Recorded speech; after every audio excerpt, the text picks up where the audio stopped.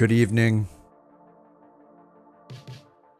You want a stool with a cushion? Your back still hurts? Getting old? Listen, you think we can afford cushions? That's a DIY project, you know? If you choose to put pieces of flair on your stool, it's up to you, you know?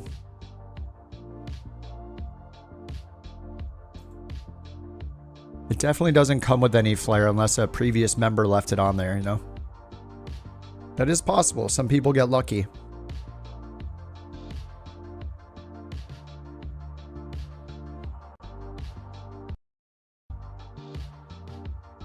What's up, Geet? What's up, Lotsvi? Lithonia? Lithona? I always put an extra A on the end. Everybody probably does that. What's up, Jesse? I had the sim started, but now I'm restarting it because a new version of Auto FPS came out, so just updated that. And now it's starting. What's up, music? What's up, Aussie?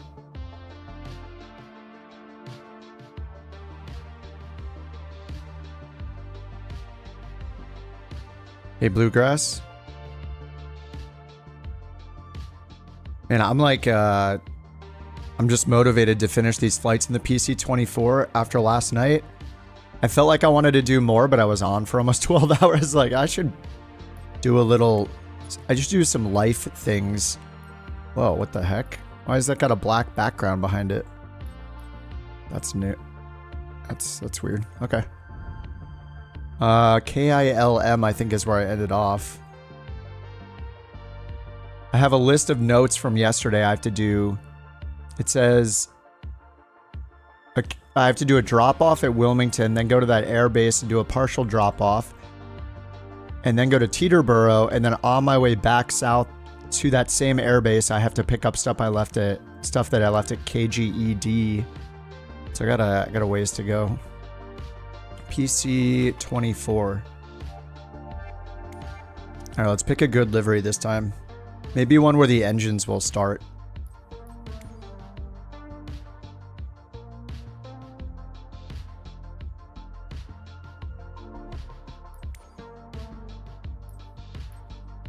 Is this one all silver? I'll try this one. I think last time I tried livery 4 and I couldn't get the plane started. Maybe I'll try it again. Let's just see if it works. And let me check OnAir Company, make sure. Yeah, I have... Okay, mail needs to go to KGSB, so we need to load that.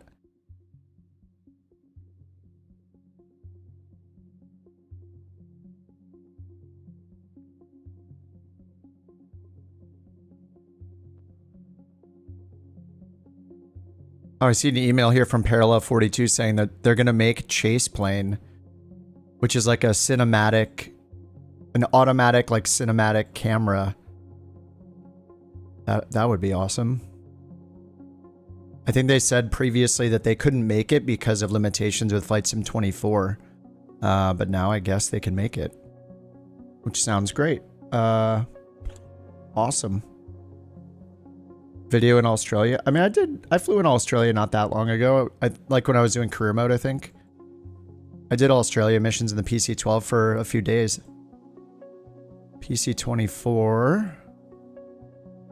0 fuel weight, 5662 kilograms. So we'll put that in over here, 5662. Oh, this is going to be a short flight. Okay.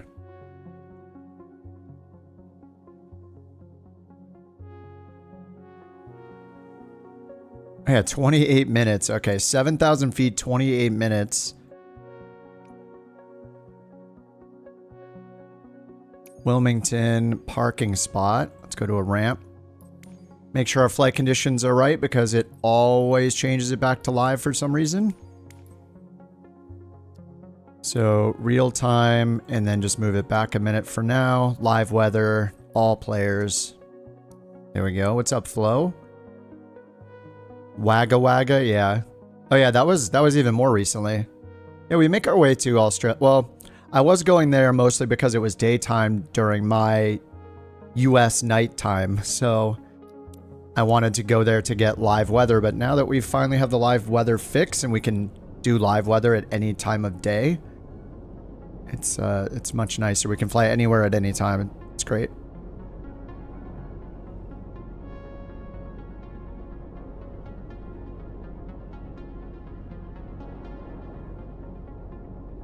Hey, Jacob.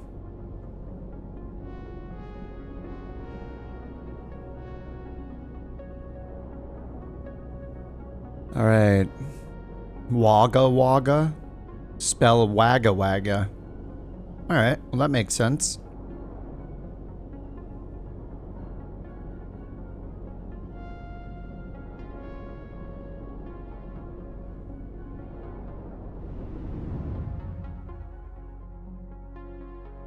Oh, is it this dark? Oh yeah, I guess it's about 8 p.m. on the East Coast already. Whoa. Alright. Alright, let me go turn on the sun then. We can do it now. Alright, I'll just go to like 7 a.m. Alright, pitot tube covers, chocks and engine covers. Yeah, didn't they update? Maybe I'm thinking of a different plane, but I thought you used to have to walk around the back of the wing to get to the engine cover. Did they make the clickable spot radius bigger or something, maybe? Could be it. Alrighty. Oh, I got birds installed again. So I noticed that not only did the beta disable all my community mods, it also disabled almost all the non-airplane mods.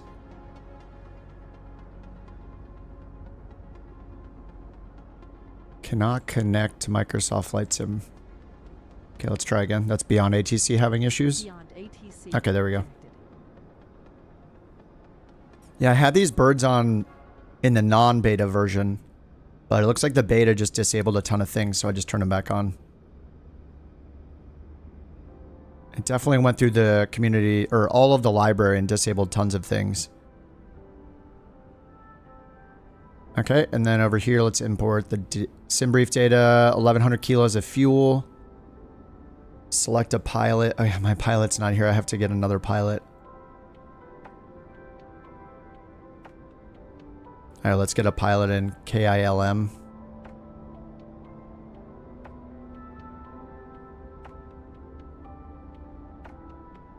Alright, let me grab the route. Put it in the chat.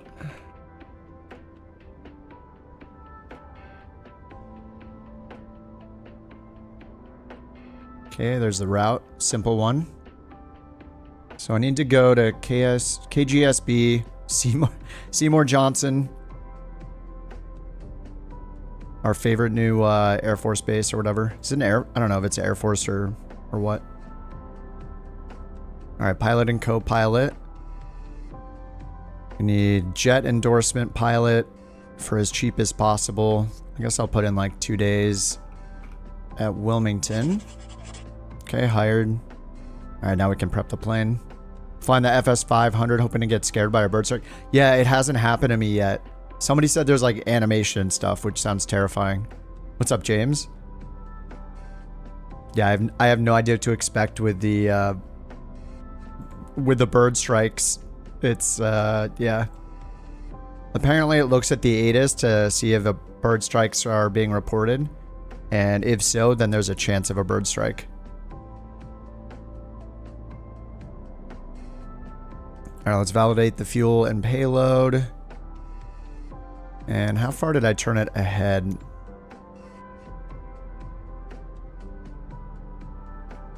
1231 UTC. Let's see, real time is 20.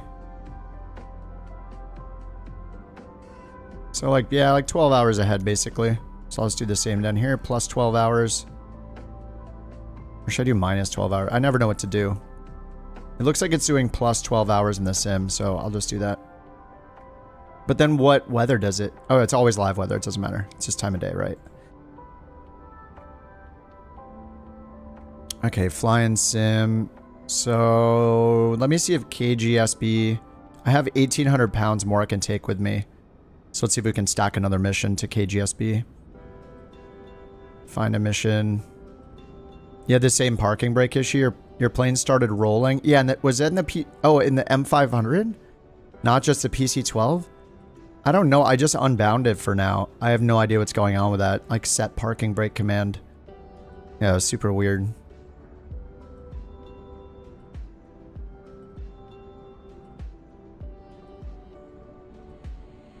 Alright, let's see if there's any missions going to KGSB.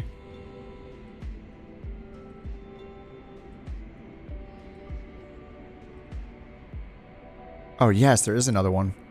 5 extra passengers. Well, let's just see if we can do it. Stacking those missions.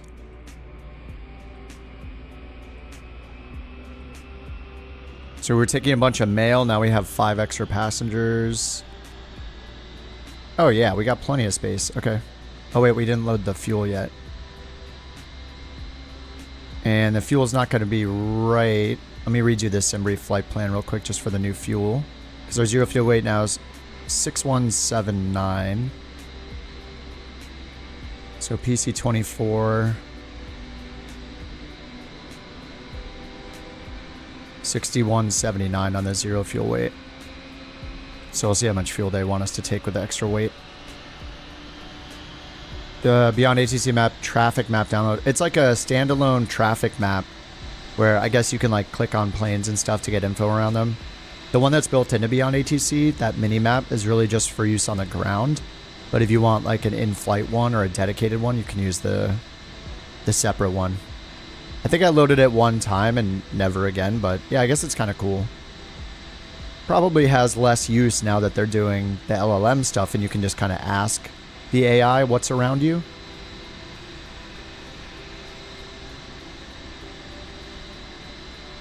All right, start tracking.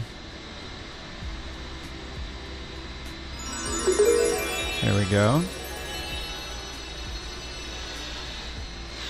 I like your channel. Thanks, Keat. Thanks for the super chat, dude. Coming in hot. Appreciate that, dude. Thanks for hanging out. Alright, the tracking is started. We'll get our co-pilot to do the hard work for us while we start this up. Couch 323, ready to pick up IFR clearance to Seymour Johnson AFB. Seymour Johnson. Unbelievable. Couch 323, Wilmington clearance cleared to Seymour Johnson AFB. Radar vectors Telec then is filed. Maintain 4,000 feet.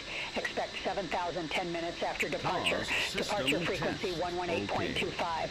Squawk 0320. 0320. Radar vectors Telec then is filed. They said expect 7,000. Expect 7,000 10 minutes after departure. Departure frequency 118.25. Squawk 0320, couch 323. Alright, we got 0320, 7,000 feet. 4,000 is the initial altitude. 3001 is our altimeter. And now we'll import the route. When ready for starter, taxi, couch 323. What is LL01? Yeah, that's not correct. Alright, let's delete that, I guess. Okay, 24, and then... Yeah, runway 24 to runway 26 is correct, but we just have one on-route waypoint, which is Telec, T-E-L-U-C, so we'll amend T-E-L-U-C, enter, and activate. There's Telec. Delete the discontinuity. Runway 26, we'll click the landing button. Star and landing. Just choose... Oh, there's an ILS. Oh, that is really far out. Whoa. My screens. All right, let's just choose vectors, though. I don't think it's going to give us a top of descent with vectors. I guess we'll see. This is a short flight either way.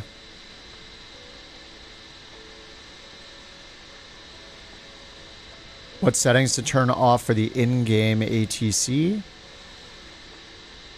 Yeah, just turn off, go to multiplayer. Unless you want doubled up air traffic, which I doubt you do, go to online and just turn off the air traffic type Unfortunately, this turns off both the airplanes and the boats. But you can't turn off only the planes and keep the boats. I hope they do that later.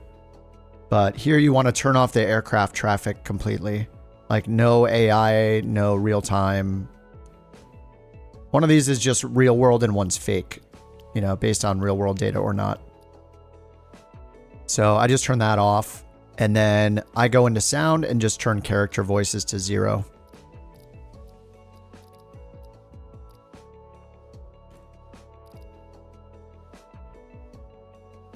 Character voices will turn off all AI, all ATC, all passenger voices.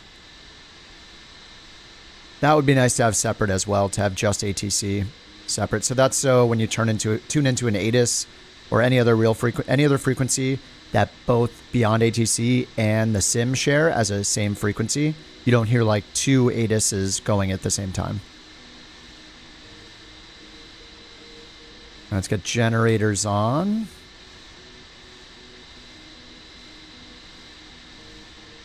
Okay, and then let's take a look at what we got here. Yep, runway 24 right over there. Couch 323 ready for taxi. Couch 323, runway 24 taxi via Alpha. Hold short runway 17. All right, flaps we'll taxi to runway 24 via 3.3. Alpha. Hold short 3.3 on the runway pitch 17, trim Couch up. 323. And flaps at 8 degrees. Parking brake is on. Fuel exists, so that's good. And let's go up top and get the, let's see, beacon is on and nav light is on. We'll just get the taxi light on. Generators are on. Both engines are started and good to go. And we can just use the BeyondATC traffic map, taxi map. All right, control space is what I'm using for my parking brake now because I don't trust it. A virtual airline and OnAir. Yeah, we just started it like I don't know, a couple weeks ago. Yeah, there's a Discord channel for it, and I'm doing these missions partially for the VA. I brought some VA stuff down here. Some of our VA missions took me... Actually, no, it didn't. Wait, this is not a VA mission. I just made my way to the East Coast, but the VA is based in... We have 2 FBOs. One is in... The kind of the headquarters is Davenport, Iowa, because Davenport's a couch and we're the couch captains. And then Mount Comfort is another one in Indiana. And the cooler one.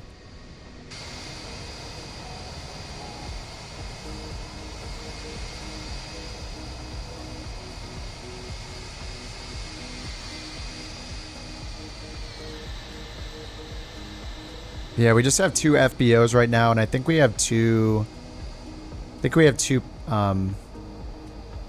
Corvallises that we leased as a VA, but pretty much people are just flying their own planes. Cross runway 17 at Alpha. Continue taxi via Alpha. Cross runway 17 at Alpha. Continue taxi via Alpha, Couch 323. I think the benefit to the VA stuff is eventually going to be, you know, FBO services, parking spots, and then when we get really big planes, that's going to be really nice because it's going to be really hard for people to afford their own, you know, 737 or Airbus and stuff like that. But people can, you know, it's kind of flexible because you don't have to take any VA missions if you don't want to. Like everybody has their own personal company. And if you want, optionally, day-to-day or mission-to-mission, you can decide to take a VA mission if one's available and convenient for you to grab. You can grab it, and then 30% of that money will go to the VA when you complete the mission. Help fund the VA. Should you make your main airport close to Davenport? It's really up to you. You can always transport your pilot. It's not an instant transport, though, so OnAir Company is kind of hardcore. You have to, like, wait real time. The easiest thing you can do, though, like if you want to fly one place, but you don't have a pilot there, you can hire an employee there and pretend you're the employee and fly as if you are them. You can't have AI do the flights for you, but you can, like I am right now, I just hired an employee at Wilmington because my main KIP character is up in Davenport, I think, or in Mount Comfort. But you pretty much like, there's a learning curve to even running your own company. But the VA is essentially its own company just like yours, except there's kind of like a profit sharing thing where an emission sharing and an aircraft sharing capability. So if you do a mission for the VA takes a cut of it. You can use your personal planes to do a VA mission. And as we get more and more planes that the VA owns, you can also use the VA planes to do VA missions. Yeah, there are a lot of options and there's a lot of features in OnAir Company where you can like, you know, build FBOs. We could start a gold mining operation out in the middle of nowhere in the forest and fly grand caravans there to bring supplies. And, you know, there's a lot of crazy features in OnAir Company to keep us busy forever. So, but yeah, we just got back into it a couple weeks ago. We had done it several years ago, and it just started feeling like a lot of work. There wasn't as much interest then as there is now, I don't think, so. Yeah, you can use the VA planes, yeah, exactly. So the VA, any VA planes, there's a whole permission system, so we could give everybody access, or only certain people could fly certain planes, for example. Which, you know, that's something that might have to happen at some point. Like, imagine somebody in your VA flies a 737 and crashes it and causes tons of damage or wrecks the plane completely, costing the VA millions. Like, maybe that person shouldn't be allowed to fly the 737s again for a while until they, like, fly their own or something. So, but yeah, there's all sorts of stuff like that involved. But yeah, we have a couple Cessna Corvallises, the C400s. 2 of those that were leased by the VA so far. Or leased by the VA. Fly heading 240, runway 24, cleared for takeoff. Fly heading 240, runway 24, cleared for takeoff. Couch 323. All right, 24 cleared for takeoff. Pedo static.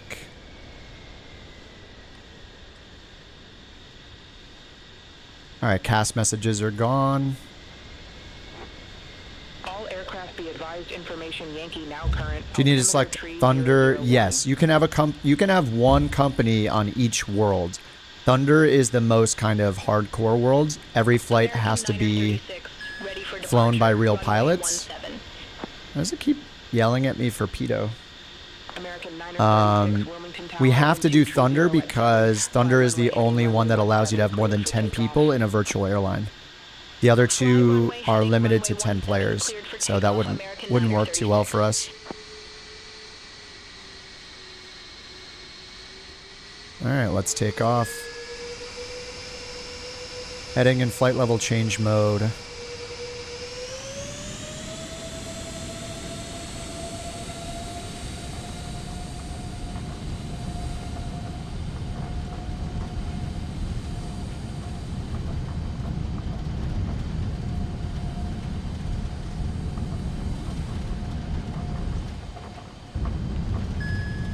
Oops, a little bouncy there. Rotate a little early. All right, I was setting my selected speed at the same time. Oh, look at the effects coming off the BeyondATC plane. That was cool.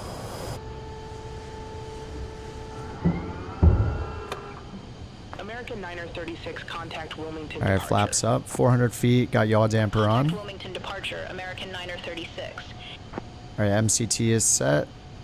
Couch tree 23 reset transponder. Whoa. Squawk 0320. Dude, thanks for the sub. Squawk Thanks for the Prime 0320, sub. Couch 323. Thanks a lot, Der. Appreciate that, man. Okay, there we go. We got some new sounds for the Twitch stuff. Glad to see everyone's doing well after the January 26th false bork report incident. Yeah, I think we've recovered mostly. Whether or not we can trust Sawyer anymore, we'll find out later, I guess. That was pretty funny. Alright, do they tell us to climb? They said squawk 0320. Oh, why did it change my squawk code? What the heck? Did I change that? Couch tree 23, contact I turned myself. departure. Have a good flight. I turned myself on a course. Contact Wilmington departure. Couch 323. On the course, nav mode. We got the Wilmington departure. automatic Couch anti-icing stuff 323, turned on. 2600. Nailed it. Thanks a lot, Herder. departure. Good day. Radar contact. Climb. You weren't alerted of a false bork report? Yeah, there was an incident last night with a false bork report, and maintain 7,000 feet. yeah, Sawyer had to be 3001, shamed because of couch it. So 323. haven't had a good night's sleep since the false bork report. I mean, it's serious Turn right, business. heading 020, couch 323.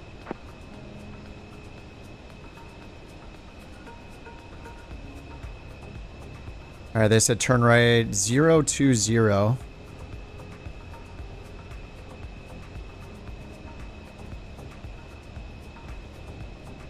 right, we'll do that. 020 is set. Yes, he got shamed. Don't even worry. He was shamed, and he understood that he needed to be shamed. Oh, why am I not climbing here? Flight level change. Wait, why? Oh, nav mode. Flight level change. Couch 323, turn left heading 015. Maybe Turn left, 240 is heading too... 015, couch 323.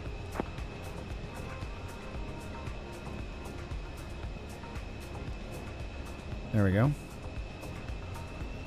Oh, I pulled the speed back way too much.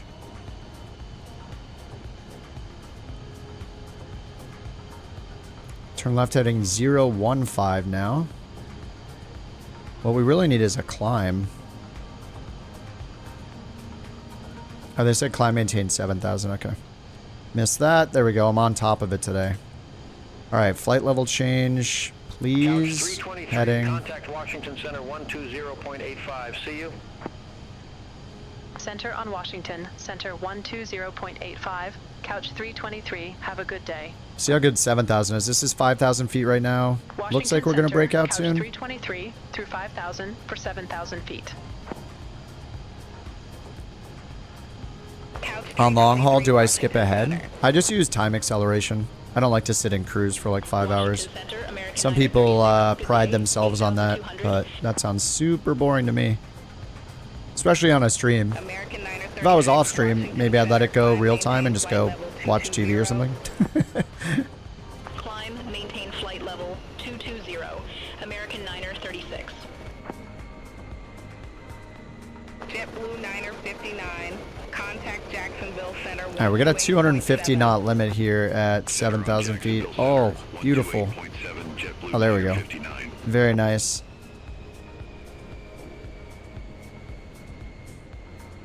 You're playing. What's up, Nico? Or Nico? You're playing career mode. Flight Sim 24. You had many random AP disengages. Check your controls. Go through your controls. Make sure you don't have things bound to autopilot that you don't mean to. Like maybe you're hitting something that's triggering an autopilot disconnect command or autopilot toggle command. Should definitely go through, like, audit your controls. Make sure that everything's set to what you know it's set to, like you're not hitting something by accident. Or that something isn't double bound to the same control. Cleared direct telec. Resume own navigation, couch 323. Alright, nav mode is on, direct telec. So we click telec, click direct to, click activate. Draws the course, and it's turning us direct to that waypoint. And let's get our overlay on here. Synthetic vision system activated.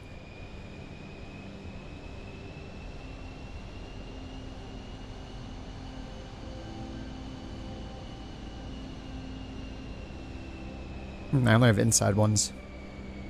I'll have to... Oh, is this the plane where I couldn't pop outside to get a...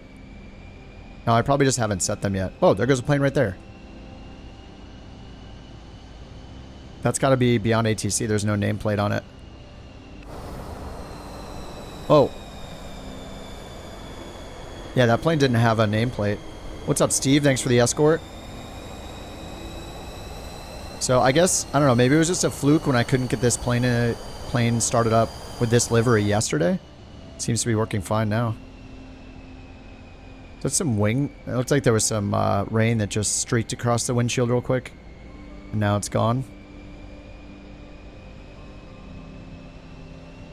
Alright, so we got cleared direct telec, and this is a really short flight to this base. We don't... Oh yeah, we do get a top of descent shown for vectors. That's kind of cool.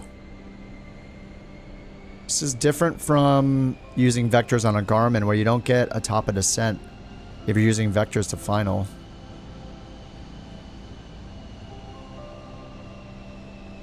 Founder? Oh, yeah, yeah. If you were like one of the first ever to sub to the channel. I mean, that was just like a week ago, not even.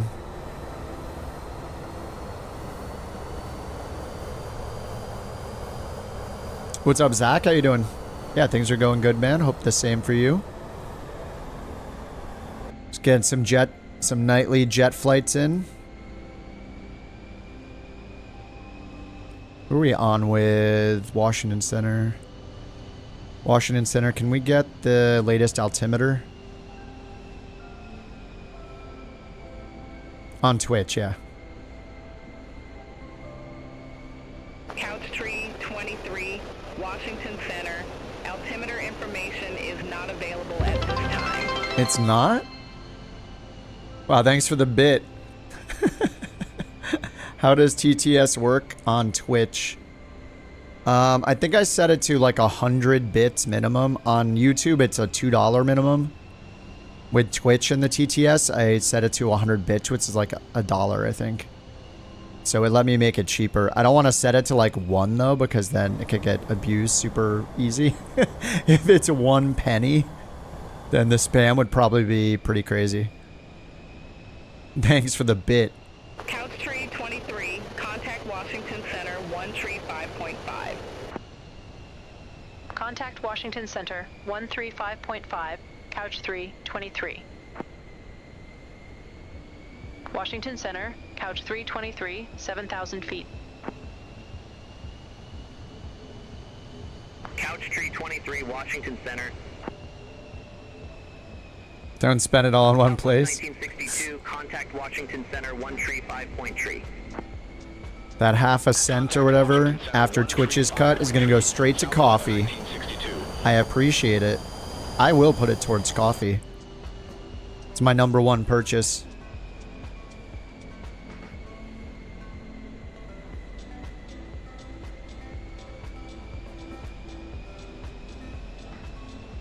Alright, so they just told us 135.5. 44, contact Washington Center 123.85. Take care. Center on Washington Center 123.85, American 2944. Man, I don't wonder why they picked 7,000 feet. Is this the best cloud coverage we could get in? I mean, it's like a 20-minute flight. It's not a huge deal. We got anti-icing. Next to premium characters on BeyondATC, yeah. That is true. I have topped it off quite a bit. Radar vectors, ILS Yankee runway 26. Expect radar vectors, ILS Yankee, runway 26, couch 323. Alright, vectors, ILS Yankee 26. I think that's what I put in. Let's double check. Yeah, ILS Yankee 26. Is Microsoft giving us charts today? Let's find out. Wilmington, Seymour Johnson, add the approach, ILS Yankee. And we're just going to get vectored. Charts, approach, FAA, there we go. ILS or localizer Yankee 26, this one. Alright, vectors 109.9, it already said that. It's got the ILS or localizer preview set, so we can just set the final approach course, which is 261. We get that up here, 261. So let's set that. Colombian coffee? Oh, wherever Starbucks gets their coffee from. I don't really care where the coffee's from. I will drink it. As long as it's coffee, that's you know, that's my only requirement is my coffee coffee? And if the answer is yes, in the mouth. Coffee in the mouth. All right, airport elevation's 109. We got the localizer tuned in.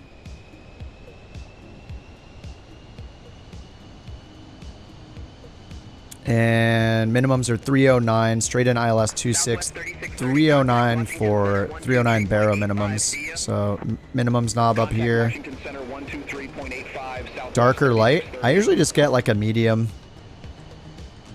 I guess, whatever. I think it's usually like a medium roast. Couch tree 23, turn But left, I get heading cold brew. I don't know if 04 that vector even Seymour applies to Johnson cold Air brew. Force Base Airport. Turn right, heading 040, couch 323. Ooh, heading 040. All right, heading mode synced. Oh, turn right, heading 040. Oh man, I really need to use the. I would love to use the camera to look at the autopilot, but wait, where is the camera? Okay, 4. But you see how this camera is? I can't see what I'm doing over here when I change stuff, so it could be a better camera view. Because then I wouldn't have to worry about the turns of the plane moving my mouse cursor. That's why I love the instrument view so much.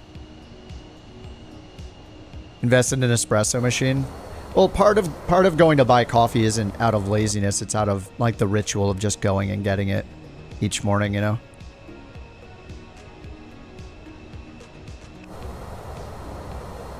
I'm not against making my own coffee. It's just I like first thing I get up, I just have a schedule, you know? Get up, do a certain meeting, you know, give the dog pets, go grab coffee, start of the day, just, yeah, I don't know. If I didn't go get coffee in the morning, I'd never leave the house. I actually left the house twice today, though. Pretty unbelievable. Alright, looks like top of descent's coming up. Fuel quantity. TOD. 9 miles out. Center on Washington, Center 123.85, Allegiant 2889. The Bork's the picky one? Yeah, she wants a sugary coffee. Yeah, I can't believe I did that. I think that's the first time since we've had her that she's taken something like that for me. Leaving twice. I know, I'm evolving. Fly present heading, descend and maintain 4,000 altimeter 2995. Seymour Johnson Air Force Base Airport landing runway 26. Alright, 905 down to 4,000. Fly present heading, descend and maintain 4000, altimeter 29905, Seymour Johnson Air Force Base Airport landing, runway 26, couch Alright, our ground speed was 323. 297. We can do like 1,500 feet per minute. Couch tree 23, contact Seymour Oh, we can Johnson, do... approach 123.7. We'll go less than that. I mean, our top of descent's in Contact front of Seymour us, Johnson and approach, we only have to couch descend 323. 3,000 feet. Just do like 500 feet per Seymour minute. Johnson, couch 323, Seymour Johnson. 6,800. Can't imagine yourself not grinding and brewing coffee. Yeah, I guess that's your ritual. Mine is going and getting coffee. But yeah, I used to do that a lot. I used to do like the grinding French press thing, or grinding, and we just have like a drip machine we use every now and then, but we go through phases of like getting it all the time or making it all the time. We're in the getting it all the time phase for sure. But hey, either way, the result is coffee, so as long as the result is coffee, then I think we can agree that's the important part.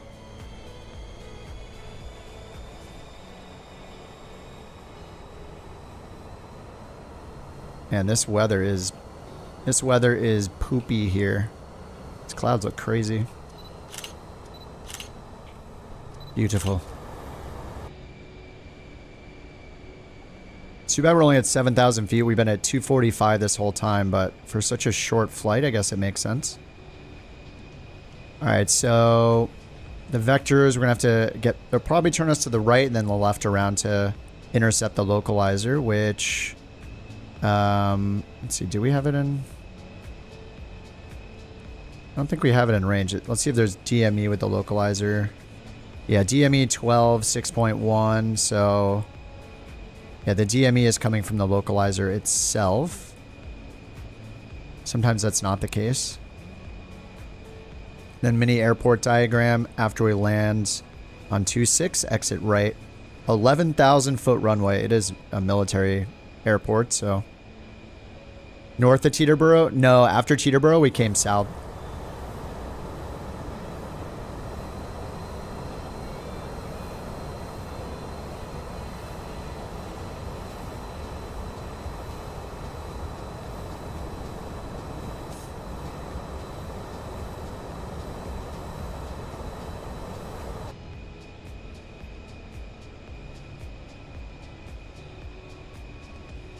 Couch tree 23, fly present heading, descend, maintain 3,000 vectors for the approach.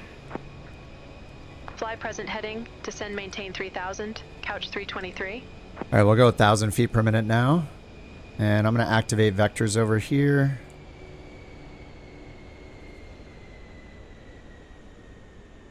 Going to idle. Let's bring our speed back to like 200 because we got to make this really sharp turn. I actually think 180 might be needed in this plane. But yesterday when I was doing an approach like this, we had a big turn to make and I did not make the turn. We overshot the localizer.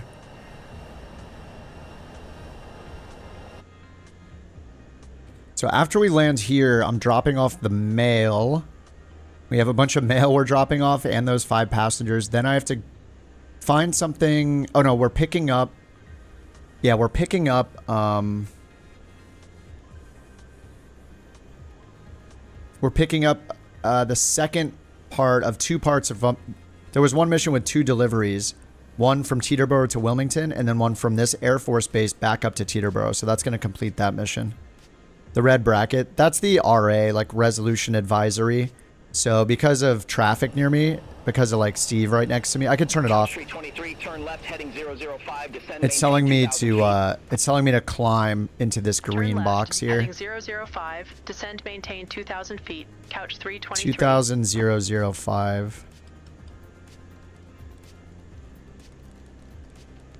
And that's a good parallel. We're going perpendicular to the final approach course. But yeah, you can turn the RA off by going to transponder mode and then details, and then under here to traffic, and turning it from TA-RA just to like altitude reporting mode, and then it'll go away if you're flying with people. Turn left, heading tree 10, maintain 1,600 until established. Cleared ILS Yankee runway 26. All right, 1600. Turn left, heading 310, 1,600 until established. Cleared ILS Yankee runway 26. Then we're going to hit nav because we're cleared. All right, left turn 310, that's set. Let's get the music out of here. Left turn 310. And I hit nav, so we have localizer mode on standby. No, we don't. I need to change my... We're in heading mode, so I need to hit nav select, change to loc 1, and do it over here. That says loc 2, loc 1. All right, loc 1 on both sides. Now I can hit nav.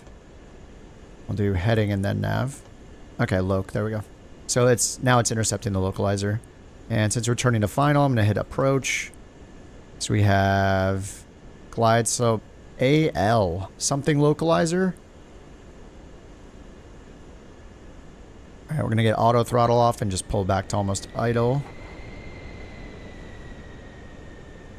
Glide slope is above us, and we're settling down at 1,600 feet, which is what they gave us. All right, we can already get flaps 8. Let's sync the heading bug straight ahead. If we need to do a go around, climb to 2,200 and go direct toll me on a specific radial. That'll be in the FMS. So once we're on the glide slope, we'll put in 2,200.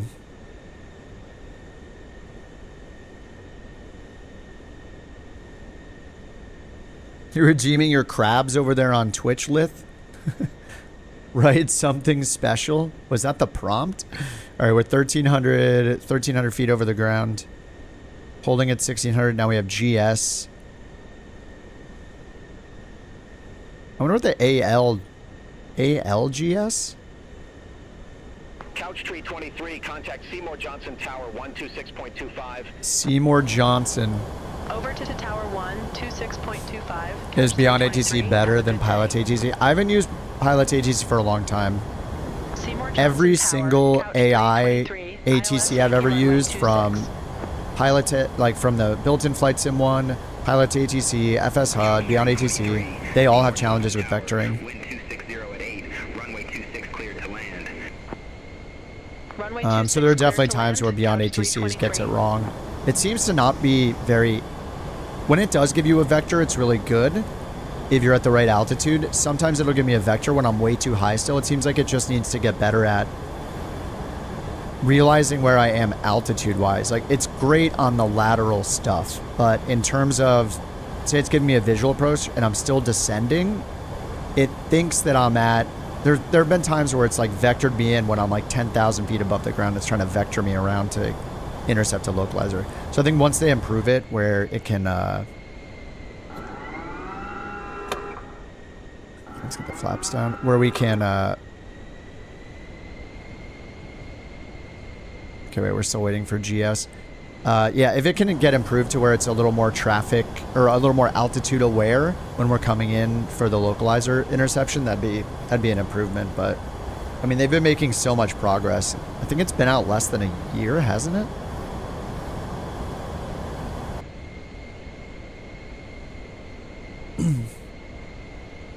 All right, we're just waiting for the glide slope to come down. There it is right there. So it's a 1.5 dots above us, the blue triangle right here.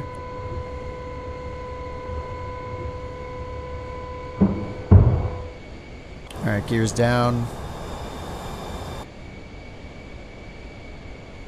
And I didn't even check the weather, so... Oh yeah, IFR overcast at 500 AGL, so... 500 AGL, airport's at 86 feet, so hopefully we break out around 600 feet. Baro, which is... We can take this down to 300 baro, so that'll be fine. As long as the reporting is accurate.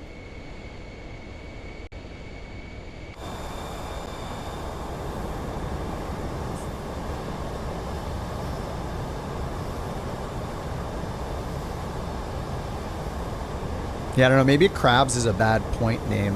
Or maybe it's really good. I don't know. It sounded better than like any kind of like regular currency. Plus, who doesn't like crabs? They're delicious.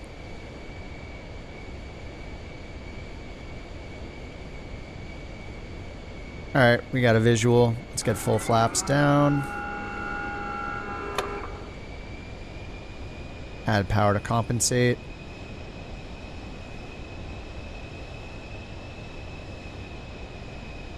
From what you see in streams and videos, they're doing a really good job. I agree. Like they are hyper focused on what they promised and what roadmap they set out to do. So they introduced the LLM recently, which is what I'm using. So you can ask ATC a bunch of questions you couldn't before, and it will try to answer you. So you can ask it about weather, about traffic, about runway condition, runway length. It's got a bunch of stuff it can reply to that's not even in the UI now. So yeah, I've been using the experimental version these last few days since the LLM became available. And they added in this concept of like controller workload, which I haven't heard yet, but I'm hoping to hear it, you know, sometime this week. Would be awesome if we can hear it, where like pilots are supposed to be like, either if a controller is really busy, a pilot is supposed to use shorthand comms instead to help them, you know, just help them with their workload and get the comms done faster. Oh, I didn't arm the spoilers. Nice, they went up. And also, they're conversely, if the controller is very, very... There's like no traffic at all and they're not busy at all, the pilots are supposed to be like, every now and then they'll throw in a complaint of some sort, or they'll say something like, you know, like complain about the weather, about a passenger, about a hard landing, like stuff like that. Exit right next available taxiway. Alright, we're gonna exit right here. Next available taxiway, couch 3. Yeah, I touched the center line. I installed the hacks, so now I can you might have heard of, there's a, like, engine owning. This is a, this is engine, it's the same thing, and it's appropriate for, airliners, for aviation, and our engines. Couch tree 23, contact ground 132.45. Ground 132.45. Couch Yeah, so 323. the only way to get the center line is to hack. It's a known thing. All right, flaps are already up, and let's get the landing lights off. Taxi lights are on, strobes off. And disarm these. All right, that was a quick flight. We got stuff to drop off. Oh, whoops. Control space. I keep hitting my physical switch, but it's not working. You got hacks? Wall hacks? It's centerline hacks. The only way to hit the, you know, I mean, you got to take your flight simulator seriously. If you're not hitting the, if you're hitting the center line, people know you're hacking, but if you're not, then, you know, you're not hitting the center line, so. Yeah, I only turn them on once every 100 flights, as you guys have seen. Can't make it too obvious.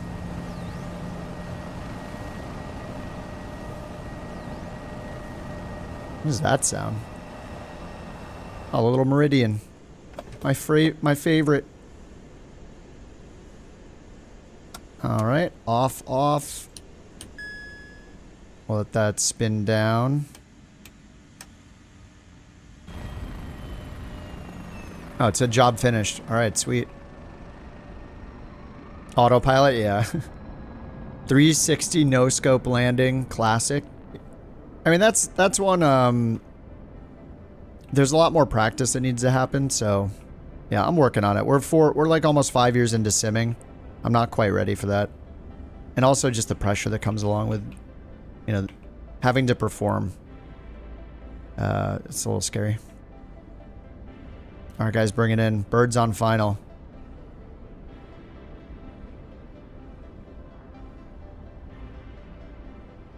We got a fuselage. What is that?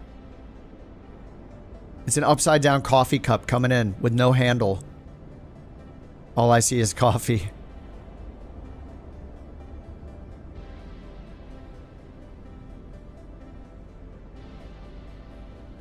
I don't hide the hacks. I can see every player within 5 miles. Yeah, we got wall hacks already. It's you just have to know how to use it. Performance anxiety, exactly. Yep. Oh, it has a nose now.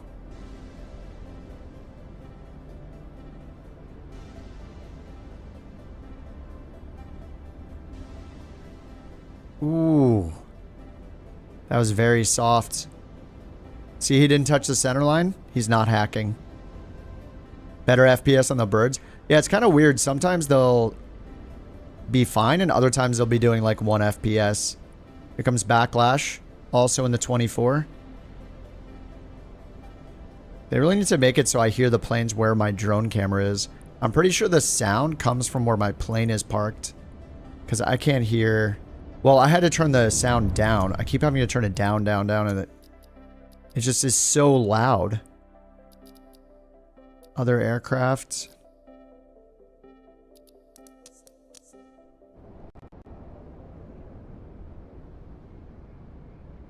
Alright, let me check the money we made real quick, and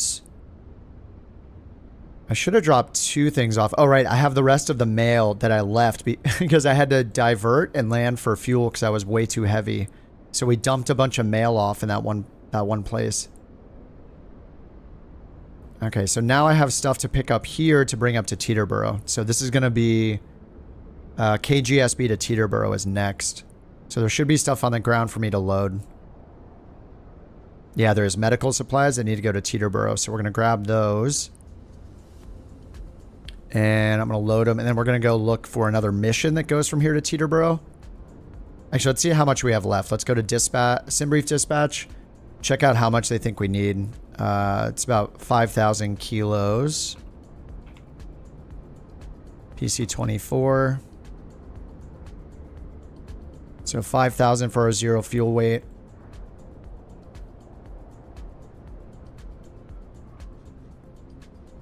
Alright, it says we need 1,300 kilos of fuel. So once we load that, we have 1,700 kilograms remaining. So we can find another mission. The gamer tags, I have no idea. It's crazy.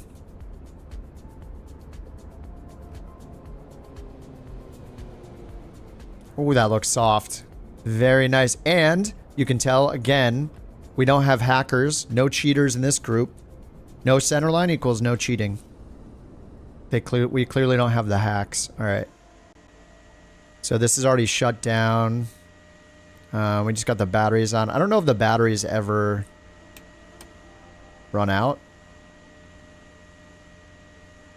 So we'll just go and find another mission to Teterboro. So we'll go planes, stacking the missions. Your Virpal stuff didn't come because I was too heavy. It could be. Oh, see you, Nico. Have a good one, dude. I mean, my Virpal stuff also hasn't come. So I'm still, I ordered the like rudder pedal damper. I don't know, like easily over a month and a half ago. It was like early to mid December. Something like that. But yeah, I mean, you know, there was a plane crash. It's crazy. But okay, PC-24. We're going to see if there's another mission we can stack going to Teterboro. Looks like we can hold about 1,700 kilos more. So we'll see if, yeah, just see if something's stackable. So I'm just going to put in specific airport, KTEB, Corey, the logistics center.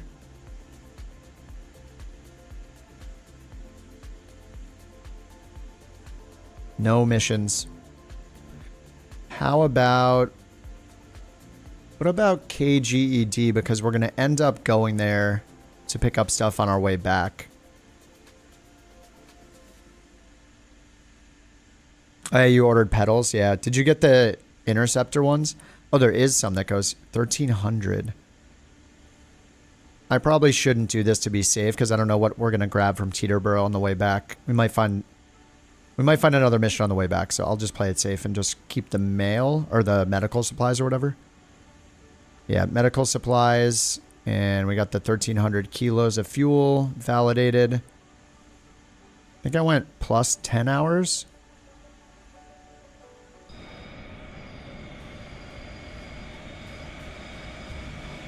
What's up, Steve-O? Have I used the honeycomb rudder pedals? I haven't. I used them at Sim Expo 2021 in San Diego, or FS Expo in San Diego, like years ago when they were like a prototype, and they felt good to me then. They felt better than what I had at the time, but at the time I had the Logitech rudder pedals, so those are like the worst. But they felt good to me then. I haven't touched them since then. That was like several years ago. So like 2.5, 3 years ago. So I have no idea. Their other stuff is good though. I know there was some like shipping things, some drama surrounding the company or whatever. With, I remember reading about that stuff on Reddit, but yeah, I don't know. I mean, it's been a while. So since then, I got the MFG rudder pedals, and then now I upgraded to Virpal. And for me, I think Virpal is just the best that I've had. There might be better. I haven't tried like the Thrustmaster pendular ones or whatever. Those look pretty insane.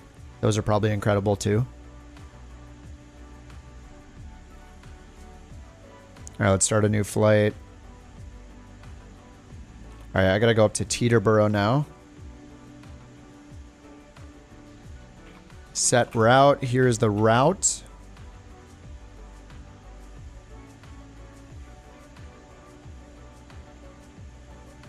SGB to TEB. Alternates Philly, and we're supposed to go up to 39,000 feet this time. So let's go to Simbrief and get this loaded in. 39,000 for the cruise altitude. Import route.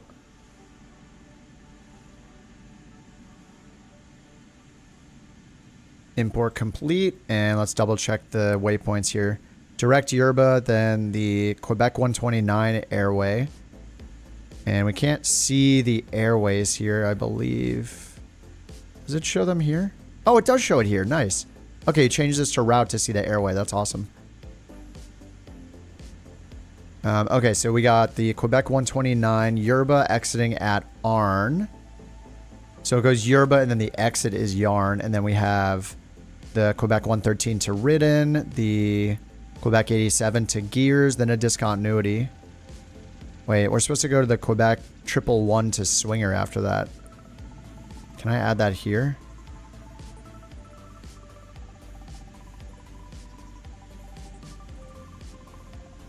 Gears, amend route. I think we can join an airway here, right? Yeah, the join. Join the Quebec 111 and exit at Swinger. Insert, activate. There we go. It didn't bring that one in, so that's how we add an airway. When you click and you hit amend, you can then hit the join button and add an airway. So now we got the Quebec 111 exiting at Swinger, and then we have the Jakey 4. Swinger to Jakey star.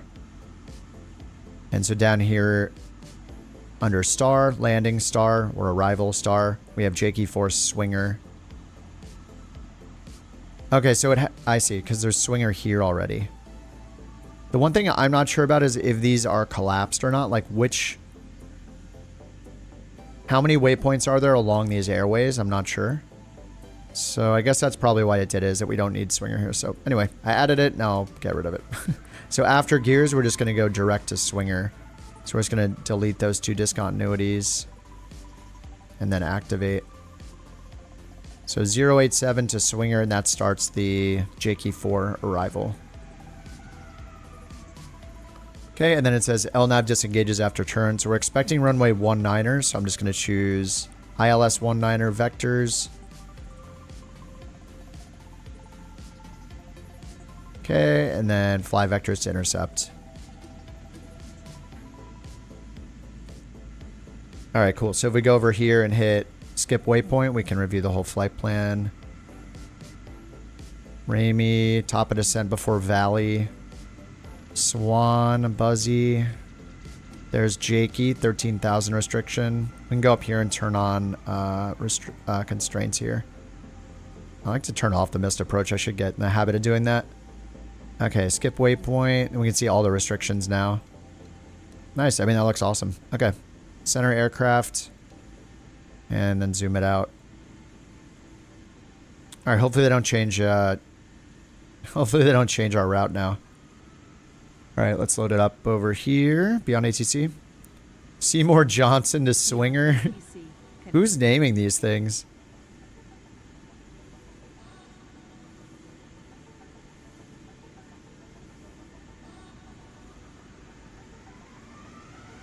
How do I know to do all this, or how to do all this? Just years of learning one thing at a time, I guess.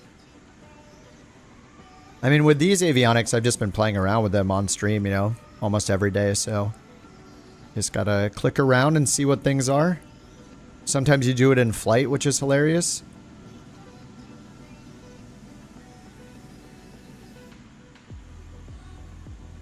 All right, let's go to clearance. Couch 323, IFR to Teterboro.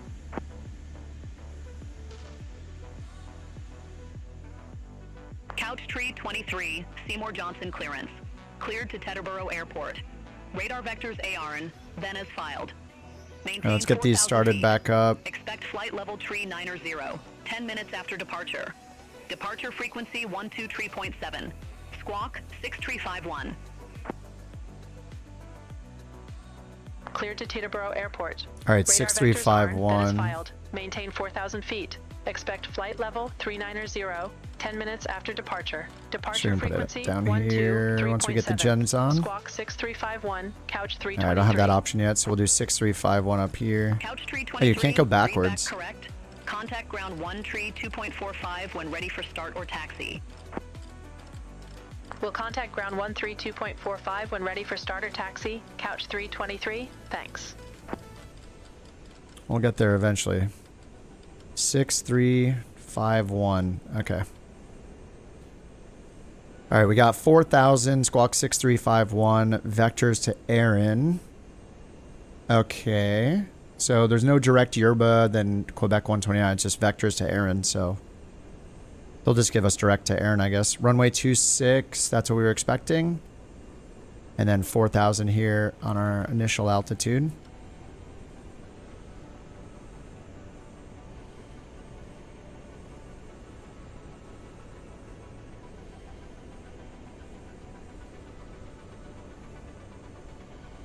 All right, so we're going to go heading mode, flight level change, manual speed. And we got to turn the manual speed from 80 up to like 240.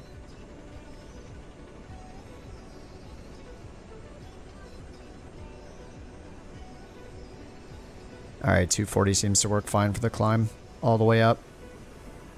All right, engines are all started. Let's get the generators on.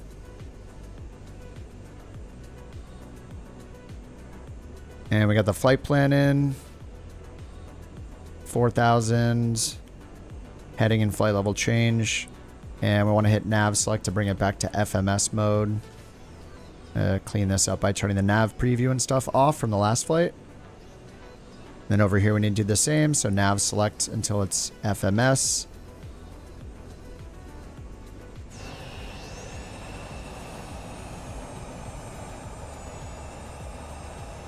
I feel like this plane is just so quiet now. Someone will make a mod that automatically actually limits the audio. Because this loudness limiter is supposed to like be really bad. I guess maybe I'll try it again.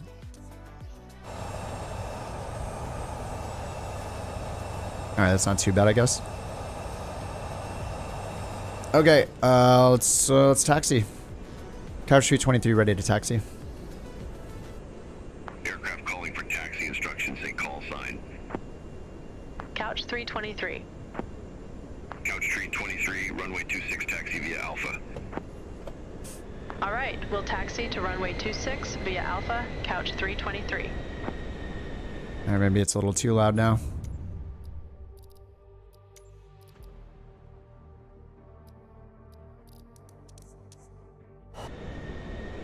Yes, we're at Seymour Johnson Air Force Base right now.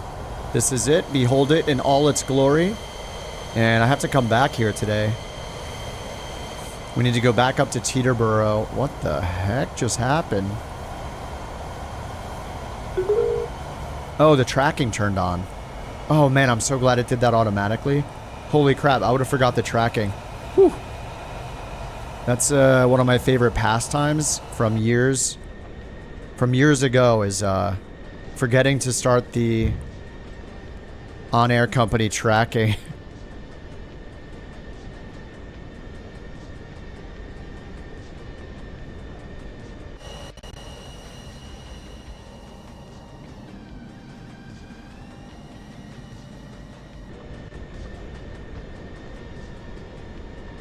Yeah, that's what you did. I don't know why mine started tracking automatically, though. It's always been kind of hit or miss if it starts the tracking automatically. I feel like it usually doesn't.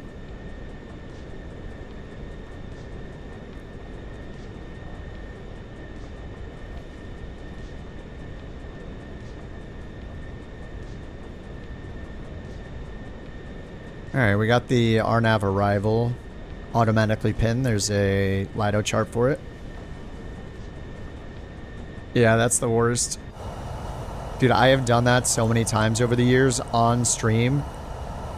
It was happening so often, people would just like have to remind me constantly. Tracking! Tracking! Yeah, it's really easy to forget to do.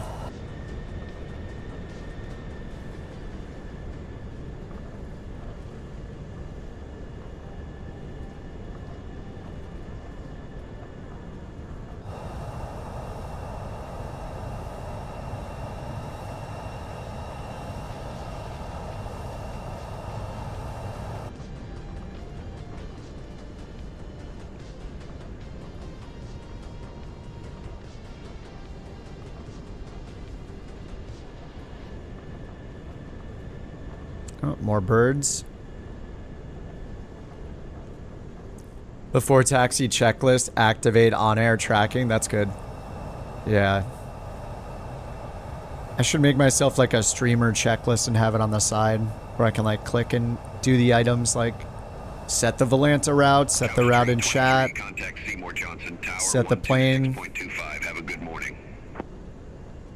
Over to Tower 1, 26.25, Couch 323, take care.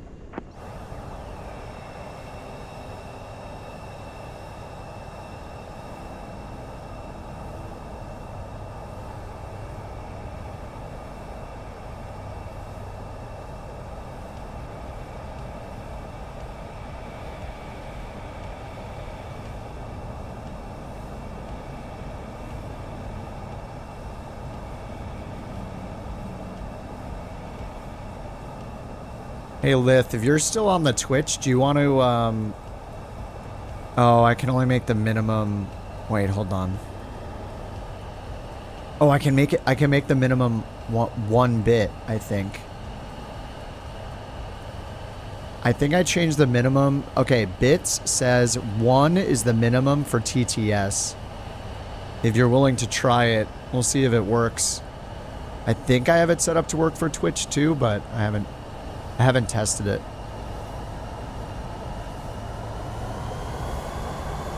Actually, wait, there's a test button. Oh, wait, there's a test button. Never mind, hold on. Send TTS test.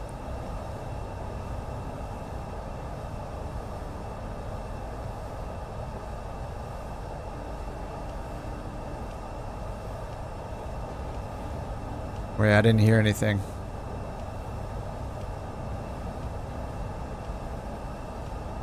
Successfully sent test. Okay, wait, it's a good thing you didn't do it then.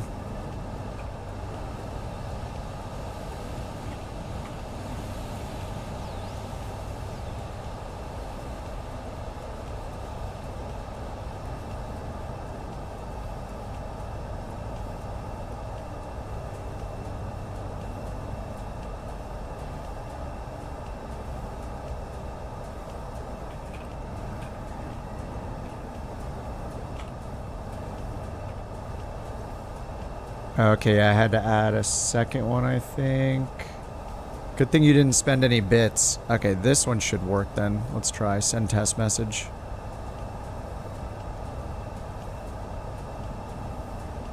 This is a test message. Beautiful.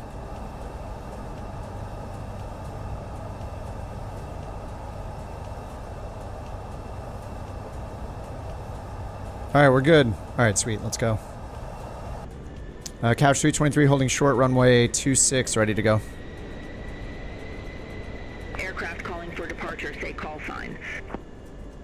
Couch 323. Alright, strobe, landing, pulse. Couch 323, Seymour Johnson Tower, wind 260 at 8, fly heading 260, runway 26, cleared for takeoff. Heading 260. Fly heading 260, runway 26, cleared for takeoff, couch 323. Alright, 260, flight level change up to 4,000. Yeah, it seems like it is having trouble recognizing my call sign still.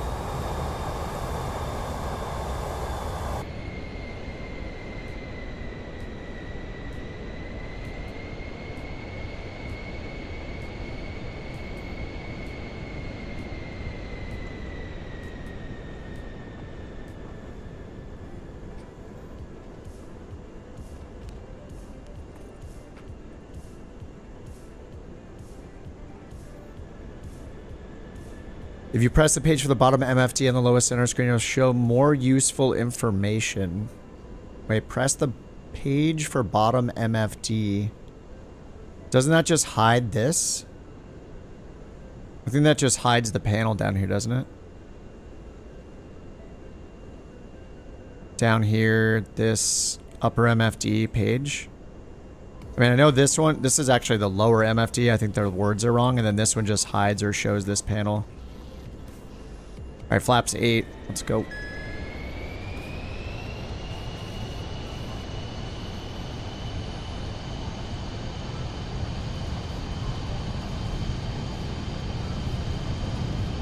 Keto static cold. Anti-ice is on.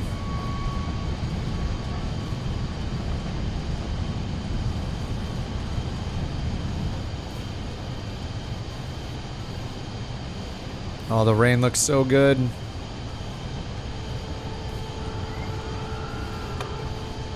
Overspeed. Yeah, we're fine. We're fine. Overspeed. Back to MCT.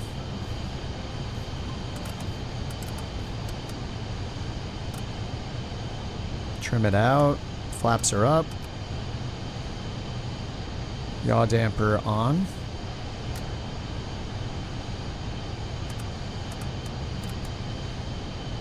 Couch 323, contact Seymour Johnson departure. Contact Oh, Seymour man. Johnson departure. What's up, couch Grumpy Batman? 323. Have a good morning. Oh my god, the brightness Seymour thing. Johnson, couch 323. Good morning. Why can't they have the 2100. MFD and the P12? Why can't they have the MFT features in the P12 if it's in this? Interactive panel is blacked out. Climb and maintain flight level 190. Climb and maintain flight level 190, couch 323. All right, 190. Couch 323, turn right, heading 015. Expect further clearance in about 18 miles. All right, 015. Turn right, heading 015, couch 323. All right, we got MCP.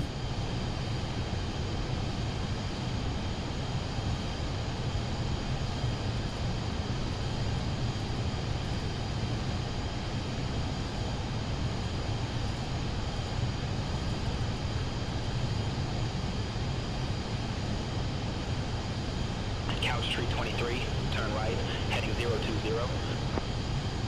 020. Set, heading mode. Oh, we should be in flight level change mode. There we go. What's up, Spider? The standby one doesn't have a brightness thing, but the rest of them do. But once it detects that it's too bright, then it's going to get super dark, so it's just kind of a pain. Can't win the game. What video card? 4080 Founders Edition.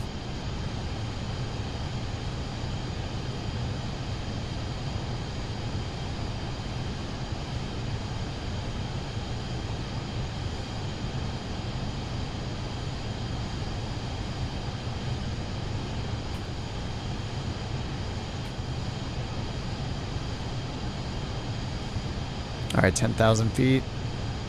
Get these guys off. Looking to pick up a 5090. Oh yeah, you and me and 10 million other people. We'll see if any of us can actually get our hands on one. I'm just going to assume the answer will be no. But good luck to all of us. I'll also be spamming the sites, throwing my credit card wherever we'll take it. Hoping not to get scammed.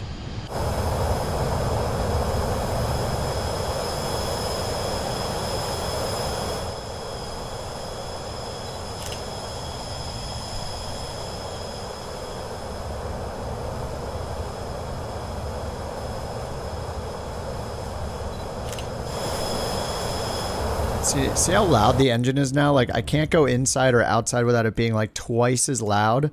So then I end up turning the volume down to like 10.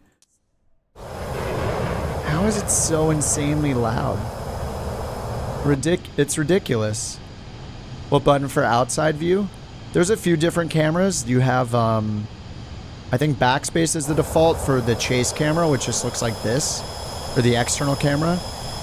And then you can use like your arrow keys or, you know, anything else you've bound to rotate it. Your mouse, you can right click and drag.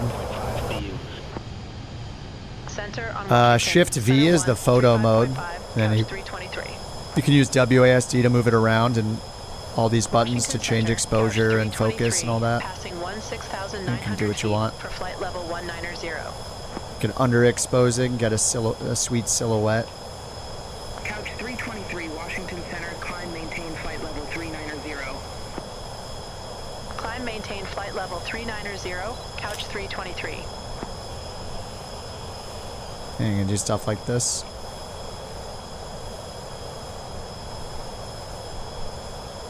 Sun's not quite bright enough. You get the idea. Yeah, the photo mode's pretty cool, and it saves them in a different screenshot folder. Did they tell us to climb? Roger, heading direct, and then 390 and Aaron. 323. Thanks. All right, flight level change. Flight level 390, and then they said go direct to Aaron, so we'll do nav mode. Find Aaron. There's Aaron. Click Aaron. Direct to. Activate. Now we're going direct to Aaron. Check altitude constraint. 39,000. Flight level 390. Which altitude constraint? We're not using VNAV, so that shouldn't be a problem. Cross. Next altitude constraint isn't until J key during our arrival, so I think we're fine. Just gonna clear the message. Check Barrow, thank you. Standard Barrow, 2992. Over here, done. Check fuel quantity. Looks balanced. We are set. And let's turn on auto throttle now. And just make sure the auto throttle is not using the PC-12 auto throttle settings. 270 should be okay for the climb. We'll see how that goes. Couch 323. Going to make some credits? Heck yeah. Do it. Crossing flight level Tons of people at 226, 10s in flight in 10s at Micro Center. Oh, tents. Yeah, yeah. Yeah, I don't know if it was you. Somebody was saying that yesterday too. I believe it, man.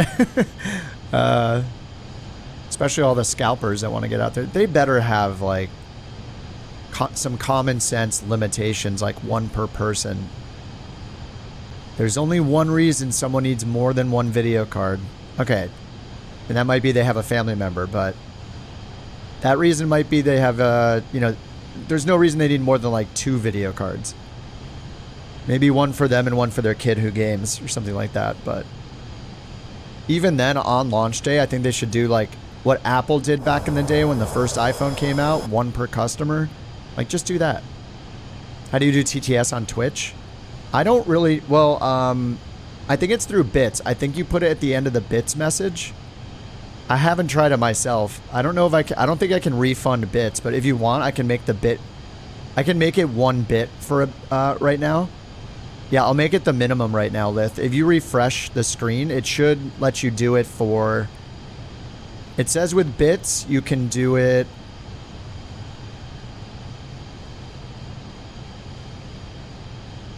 Let's see.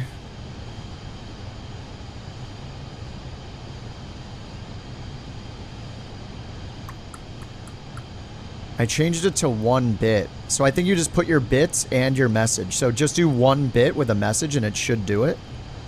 If you don't mind testing. Yeah, I just reduced it to 1 bit instead of 100. Or the lowest I can make the little extension that's under the video is 50 bits. It won't let me make it smaller than that. So you just do it in the chat box instead of the little panel under the video.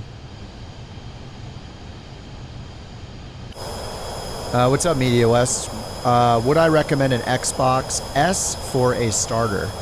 I only have an Xbox Series X. Oh my god, Jam, what's up, dude? Holy crap. You just quadrupled how many people are over on the Twitch. Thanks a lot, man.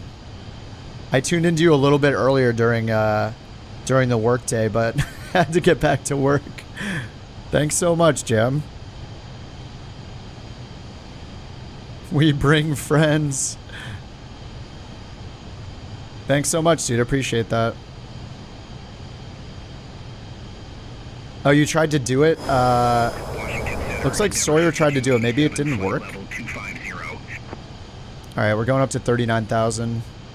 Endeavor 5287, Washington Center, radar contact.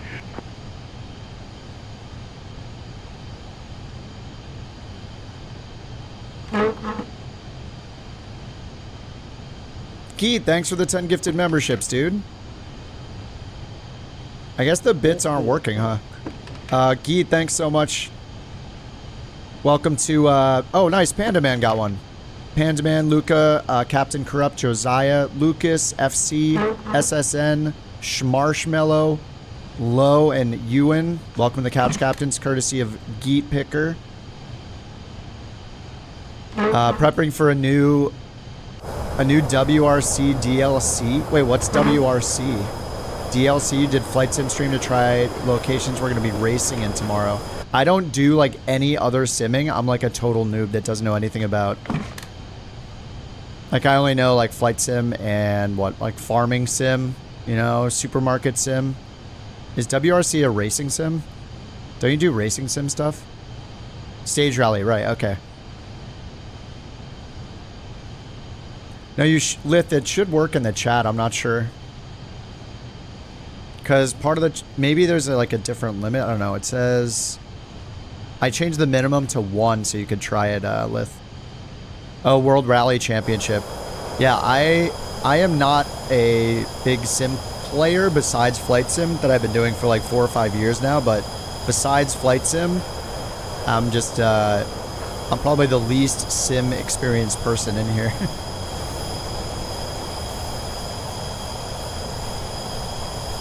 New French and Portuguese stages come tomorrow. Oh, so you flew to all the locations. Dude, that's awesome. Someday we're going to have Microsoft Simulator where it's, you know, all of the sims together. Farming sim, American truck sim, you know, European truck sim, WRC, Grand Theft Auto, you know, whatever. We look down, we see people running their farms down here, and then we can go get hired as a crop dusting plane. Have a good one. Washington Center, couch 323. Took a bush plane to find the tracks, and was the quality good? For flight level 390, direct Aaron. All right, direct Aaron. We're about to turn right here. All right, direct Ridden. Washington Center, roger. And we don't... Actually, the departure... Yeah, we don't have a departure procedure, so we're just doing the... We're just waiting for our arrival here. Say again for couch 323. Couch 323, Washington Center. Expect Jake 4, runway 19er. Expect Jake 4, runway 19er, couch 323. Alright, that's what we set up for. Jake 4, arrival, runway 19er with the ILS 19er approach. We will see what we get. Oh, we're getting the stutters. What is it loading right now? Nobody knows. Yeah, no, I'm sure the roads looked horrible. Okay, it's back. Whatever it was loading. Yeah, I hope they redo the roads in... Like, X-Plane, as much as I dislike X-Plane because it's so boring and bland and outdated for most parts, the roads in X-Plane, as simple as they look, at least they don't... I am back to make sure Kip doesn't enforce any unfair BorkCoin removals. Okay. For Sawyer. Wait, what? Where did that come from? Where did that come from? Did that come from the extension? All right, Jam, have a good one. Appreciate the raid, man. Have a good rest of your night. Appreciate it, dude. All right, I gotta turn the engine sound down again. There's no way it's 20%. Right? This is why I had it at 15. It's just so loud. Washington Center, expect brand 1, runway 22 left. Expect brand 1, runway 22 50 minimum. So there are two different settings. One is the minimum for the extension. Couch 323, descend via Jake 4 arrival, Teterboro landing runway 19er, altimeter 2970. One is the extension. Right. Descend via Jake 4 arrival, Teterboro. Wait, could I let runway people use 19er, points? Altimeter 2970, couch 323. One is the extension that has a minimum of 50. Sawyer's I can't. A character. He's a super coucher. We have to protect our couchers. We don't have that many of them. We have to protect our super couchers like Sawyer. Super couchers? Sawyer, we've got to talk. Yeah, Sawyer said the dog, the little angel puppy dog in the background here that you guys have seen pictures of, he claimed that she barked when she didn't. It's a big deal. Let's see what our top of descent is. Top of climb, not until over here. We're climbing it. Oh, Mach 0.69. Let's slow it down a little bit. Get a little faster climb going. Yeah, the barking sound glitch with the FSLTL, yeah. The, like, barking wheels or whatever. I just love that you thought it was an actual dog bark, and it fooled you. One legit coin. Yep, one false move. It's ruthless out there, man.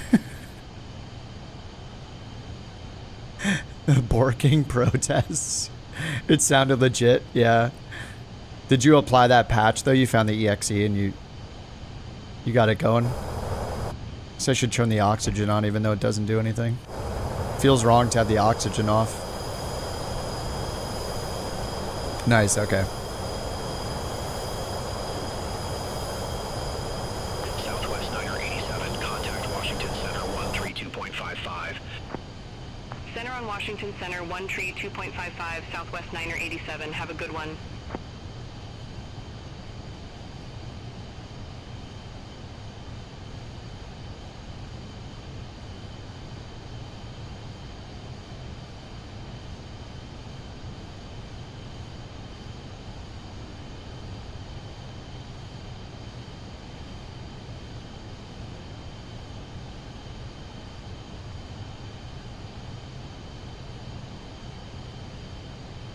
You filed a false bork report?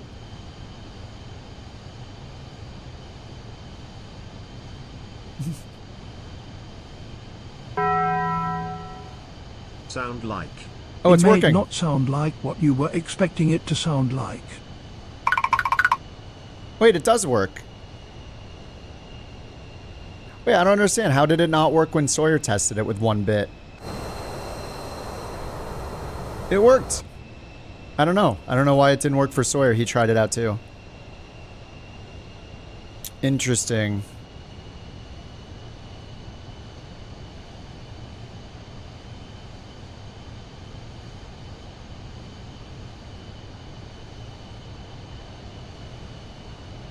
Today you wear a yellow ribbon for Sawyer. Today you wear a yellow ribbon for Sawyer. Oh no, I hear myself. I went to my channel to edit the TTS thing. Ugh. Is that what I sound like? Goo. There we go. This scam continues. Now he's stealing bits. I demand a recount.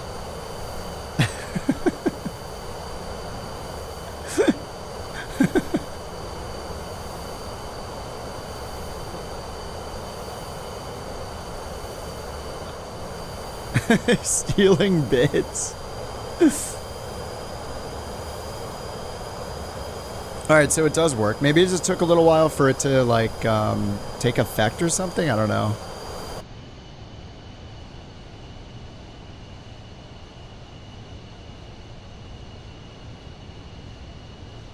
Yeah, it seems maybe you guys had to refret. No, I don't know. I have no idea what happened. But it seems like it's working. So that's good. Thank you. Thank you for the test bits.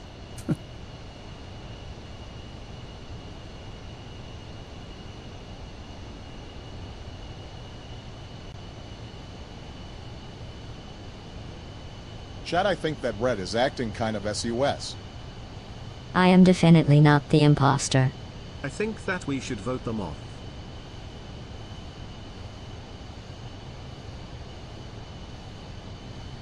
Sorry, I'm just making sure it's all configured.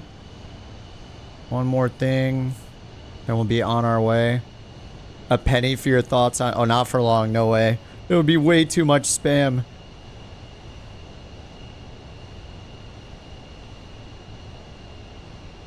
Yeah, that would be a little insane.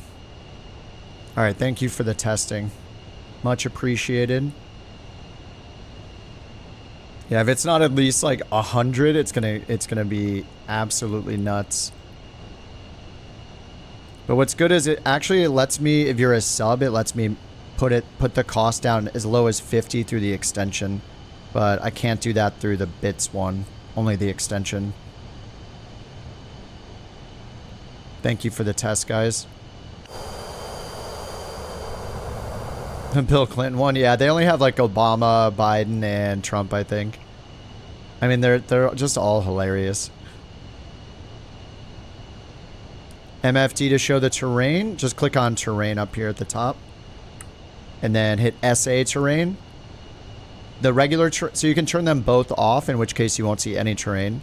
You could turn on terrain, which is this topography, or you can turn on SA, which is situational awareness. So when you get lower, it'll show things in like green, yellow, red to warn you about the terrain and its height.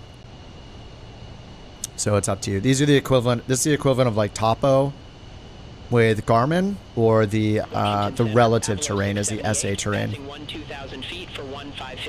And you can actually turn on over here on the MFD as well. if you click on the overlay button, and then down here you can change from weather, you can change from off to weather or TAWS. You have to have the, you have to have it on the arc though. So over here there's a HSI button.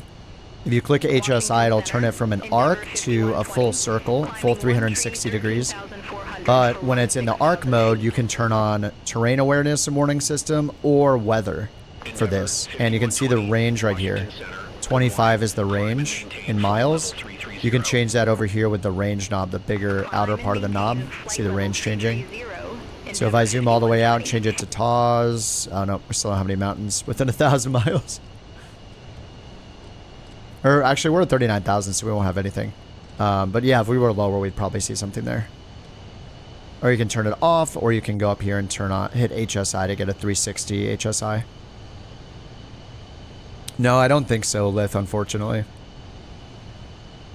Because it costs them money to generate the TTS every time, so they wouldn't give somebody like a test. Because then it's like costing them money, I guess. Anyway.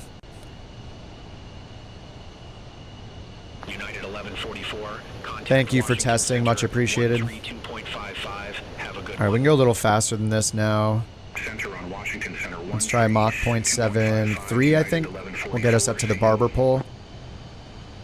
And let me check what Simbrief thought we should fly at. I don't know the normal cruise speed here. Simbrief flight planning to Teterboro. It just says cruise high speed. So I don't know what that means. Like the highest speed we can? Guess we'll just do that.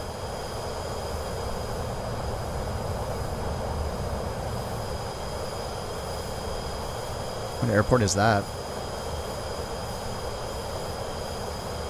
Oh, Richmond. Richmond International.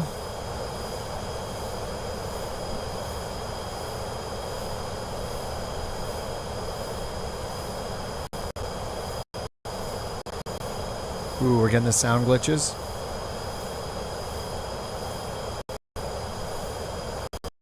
Oh, man. Chill out, Microsoft. Is the EFB causing the glitching? Whoa. Let me close the EFB.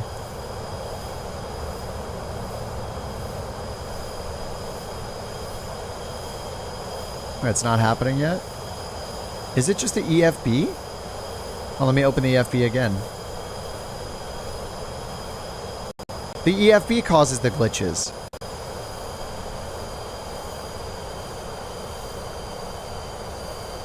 Let me try a different app.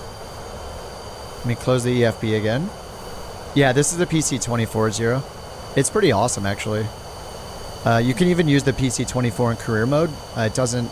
Even though the oxygen system also does not work in this, it does not fail your career mode missions. So you can fly the PC-24 safely in career mode if you're doing the built-in Flight Sim 24 career mode.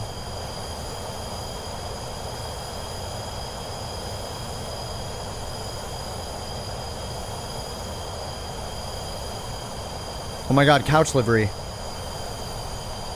Oh, we're getting some nasty FPS, but what's up, Ort? Thanks for the daily appearance on Twitch. Appreciate that, dude. Oh man, the frames are getting chunky. Look at this. Behold the NVIDIA RTX 4080 in all its glory. Oh, now it's decent.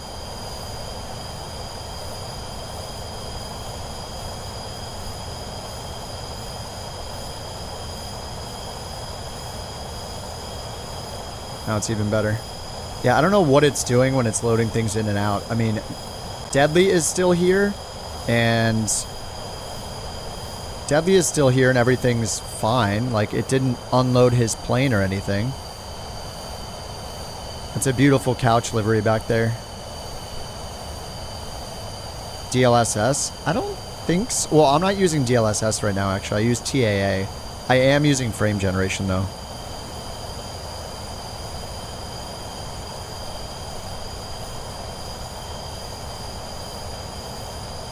So, I don't know if it's frame generation that causes it. Maybe. I did upgrade to the latest frame generation DLL or whatever using the new version of DLSS Swapper. It's just, I don't know, there's just something that... Oh, there's some audio glitches again. So maybe it's not the EFB. I don't know, when I had the EFB open, there were a lot of audio glitches happening, and they went away when I turned it off. Contact Washington Center 132.55, couch 323. Washington Center, couch 323, descending via Jake 4, flight level 39er0. TAA frame gen 47 with none of those issues. Oh, I am running at 100% resolution though, so I'm running in 4K right now. I could take this all the way down to 70 and the stream will still look the same. And then, man, the sound is... I can't get over how hard it is to control the sound. Like, I have to turn it to 10 for just this plane. So it's it's just a constant battle. This plane is so loud. Oh, you're in 1440. Oh, yeah. Yeah, 4K is more than twice as many pixels, so... But now that I lowered it to 1500, I had it in 100% render, so this should help quite a bit. And supposedly, like, the 4080 in hindsight was a bad choice for me. I mean, I didn't realize I was going to be playing in 4K. At the time, I was using a 1600 tall ultra wide, and I was running the sim in 1440. It windowed. So I went with the 4080 because I didn't have plans then to playing in 4K. And then, of course, I ended up getting a 4K monitor, like, I don't know, months later. The performance in a 90 is so much better with 4K, so I kind of have to get the 5090 for that. I mean, yeah, the 5080 is still going to be awesome, but I just don't want to be held back with 4K stuff anymore. It'll be my first 90 XX90 card. In theory.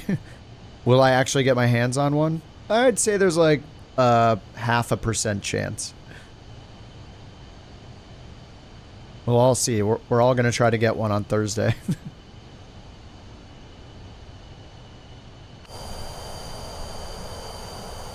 Yeah, reduce the render scaling, yeah. Oh yeah, it's 100%. It's way smoother, yeah. I used to put it in 1440 sometimes, but yeah, now I'm just doing the render scaling. So yeah, just keep it in the... You can just have it run in the native resolution of your monitor and then do the render scaling down. As you pull the render scaling down, you will see it tell you what it's going to scale it to. So if you put it... If you're in 4K, putting it down to 70 gets you like 1500 pixels tall. If you do one more, I think it's under 1400 pixels tall. So that... Or 1440 tall. So yeah, as long as it's above 1440 pixels tall, then you'll be at or above 1440p. Upgraded to the 4080 Super last summer. Yeah. Well, part of it is because I'm streaming, but I don't know. I don't think it's just a streaming thing because in general, like flight sim is so taxing already, and a lot of us run multiple monitors for simming. A lot of us run a lot of external programs for simming. You know, we're all running OnAir Company, Volanta, Navigraph, NeoFly, New Sky, you know, whatever. The Phoenix external app that runs, BeyondATC. We have so many programs running that I think any of us, you know, are candidates for the best you can buy just because the flight sim is already so taxing. What's up, Emil? How's it going? Not to mention watching me on a second monitor. I appreciate that. Does render scale affect the UI scale? No. It's just the render scale of the sim itself. So all this stays the same. It's just the main part of the sim graphics rendering. Oh wait, no, I think... Oh, I see. Sorry. I took that as, will this like get smaller or bigger visually? The resolution will change of the whole sim, yes. Everything will look more blurry to you. Just like it would if you had a 4K monitor running at 1440p, 1440 monitor running at 1080, running the game at 1080. It's going to look less blurry. It's going to blur the pixels around essentially, you know? So yeah, it looks a little more blurry to me. Like, it's really not that bad. And I zoom in a lot anyway to see things. So yeah, it's fine. But yeah, just try it out, see if you like it. you could have it at a resolution between, you know, 2K and 4K. So, you know, between 1400 pixels tall, or between 1440 and, what is it? What is the 4K native resolution? 2160. So you can see 2160, that's in 4K. If I bring it down to 65, it's 1404, a little bit less than 1440p. So a little less than 1400. 70 will get me a little bit more than 1440, but I could bring it up to, you know, 85. Now it's rendering 1800 pixels tall. So you can just play around with it and try to find a good balance between performance and how crisp everything looks, what resolution it's rendering it in. Anything under than 100 is going to help you. But yeah, make it look a little more blurry.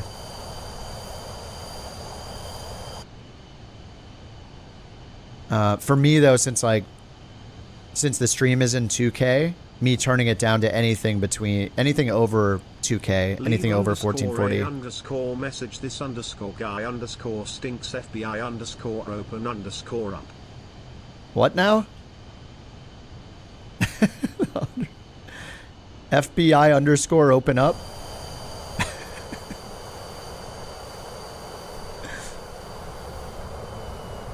One thing that is nice about the Twitch TTS is, what were the underscores? The Twitch one, there's no spoilers. Like I can't see them coming in, which might be a scary thing.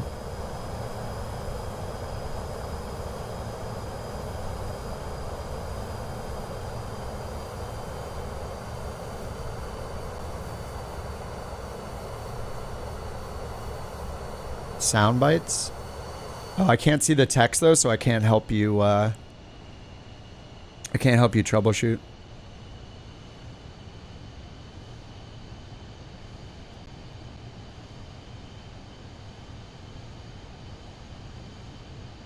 In this livery, the plane looks bigger.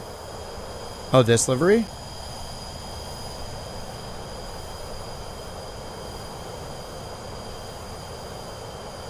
Yeah, maybe it's an optical illusion.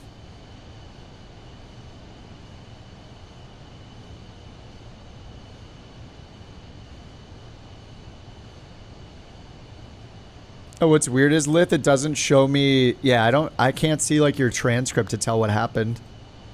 Thanks for the TTS though. I don't know, if the extension causes too many problems, maybe I should get rid of it. FBI underscore open underscore up. FBI underscore open underscore up. What? FBI underscore open underscore up.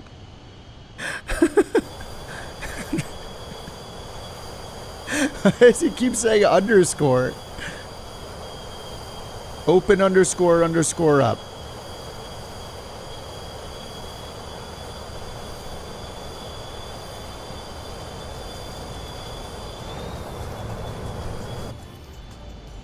Oh, wait. Hold on. Is that available on Twitch? I think I need to pay more. I basically have to pay for it twice. Oh, that one's not on Twitch. All right, let me upgrade it. Let me upgrade it. I have to pay for both of them. They're $20 a month each. It's okay. You're worth it. Yes, I'm doing it. Nope. I'm upgrading it. $20 a month for YouTube, $20 a month for Twitch. I don't know. They separate them. Jerks.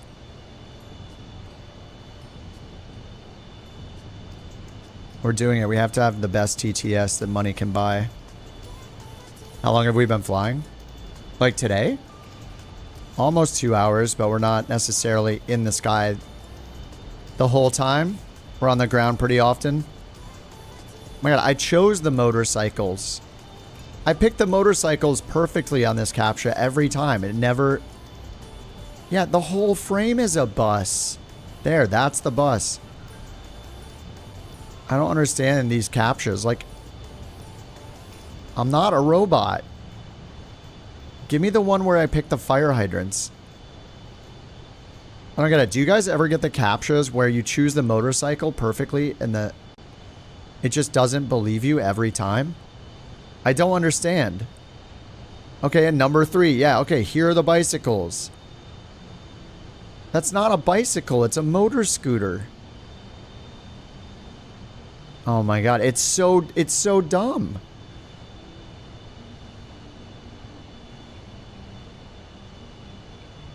Oh my god, the new images. Stop.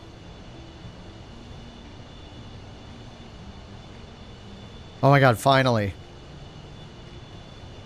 Agree and subscribe. FBI open up. Okay, I paid for it.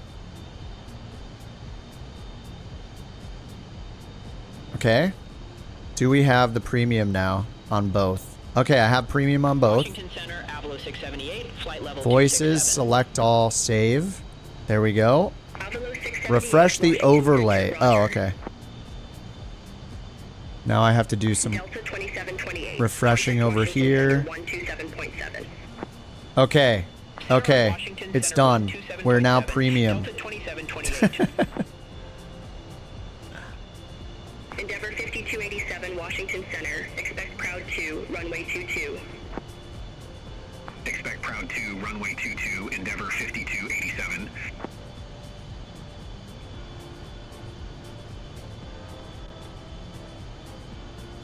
Endeavor 5287. Contact Washington Center 133.9er. Contact Washington Center 133.9er, Endeavor 5287. Their TTS services are too hard to, we just can't resist them, really.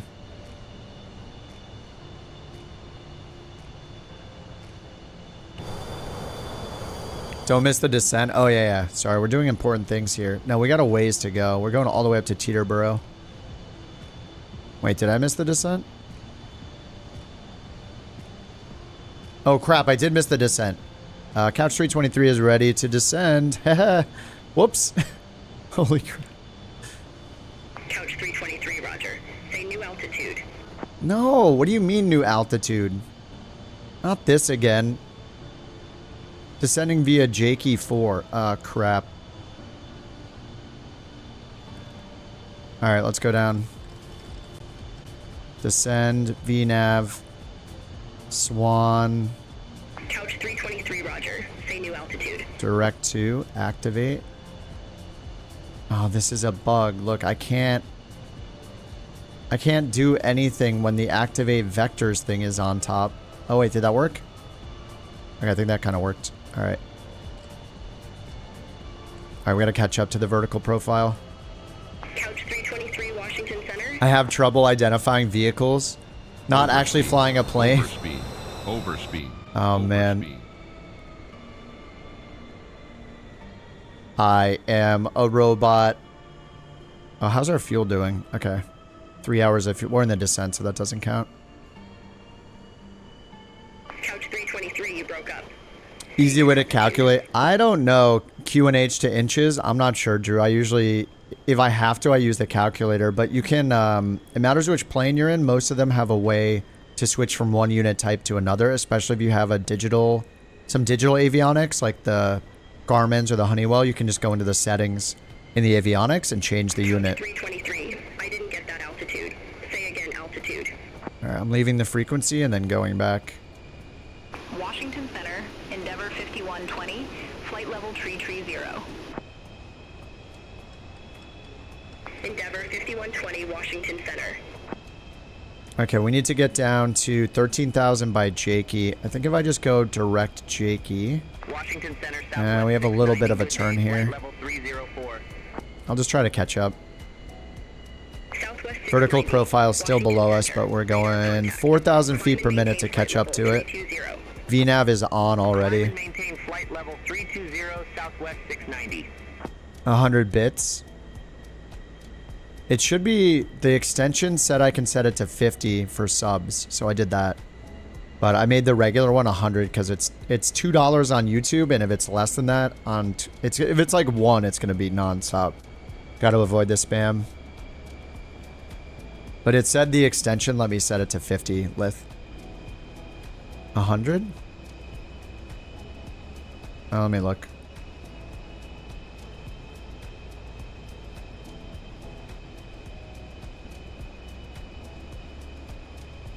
It says minimum for subscribers, 50 bits. On the extension only. Oh, maybe I have to re-add it.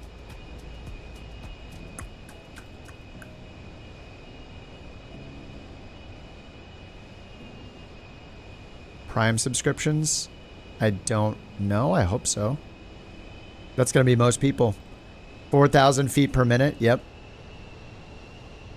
We're going to be just fine.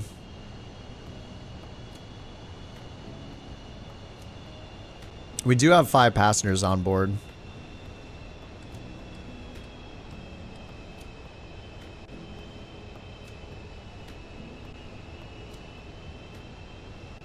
So we have 13 and then 11 and then 7. So I'll set the bottom altitude to 7.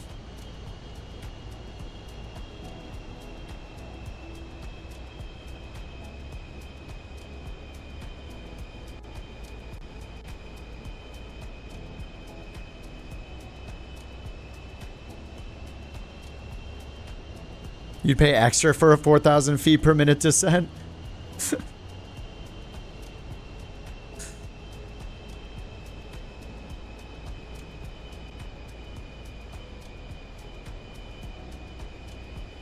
I'll try to change them both to 50 and see what happens. See what happens, Lith.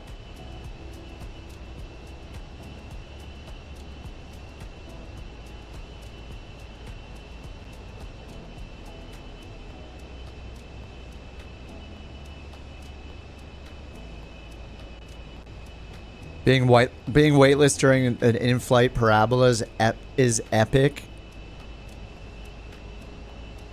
Oh man, I would go do something like that. I've been skydiving once in my life, and I feel like I don't want to do that anymore. But I would probably try that in a plane. Have you guys tried like indoor skydiving? I know it's probably way different than doing it for real, but that always looked kind of fun. But I'm sure you could probably injure yourself super bad. So you still have your unused vomit bag? Nice.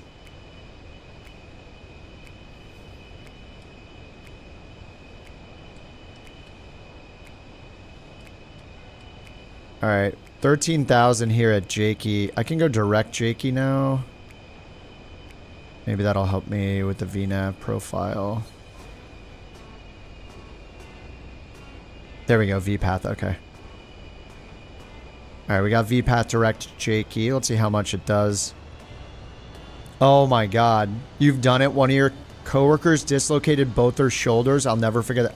Oh yeah, okay, never mind. I'm not gonna do it.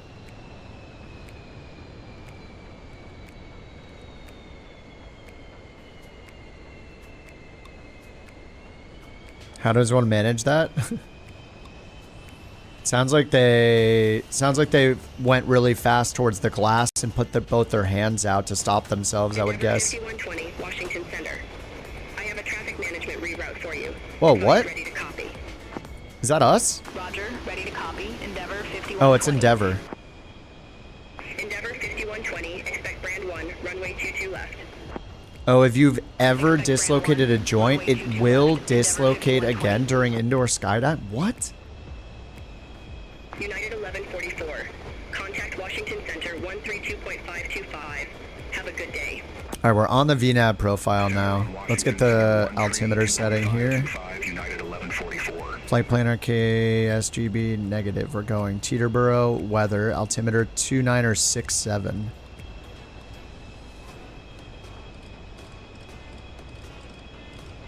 All right, 2967 is set. Clear.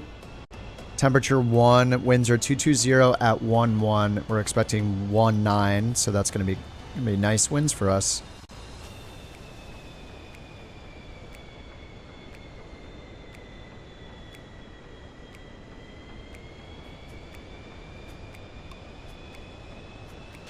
Back to Teterboro. Okay, note to self. Do not try to land at Newark. Do not try to land at Newark. Do not try to land at Newark. I can do it. Would recommend do the 0G flights, though. That sounds way safer than indoor skydiving. It's like such a bigger space, right? You have people there, like... I don't know how... I assume with indoor skydiving, like, can people even be in there with you? Or are you just on your own? Like, good luck. part of a research flight, you didn't have to pay. Yeah. How do you change to Loc 1 FMS on the Copilot side?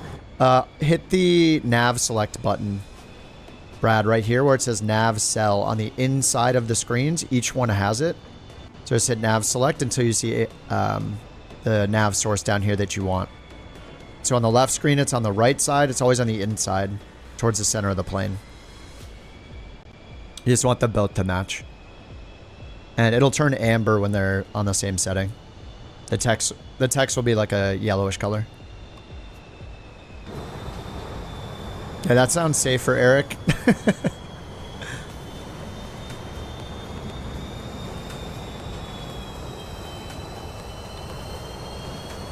Thanks for the escort, Steve.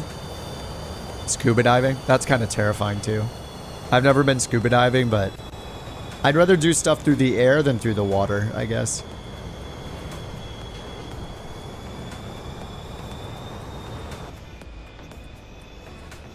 It's also easier to relocate dislocations with subsequent dislocations.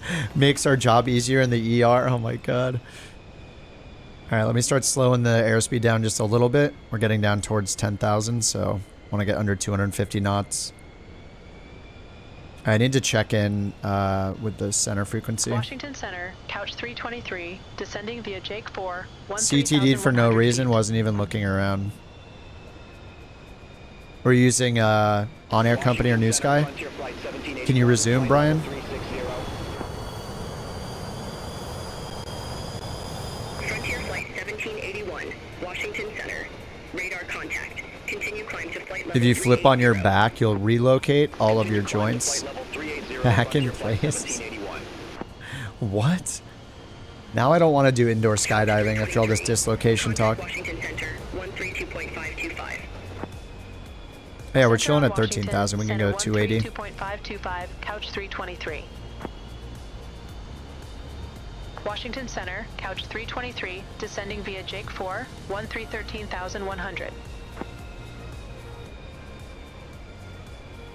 Jake 4. Washington Center.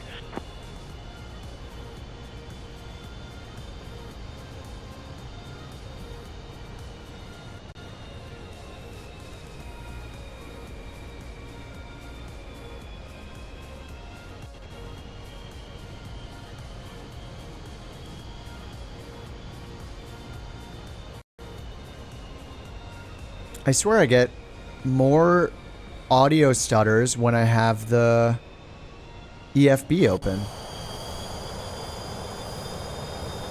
Yeah, reverse CTD, yeah. When you try to exit to desktop but the sim never closes, yep. Reverse CTD. Yeah, that's exactly what it feels like.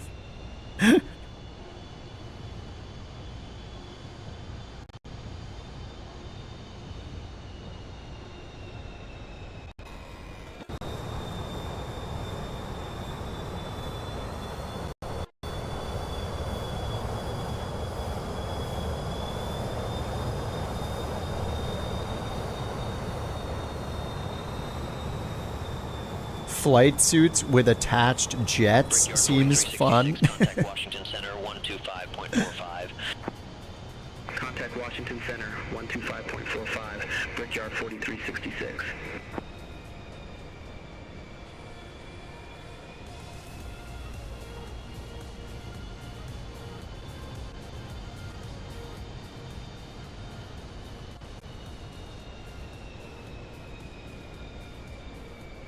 I'm the airplane now. Alright, let's get rid of auto throttle. It's getting really annoying. Listening to it go up and down and up and down.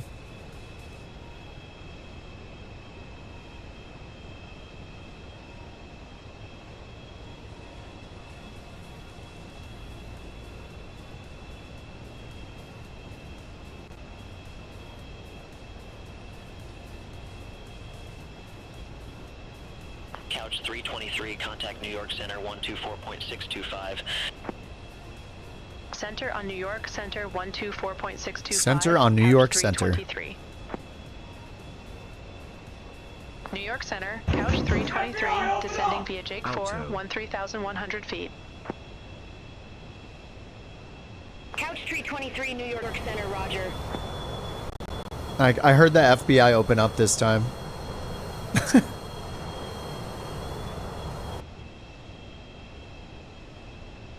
It's so funny. There's like no record of what you used or what you sent when.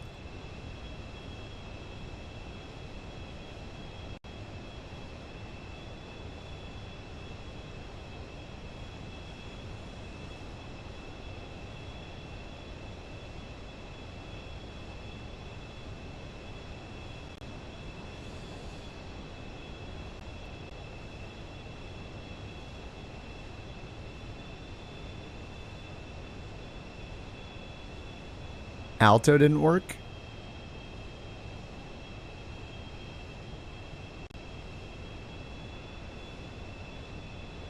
It is turned on. It almost feels like there's a delay because remember when I changed the amount, it took a bit and then all of a sudden it could work.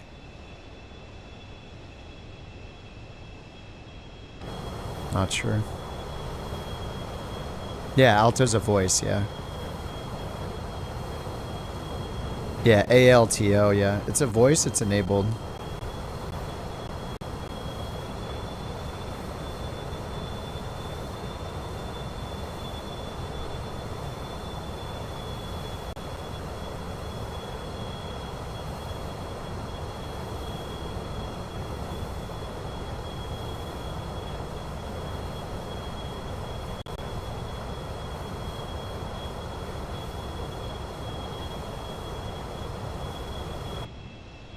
All right, we're down to 12 now. And then next at Wacky, we need to be at 11. Just heading to 11 right now. Okay, it looks like we're going to make it. Then we have Regal at 7,000, and then we're off on a 059 heading. What's up, Nick?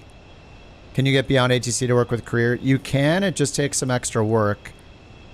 So when you're in your EFB and you look at your flight plan, like your route here, for the flights, the Microsoft Flight Sim, like default EFB like app here for navigation, your flight planner, the route shown here is what ATC is going to enforce. If you want to use BeyondATC, you have to use SimBrief, which generates its own route. So either you have to change this route to use the SimBrief route, or before you generate the SimBrief route, you have to take this route and put it in the route that SimBrief uses when you generate the flight plan. Another thing you could do is just cancel IFR in the game. So you could like use SimBrief here. Yeah, you could use SimBrief here, the EFB app, to import it. That will also import it here, and then you can hit File Flight Plan with ATC to match them. Or you could just delete all the waypoints in here, make a really simple flight plan, and just direct from one airport to the next. Make sure the runways are the same as what SimBrief gives you, and file that with ATC. But it's really about syncing the two flight plans, the one that's filed with ATC and the one you're using with SimBrief. If you do that, then yes, you can use it with career mode successfully. It's quite a bit of extra work, but when it works, it's really nice. It could also not work at times because BeyondATC needs SimBrief to work. SimBrief has to have the airports that you're flying to in its database. So if it doesn't, then SimBrief can't generate the flight plan. And then once you import the flight plan into BeyondATC, it's possible that the tiny airport you might be going to doesn't have any... it's possible it doesn't have any parking spots, which is a requirement for BeyondATC to work too. So overspeed. Yeah, so it's you know, give it a shot, see if it's too much work or if it, you know, if it's worth it or not for you.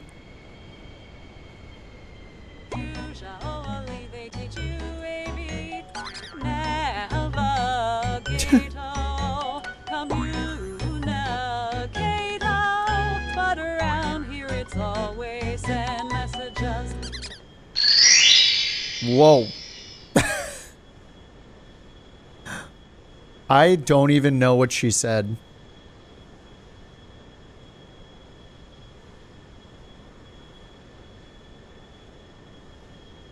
Lith is going crazy with the TTS today. Thanks for all the TTS, Lith. I gotta see if I can figure out the volume, if it's too quiet and all that. It's a constant struggle. Raise the price. Desert, thanks for the follow on Twitch, by the way. Yeah, no problem, Nick. Yeah, just try to sync the flight plans, basically. The easiest way to do it, back when I was doing it, is... Desert, thanks for the sub. Thank you for the prime sub, Desert, over on Twitch. Appreciate that, dude. Nick, the easiest way is if you have the SimBrief Dispatch EFB app. If you go here, and once you generate it, you go to View. You can hit Import Route. That will try to put it in your avionics for you automatically. It will also try to put it in this flight planner as well. If it successfully puts it in the flight planner here, like this is from the SimBrief EFB when I hit import. I could hit file plan with ATC and then they should match. Newark approach, couch 323. Testing is complete. Thanks, Lith. Thanks for the biddies. Couch 323. Good day. 7,000 feet. We have Mike on board. Mike on board? Couch 323, Newark approach. Good day. Altimeter 2967. Expect the visual approach. Runway 19er. 29er 67. Approach. Runway 19er. Couch 323. All right. 19er. We are expecting that, so we're good to go. What is happening? Oh, thanks for the... Dude, we got a hype train started because you guys... Thanks. Thanks for the sub, Monk. Appreciate that, dude. Thanks for the prime. Forgot prime subs existed. Have a pork chop. Pork chop. I'll gladly have a pork chop. Yeah, my speed. I took it off. Oh my god, I'm getting so distracted. I need to stop.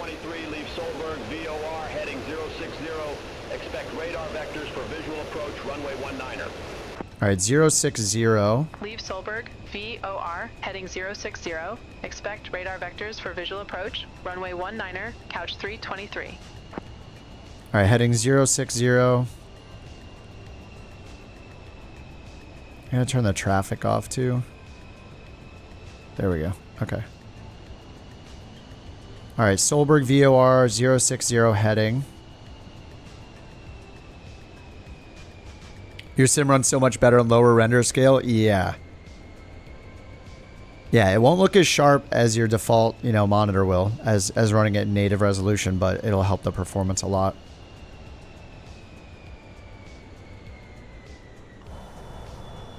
Thanks, Steve.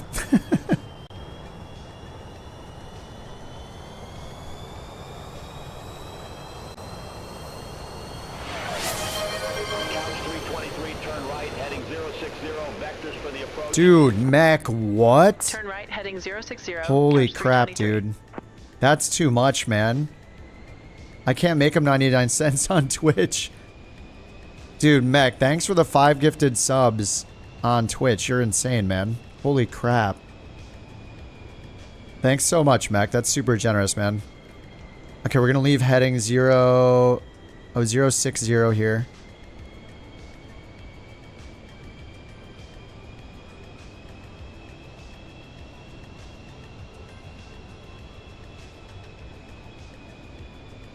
All right, then I'm going to activate vectors for the approach, which... Okay, there we go. 1500 for the vectors. Dude, Mech, you are insane. Thank you so much, dude. Turn right 060, so we got that going. 060 on heading, and we're going to need a lower altitude. 1500 is the estimated... Or is that the FAF altitude? It must be the FAF altitude for the approach. And I had that pinned over here. Oh, I didn't pin it. Approach ILS Yankee 19er. There we go. And we already put in our minimums, right? Oh, that was on the last approach. Never mind. All right, 11. Oh, I showed the GPS. ILS local runway 19er. All right, we got 110.5 in here.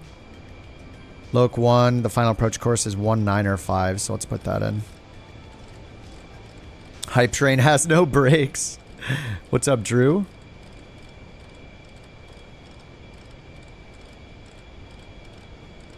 Okay, 195 on the course. This takes forever to put... Oh, the heck? Oh, there we go. 195, okay. Did Alicia Vision Jet and OnAir. At one point, I was doing the Vision Jet, yeah. I mean, the Vision Jet is just so nice to fly. PC-24 is pretty nice, too. Let's go a little bit faster than this, 210. What's up, Joseph? Vin, thanks for following on Twitch. Had a feeling you'd be streaming. Well, is today a day? If the answer is yes, then I'm probably streaming. At least nowadays. Yeah. Pretty much been streaming every night.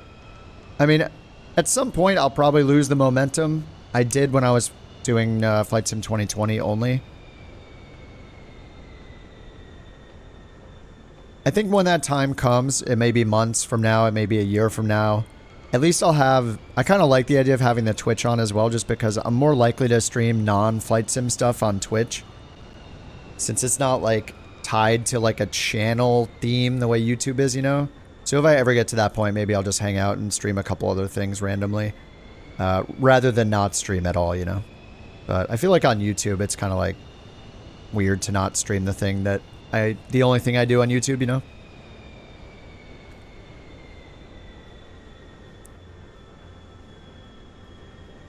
Vendetta, Fornax, Leo, Stuka, and King. You were gifted memberships over on Twitch by Mech. Thanks again, Mech. And welcome to you 5 to the Couch Captains. Technically the Couch Club over on Twitch.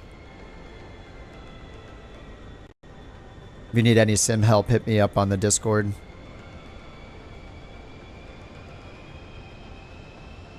Alright, so we're just on vectors here.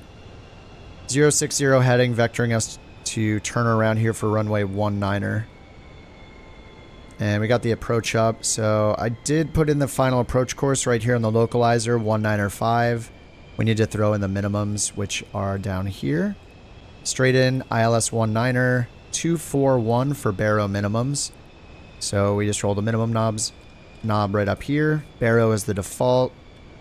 So 241 will go up to 250. So we got 250 Barrow minimums.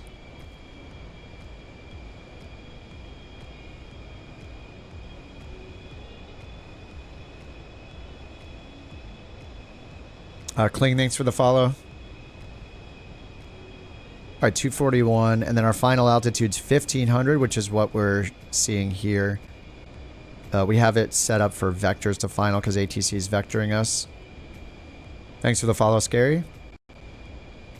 Okay, turn right 060 is the last thing we got, so they're just waiting for us to get closer before they give us a turn.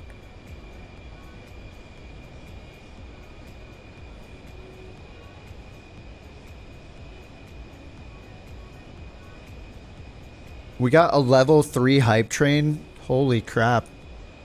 Thanks so much, Mech. Appreciate that. Mech, Monk, and Desert. Much appreciated, guys. Thank you for the subs and the gifts.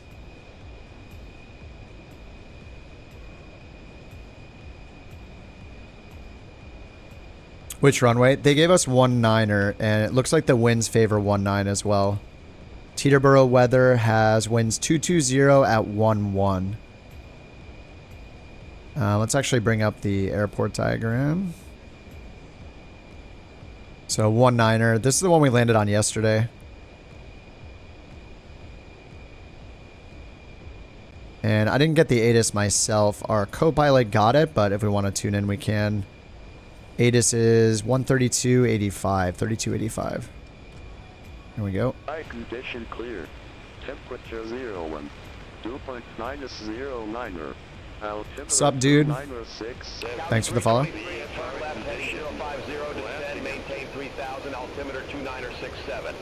That's us, 3000. Turn left, heading 050. Descend, maintain 3000. Altimeter 2967, couch 323. Alright, 2967, 3000. Vertical speed. We're currently going 271 knots, 27 divided by 2. It's about 1400 feet per minute. Down to 3,000 feet. Zoom the map in. So he's supposed to be vectoring us over here to go south this way and land at Teterboro right here. Should be able to see Teterboro from the right now.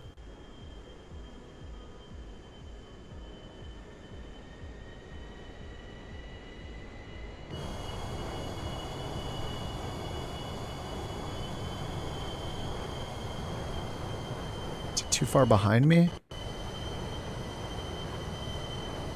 Where is it?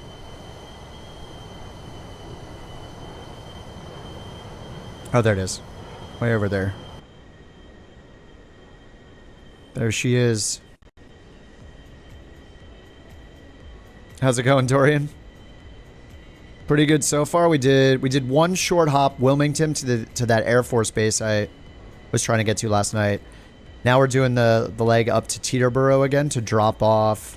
It's like a bunch of medical supplies, and then I think it's medical supplies. Yeah, dropping this off at Teterboro is going to finish that 2-leg mission that I started yesterday. But then I had to divert because I didn't have enough fuel and all that stuff, so far so good today. And I just need to not land at Newark.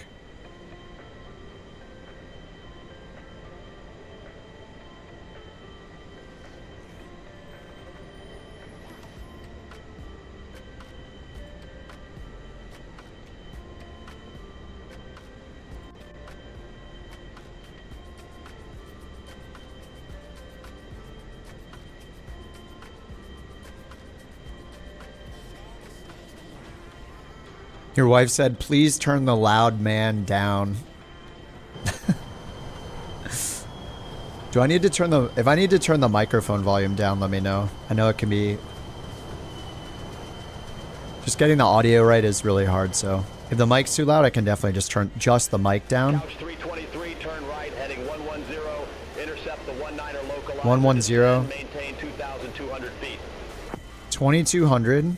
Turn right, heading 110. Intercept the 19er localizer. Descend, maintain 2,200 feet. Couch 323. So nav select to loc 1. Nav select over here to loc 1. Turn right heading 119er down to 2,000 feet. We got vertical speed on already. I'm going to speed it up a little. 119er. I'm going to hit nav mode. That's got loc on standby now. All right, 119er. Let's arm the spoilers.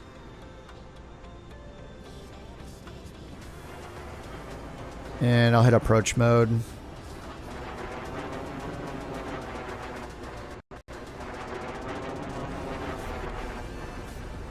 Couch 323, airport is at your 2 o'clock, 10 miles. Report the field in sight. All right, 2,200 feet.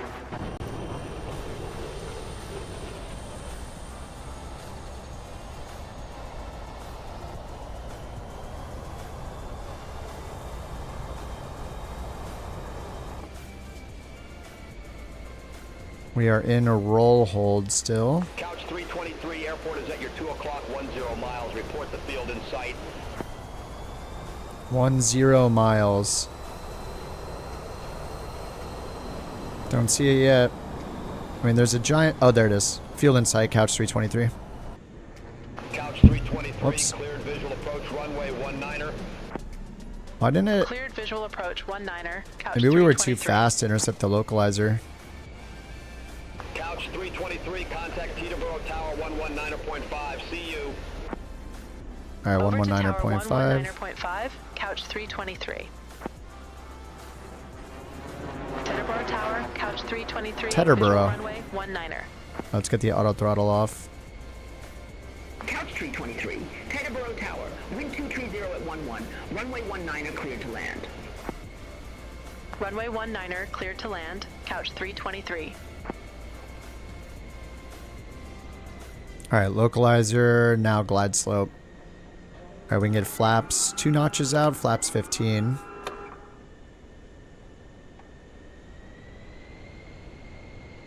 Yes, you have to switch both sides. The left and the right for ILS, yep. And FMS.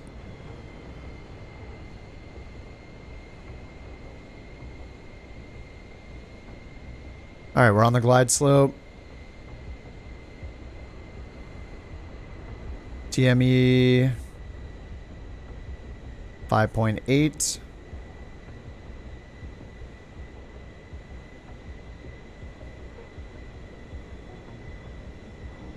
And ITJL, that's the localizer identified.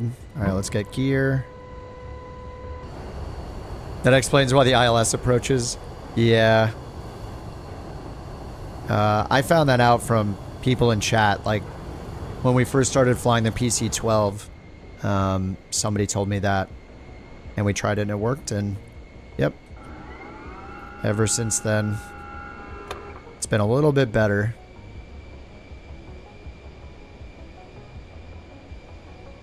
All right, we got a 12 knot crosswind from the right, 11 knot headwind, and it's dying down a little bit. So let's sync the heading bug straight ahead, and our go around is climbed to 3,000. So let's put 3,000 in on the selected altitude. That's done. Heading bug is synced ahead.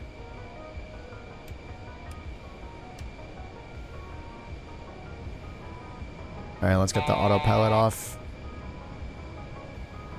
And since it's an ILS, we can just follow the flight director still.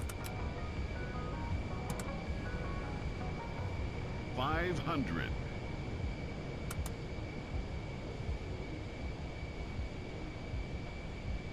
Oh, thanks for being here, Dorian. I mean, I learn so much from streaming and chatting with you guys. Like, the feeling is mutual. You guys being here, I end up learning a lot more when we're doing things together, flying similar planes, especially when they're early, like, especially when people don't know the planes too well and we have new avionics, like these Honeywell Primus avionics. So yeah, I learn a ton as well, so we help each other out here. I'll learn something one day and then be able to answer it to everybody else. You know, one of you guys will teach me something and then I can tell everybody else about it in every stream, so 100. I spread the word, I spread the knowledge. 100.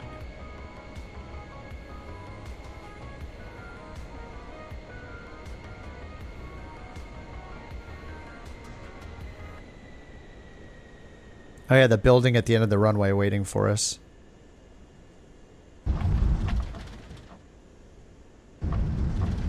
Bounce. I got him full left rudder. I think there's something with this plane where it like restricts how much rudder you're allowed to use at any time. I'm sure it's like a safety thing, but at certain points, putting in a lot of rudder doesn't really do much. Exit next available. But there, I really need to learn how to get the nose wheel down faster on this. I have to like push the stick forward to get the nose to come down most of the time. Maybe it's because I'm too fast. So when I land too quickly, it's keeping the nose up. Yaw damper. It should have come off with the autopilot automatically. Yeah, I don't know. I need to... Oh, you mean like why it's restricting it? Maybe? Couch 323. Contact ground 121.9er. All right, 121.9er. Let's get landing lights off, strobe off.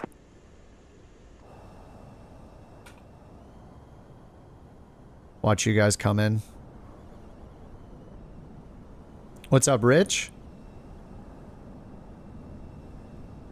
Barely watch any other streams, so thanks, Eve. Spread the love, you know. There's plenty of people streaming out there. I appreciate it when you're here.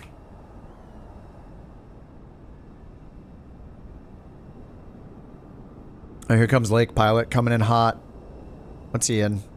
He's also in the PC-24. It's glitching. It has no nose. Now it has a nose.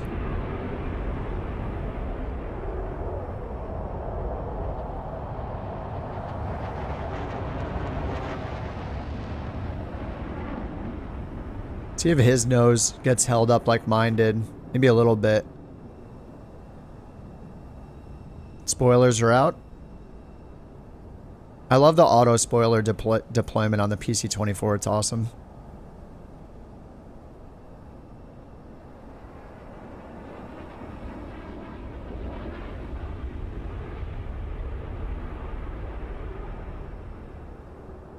Wait, what, Zero? Did you know it takes the same amount of bite force to bite through a raw carrot as to bite through a finger at a knuckle joint?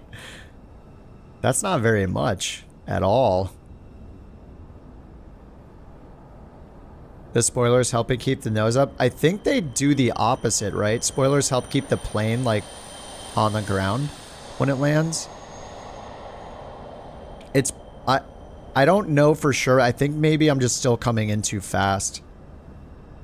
I'm guessing that's what's happening. Just had carrots earlier. Wait, why am I missing my pointer finger?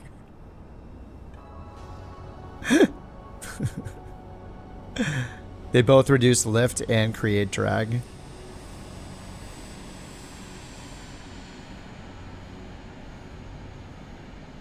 Ah, Vision Jet, how I miss you. Liquid Gatorade. Liquid Gatorade? Solid Gatorade. Semi-solid, chewy Gatorade.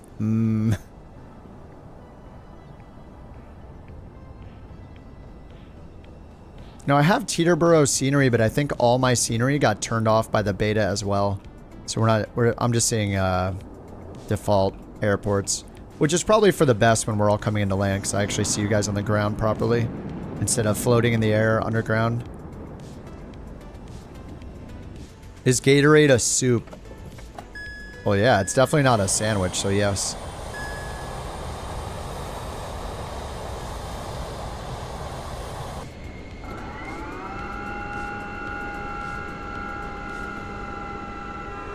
Gaseous Gatorade.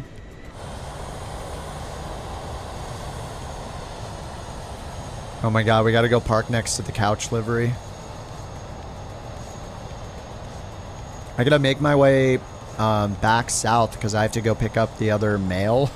I left off 600 kilos of mail. People aren't receiving their love letters. So I'm gonna have to fix that. Gotta go back to where we came from. Let's turn the engines and generators off. Taxi light off. And we can leave the rest on for now. Yeah, I just got paid 13,200. Nice. The PC-12.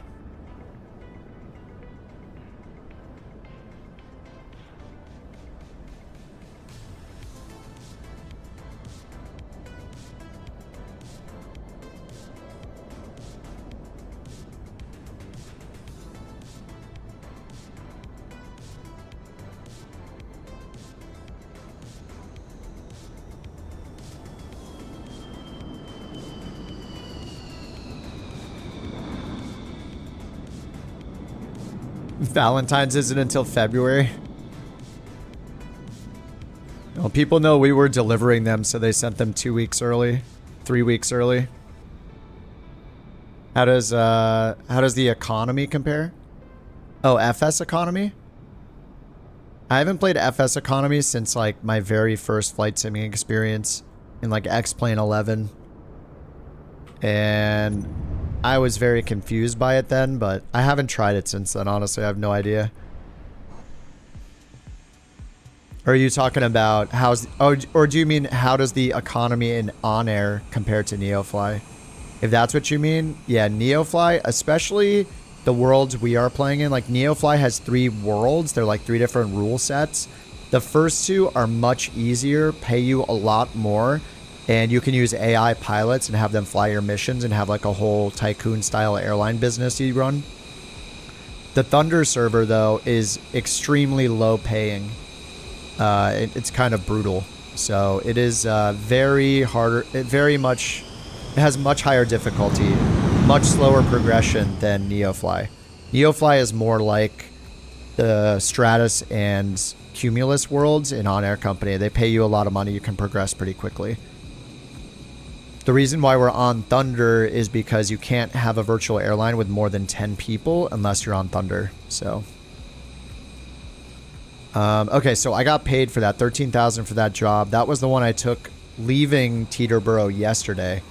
So we had to go from Teterboro to Wilmington, then pick and drop something off, then pick stuff up at Seymour, the Air Force Base or whatever, and bring it back up here to Teterboro. So those 2 legs, separate legs, completed that one mission.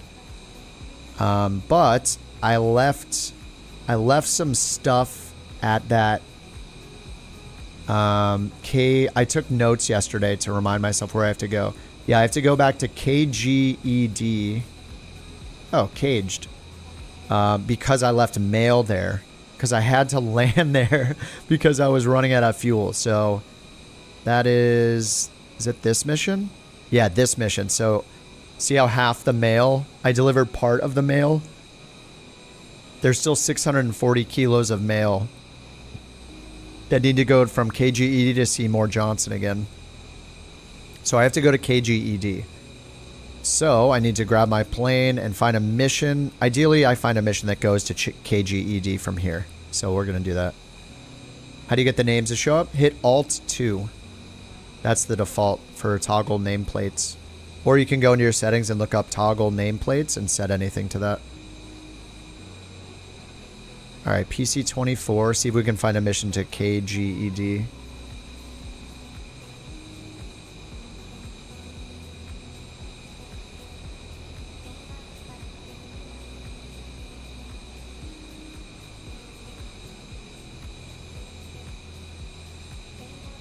So I'm going to go from specific airport, or instead of from KTAB, I'm saying KTAB to KGED specifically. Mail, not mail. Yeah. Not a 600 kilo mail. 600 kilos of mail. Love letters, you know, yaw dampers from Furple, things like that. Finish your sporties for the night. Nice. That's what my girlfriend used for her training. Okay, so there's nothing going to KGED. That really sucks. How is that possible? There's got to be something, right? Maybe it doesn't have lights, so it was excluding it. I hope that was it. No, there's nothing going there.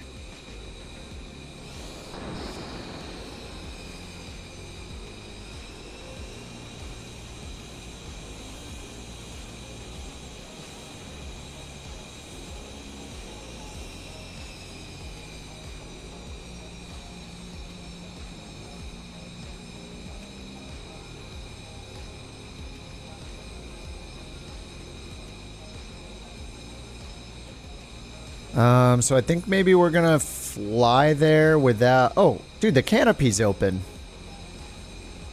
Oh, that's awesome. It shows the canopy open. There's nobody in it. What just happened to that jet? Oh, and I forgot to look at the couch livery. Look at it.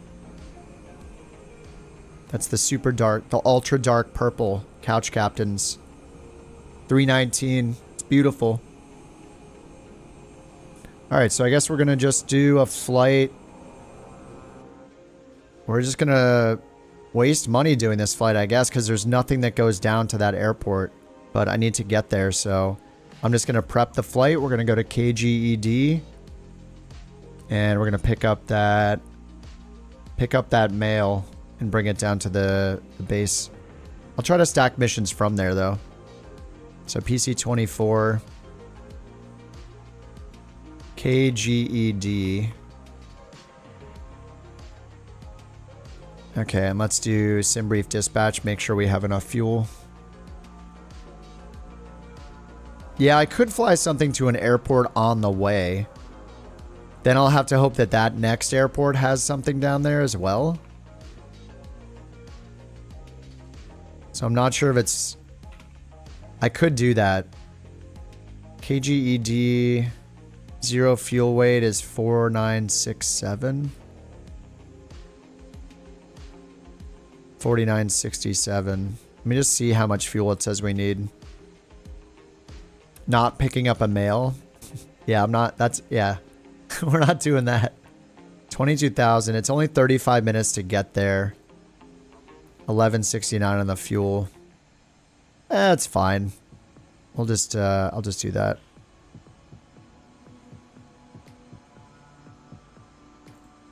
Alright, import the fuel, KGED, and validate the fuel and payload. Not enough fuel. Oh, that's the FBO. Okay, fly in sim now. What was I doing? Plus 10 hours, I think is what I was setting it to. And it says we're going to start a ferry flight without any cargo, so I'm going to say okay. Okay, let me set the route for you guys. Start tracking. Get this started up again.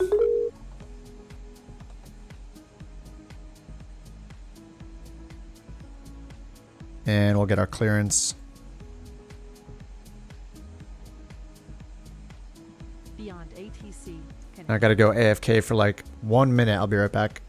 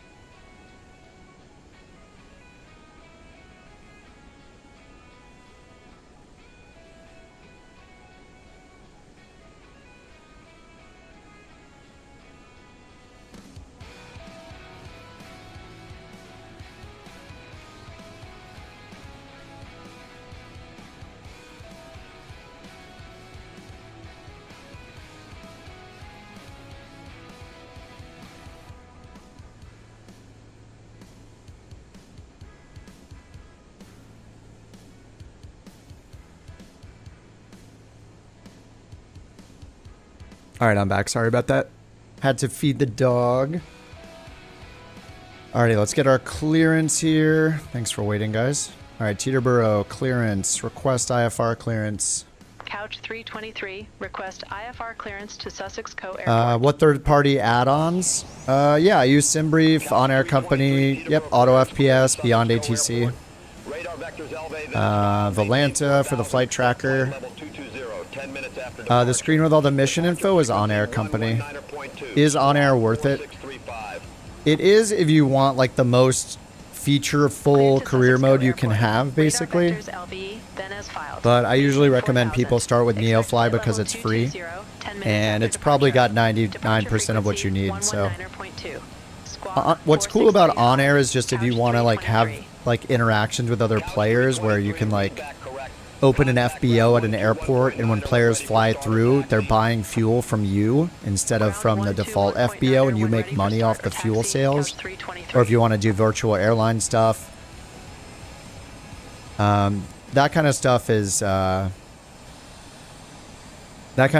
pretty unique to OnAir, like the player-to-player interaction, or like build a base camp in the middle of the woods somewhere where it puts a tent down, and you build a factory, or like a hunting cabin where you bring hunter employees and they produce meat for you, or they do a mine, like a gold mine, and then it's like MMO style, like it's kind of weird, like crafting basically, and you like shuttle the parts and stuff they need there. It's pretty insane. It can get really complex, and that's a reason to use it, and also a reason to not use it. So. Okay, let's go to SimBrief here and refresh it.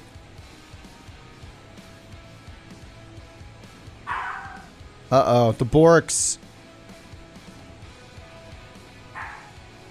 Alright, so let's go ahead and import the route. And activate, and then double check it, because these can be pretty bad. Proof of life photos, yeah. Can you fly add-on planes? Yes, that's the thing with... it's the same with NeoFly and OnAir. You can fly pretty much whatever plane. Thank you for Bork report number 180. Whew, 180 borks. That's a lot of borks. Okay, so let's activate this and then double check. Direct LV, direct call, direct white, and then the Victor 1. Let's go to route here. Yep, Victor 1 airway. And we're going over... Oh, this answered my question from before. So look, when it's the Victor 1 airway, if you change the top drop down, whatever, right here, from cross will show you when you're going to cross and at what altitude. So like ETAs and restrictions, altitude restrictions. If you change this to route, you can see when it is part of an airway or not. So here we see all of the waypoints along the airway. So we're on the Victor 1 until we exit at ATR and then direct to the airport runway 22. So this is all imported correctly. All right, I'm just going to set our cruise altitude, which according to SimBrief is 22,000. So we'll go down here and hit the first button of the plane on the ground, altitude tab, and then right here, 22,000. The little button here turns on the keyboard mode. What was the bork for? I just gave her food. Probably because I just gave her dry food without any like extra toppings and stuff. Mainly because I've been giving her the extra, like sometimes we'll mix some tastier stuff in with it. But I've been doing that the last like couple meals, so I want her to still be okay eating it just plain. But if she doesn't, then she'll get a little topping later. Sawyer's redeemed. Oh, that's true. He's redeemed. He's redeemed himself. What is the bork? Oh, sorry, I just read that. It was perfectly timed with your V1 and rotate. Nice. She knew, I guess. Okay, we'll hit activate. All right, so direct LV. Let's go over here and make sure we're on FMS. This is on Loc 1. So we click nav select up here in the top right. FMS, and then I need to do the same thing over here. Oh, that's not on yet.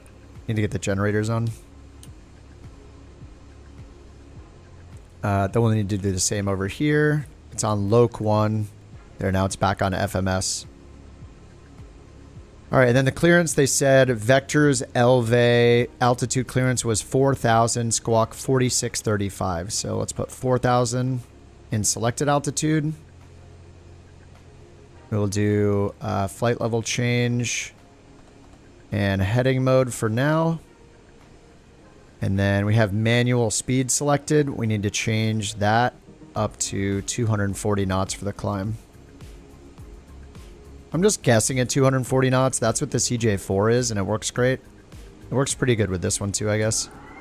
All right, flap. Stabilizer trim has to be below 3.3, otherwise you'll get the no takeoff sign. So 3.3 seems to be max nose up. And then finally the squawk code. I'll do it down here because we can type it a bit faster. Transponder 4635. And then just hit enter. And we should see it up here. 4635. Okay, and then this still says loc 1 and shows the localizer needle from the landing. That's the nav preview button up here. Hit that a few times, that'll get rid of it. Okay, this all looks good. Tell them we're ready for taxi. I'm gonna turn off the parking brake and hit Alt P for a poor man's pushback. Couch 323 ready to taxi. Aircraft calling for taxi instructions. Say call sign. Couch. Oh, she's got it. Couch 323, runway 19er taxi via Juliet Lima, Quebec. Hold short, runway 19er. All right, we'll taxi to runway 19er via Juliet Lima, Quebec. Hold short, runway 19er, couch 323.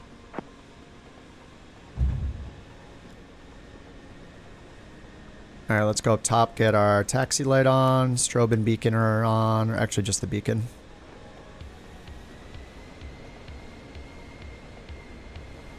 All right, runway 19er, we'll go to the flight planner and find ourselves here. And we'll just use this for a taxiway. Or we can use BeyondATC.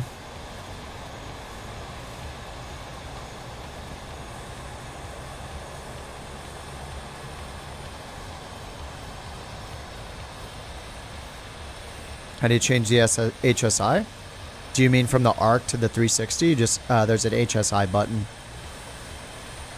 near the screen. Just hit that. That'll turn from ARC to 360.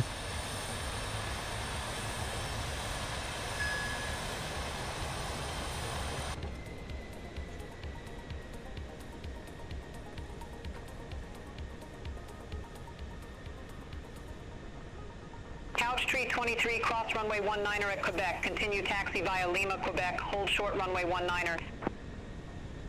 Huh? Cross runway 19er at Quebec. Continue taxi via Lima, Quebec. Hold short runway 19er, couch 323. Cross runway 19er. We're on Lima. Quebec's up here. Oh, cross. They want me to cross to the right? Couch 323, cross runway 19er at Quebec. Continue taxi via Lima, Quebec. Cross runway 19er at Quebec. Continue taxi via Lima, Quebec. Wait, do we have couch runway 323. 24 or 19er? No, we're going to 19er. I'm just going to go straight. Quebec's coming up here right before runway 24. Maybe it's just confused by the intersection. I assume we're just going to keep going on Lima all the way up, cross runway 24, and then Lima all the way to runway 19er.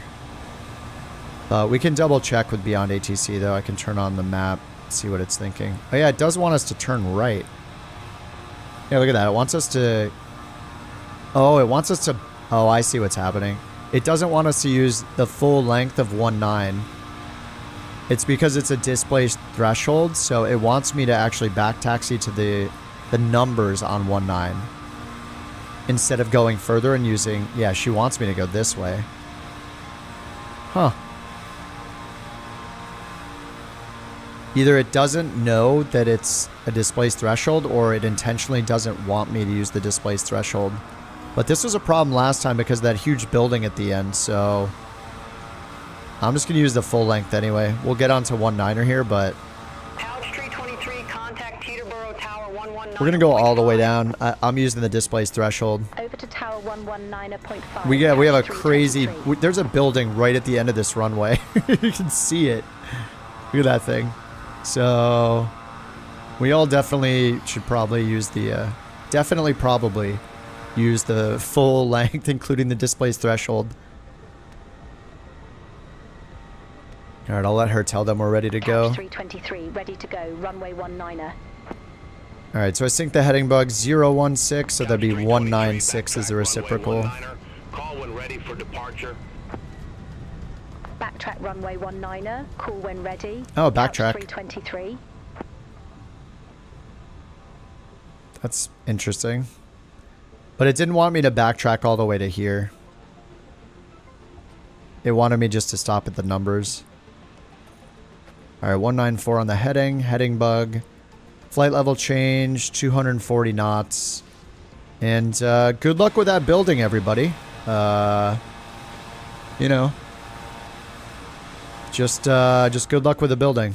That's all there is to say, really. Maybe I should do 2 notches of flaps for the takeoff. I think I will. I'm gonna do 15 degrees. I don't trust this thing. And let me make sure tracking is on with the OnAir. It is. Yeah, what about the building?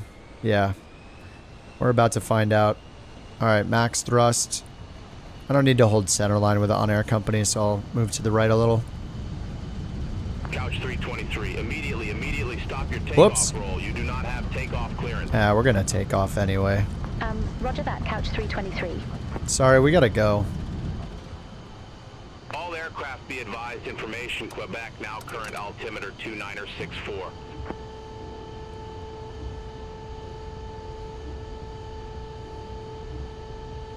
Whoops. If I was actually going to get in trouble, I would stop, but I know that we're not going to, so. Alright, let's get the flaps up. Couch 323, contact Newark departure, take care. Contact Newark departure, Couch 323. Bad pilot. Have a good one. Sorry, these, we gotta go get the mail. Couch 323, good day, 900 feet.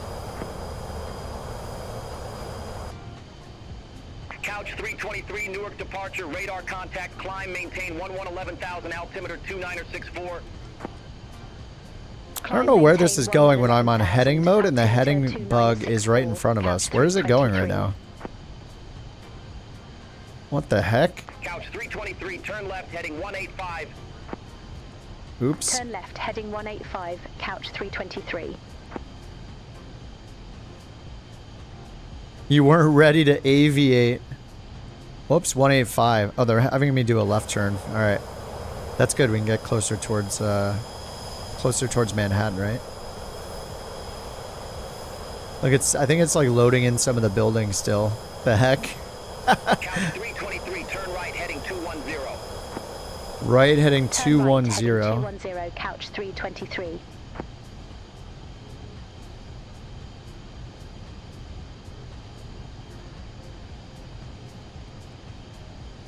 Alright, right, 210. Well, let's get the auto throttle on so we keep our speed.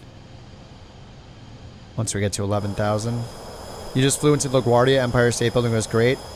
Everything else was pointy blobs.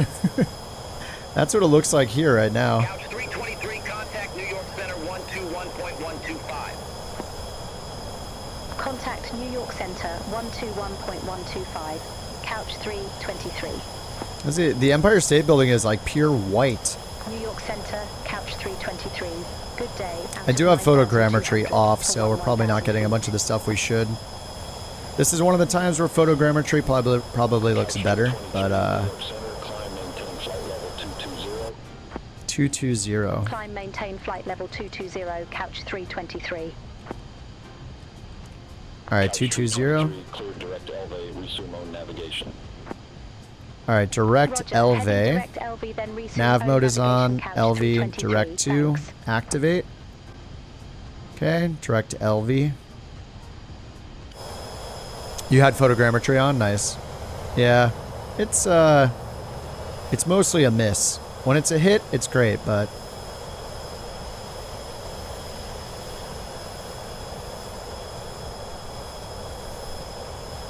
I feel like most of the time it's good that it's off.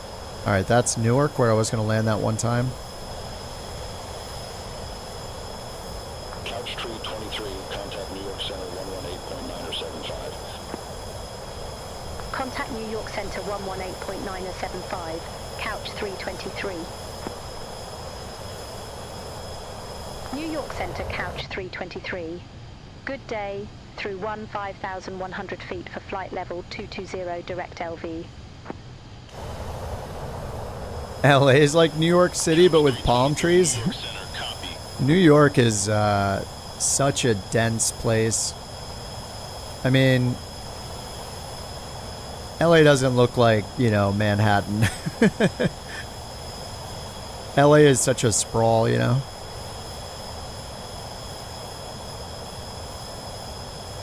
I need to go back to I haven't been to New York since I was pretty young, so I feel like I have to go back as an adult. I haven't really been there since I was younger. All right, standard altimeter set and set it over here. Oh, I did it again. Did you see that? Yes. You saw it. One quick swipe, bam, 2992. I knew it would happen again.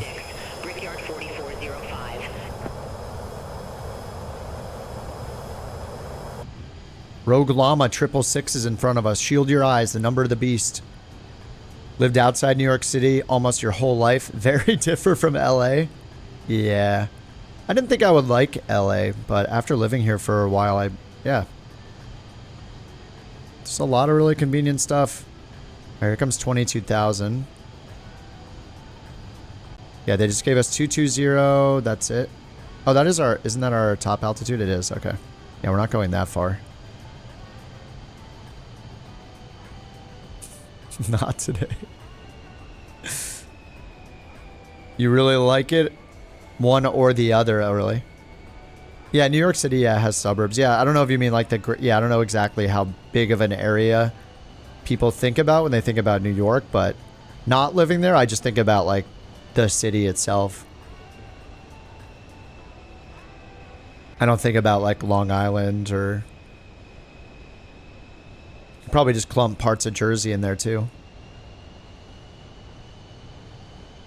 PC-24 is so loud. Yeah, exactly. Yeah, it's ridiculous. I've turned the engine sound to 10.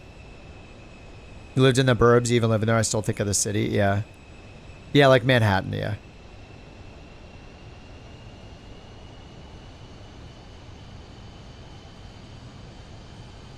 Kings games, yeah.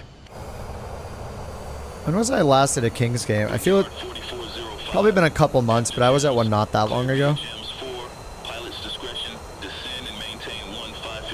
It might have been just like 1 month. When did they play Detroit? I was there. I went there for the Kings Detroit game with a buddy of mine that is from Detroit. Turn headphones on, turn engine sounds to 100%. Yeah, but then when you go outside of the plane, it's deafening. I like to be on the outside a lot, and the headphone mode does not do anything for the external views, so you blast your ears off, unfortunately. For you, this city is the 5 boroughs and Long Island. Yeah, everything else in New York State, yeah, upstate New York. Oh, so not New York City. Got it.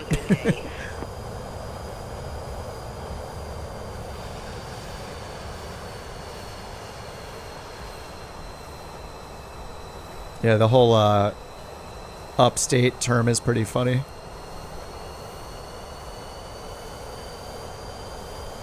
You live in upstate New York? Oh, so you're an hour away from New York City? Yeah. They don't mean like, you know, near Canada.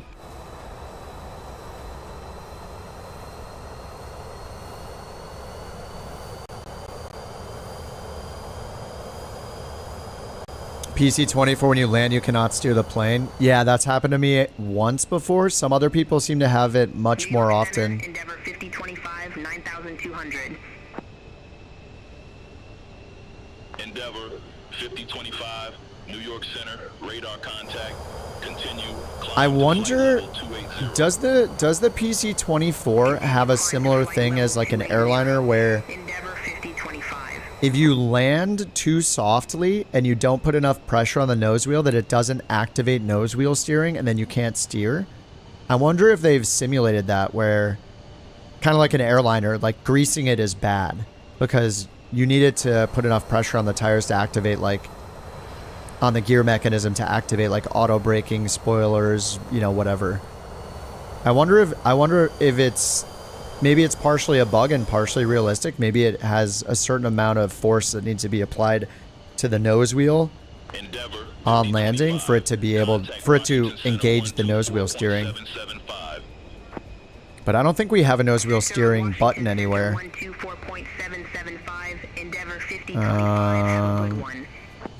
Mic select. Yeah, we just have our trims.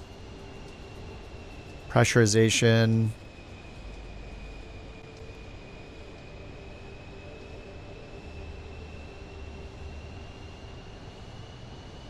Passenger oxygen.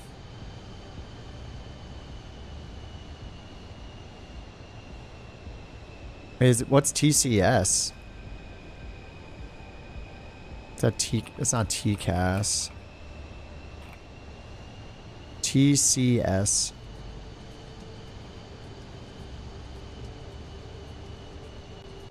And maybe there's supposed to be like a button to be able to turn it on.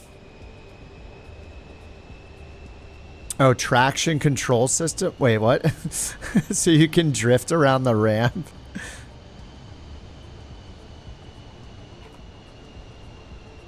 What does TCS mean? Tower communication system? Oh, is that a push to talk button?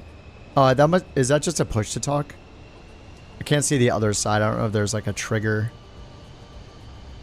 Can we get back there? I don't think we can. Oh, we can see through it. Yeah, that must just be a push to talk then.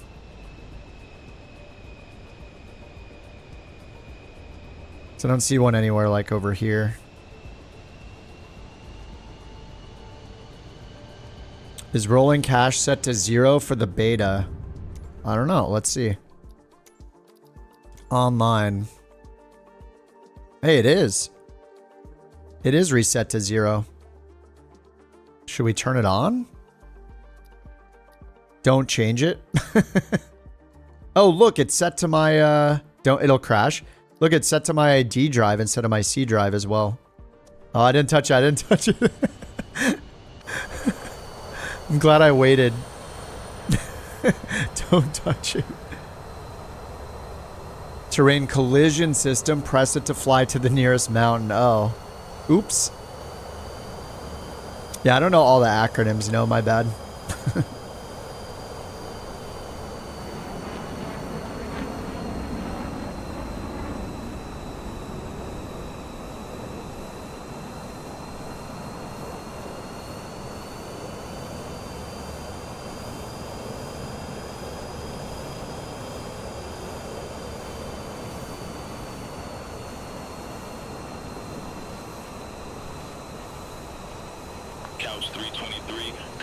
That's us. 28.3. Contact New York Center 128.3, couch 323. The button. I do think it's the. I think it might be push to talk. New York Center couch 323. I mean, I'm just googling it like anybody else would. Tower communication system is one that comes up. Couch 323, New York Center. It could be another. Oh wait, hold on. Here's one that's talking about CWS.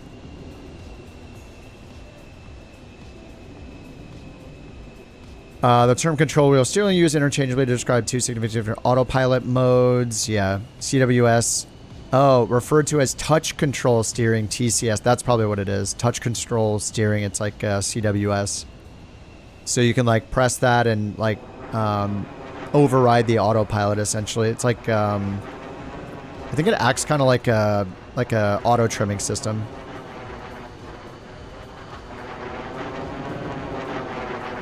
Now here we go. TCS variant of CWS is one that's more frequently encountered. It is fitted for many different aircraft types, blah, blah, blah. It's typically mounted on the outboard grip of the left control yoke. Press and hold the button while spring-loaded off to the off position. With the autopilot engaged, depressing the TCS twitch will disengage the autopilot servos without disconnecting the autopilot itself. So the aircraft can be maneuvered manually to change the trajectory parameter. For example, your vertical rate of climb or descent. When it's released, the servos re-engage and maintain the new value. So yeah, it's basically like, it's almost like switching to like an Airbus auto trim system. You press it, you move it to where you want it to point to and stay, and then you let go and it stays pointed there, like pitch and roll mode. It says the feature can also be used to implement minor track deviations like maneuvering around small cloud formations. Okay, so it's definitely not a push to talk button. Yeah, it's CWS. TCS.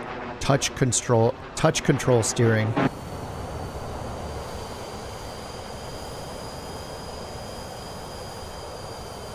Tommy, thanks for following on Twitch. Or Tommy? Tommy? Does BeyondATC have a traffic map? It does as part of a separate application.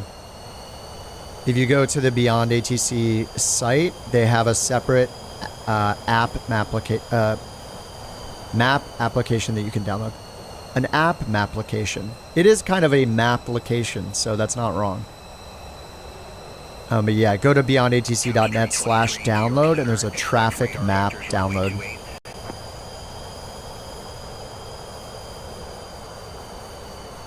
Now you know for when you buy your PC-24 in real life. Nice. I mean, that's why we're playing this sim, for when we all own jets in the real world. It's just, yeah. Say that again, Couch 323. Couch 323, verify instruction. Tell us the instruction.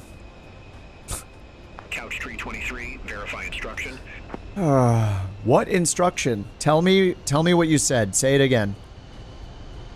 Couch 323, verify instruction. Huh? The what now? It's never gonna tell me. 323, verify instruction. Instruction verified.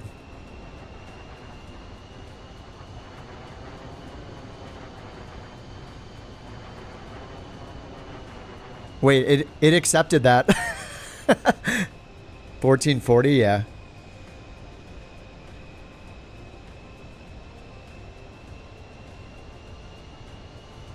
I just said verify instruction and it counted it. So what it actually said though, was expect radar vectors runway 28. Okay, so on the landing, runway 28. It's we're on 22. All right. 28 visual vectors. Let's just keep choosing vectors because I don't do that in the Garmin, so I want to see how it behaves here. Missed approach and then runway 28. All right. Whoa. Whoa. Holy.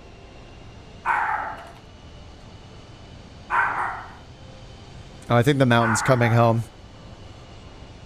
The mountain is home. She's so excited.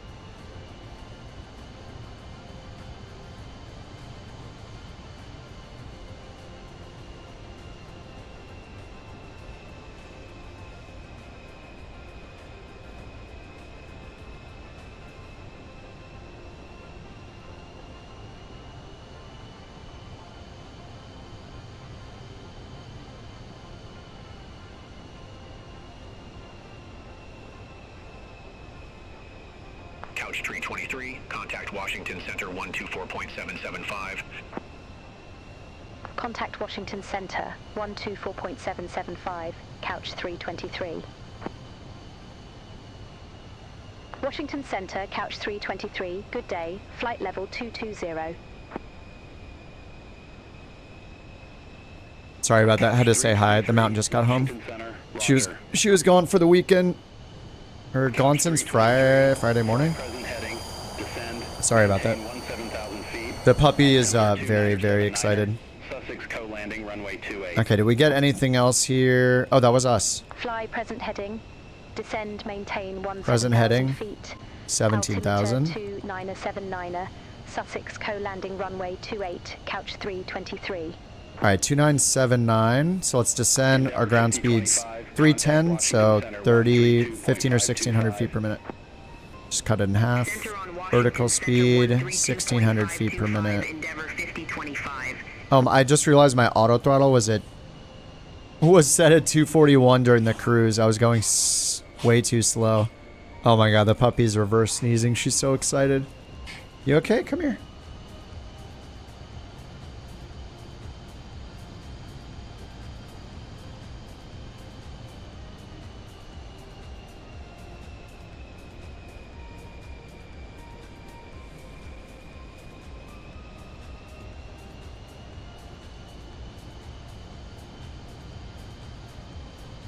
She's so excited.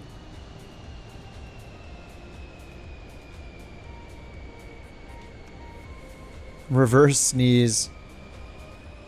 All right, down to 17,000. Go up to like 280 for now. And they're landing runway 28.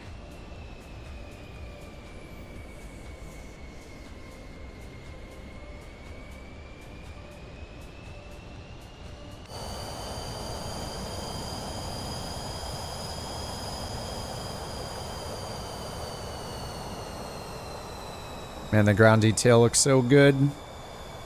With the beta, the sim update, the sim update 1 beta improvements, and then with the auto FPS on the side, it's just like, it's magic.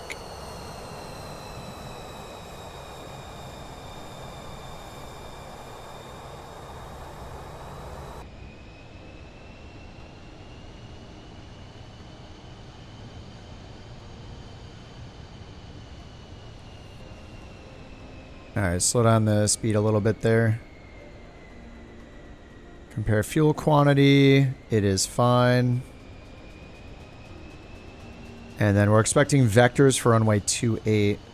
And we're going to finally pick up the mail. Oh, nice. We got RNAV GPS 22 as pinned, but we're expecting 28 now. So let's change that here. Oops, runway 28. There we go. And there's no approach, so.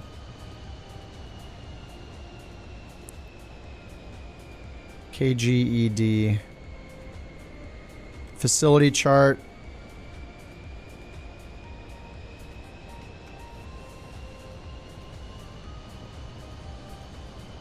This is a facility chart?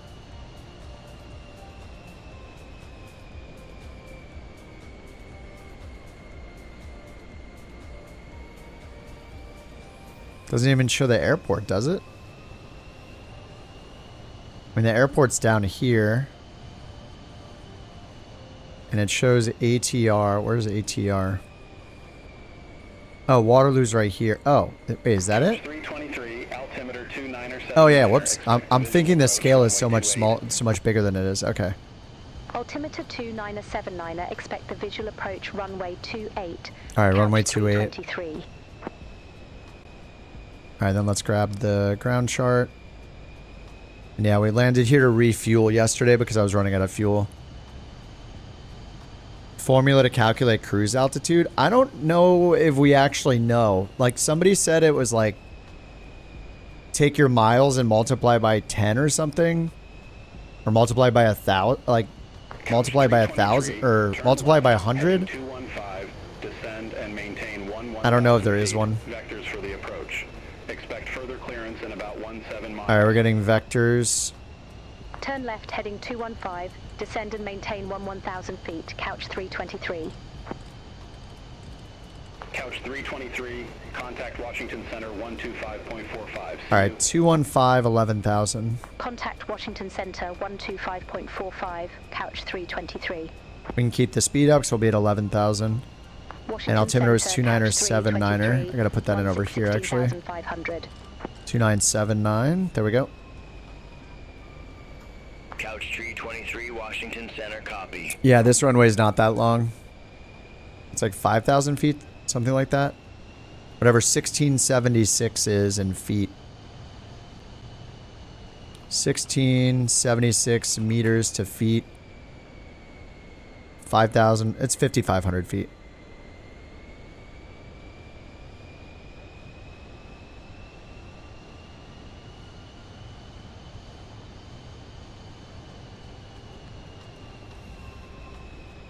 Alright, I'll bring that to 270. Oh, the other one? Oh, this one. Oh, yeah. It was so small I didn't even look. Oh, yeah, that was 2.8. Wait, that's originally what SimBrief wanted us to land on. Is that even a hard surface? Yeah, that one's like 3,000. It's really thin, though.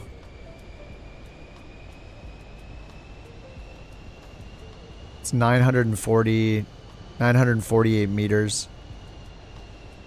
So is that like 2,000 feet? 3,000? No, 20. Wait, 16. Yeah, it'd be like closer to 3,000 feet, right? 948. 948 meters to feet, 3,100. It's like triple. But yeah, that's a small one. That's a small runway. We could probably land on that fine. All right, let's get the... Whoops. Let's get the air brake armed for landing. And we're expecting vectors. Yeah, I didn't... Oh yeah, I did change those. 2.8 vectors. See what happens when we get closer. The vectors in the Honeywell seem to be a little more useful than the Garmin.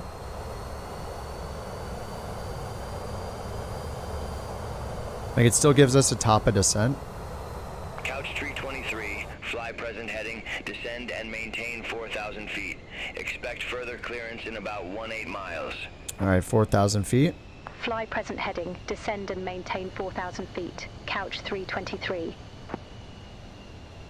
It's so nice using the co-pilot. It's so much work doing all of it at once.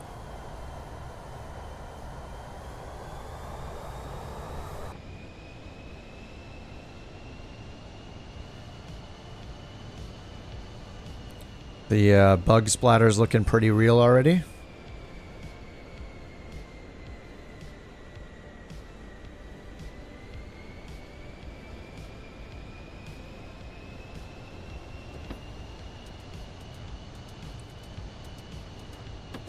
Too bad this thing doesn't actually block the sun. Looks cool, but nothing with the lighting changes. I wonder if that'll ever actually work. That would be awesome.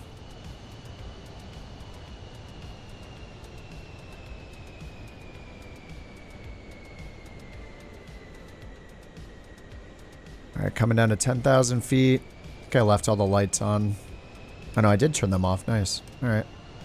Get those back on. Oh, I didn't have the strobe light on. Ooh.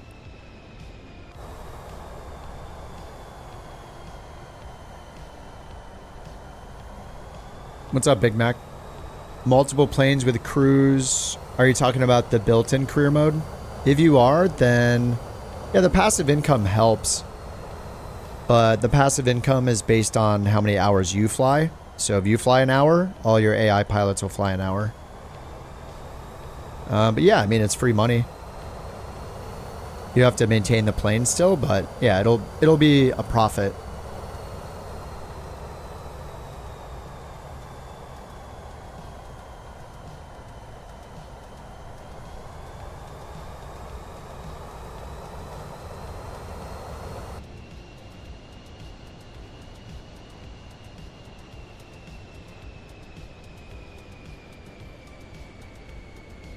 All right, 9,000 feet, going out of 4,000. Couch 323, turn right, heading 250.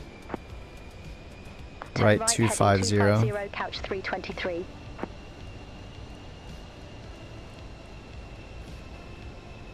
You saw FSLTL contrails, really? I have yet to see them. Look, there are 0 contrails in the entire sky. Couch 323, contact Washington Center 127.7. Have a good one. I have never seen a single contrail from FSLTL traffic. Not in 2020, not in 2024. The only time I ever got them is after installing SimFX, which adds contrails to all multiplayer and injected planes. You're seeing them too? Are you sure it's from an... Is it from an FSLTL? It's from BeyondATC? I don't see anything. Turn left, heading 205, descend and maintain. All right, 2,205. And I need to bring the speed down to under 250. Couch 323, contact Washington 205. Contact Washington Center 132.05, Couch 323, see you. Washington Center, Couch 323, 6,600. Couch 323, Washington Center. Couch 323, airport is at your 1 o'clock 10 miles. Report the field in sight. Alright, report the field in sight. Wait, did they give me another turn? 1 o'clock.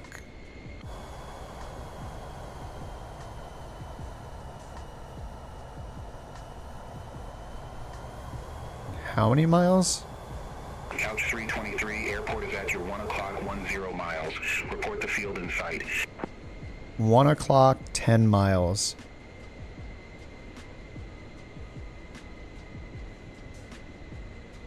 I mean, it's got to be like out here somewhere, right? I mean, how am I supposed to see? Couch 323, Washington Center. Yeah, we're looking couch 323. Over here more. I don't see an airport. Couch 323, turn right, heading 275, descend, maintain 1000. 275, Turn right, 1000. heading 275, descend, maintain 1000, couch 323.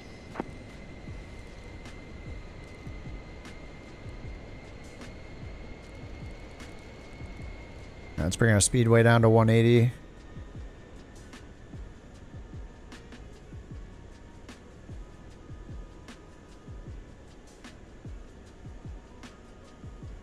Where is the field?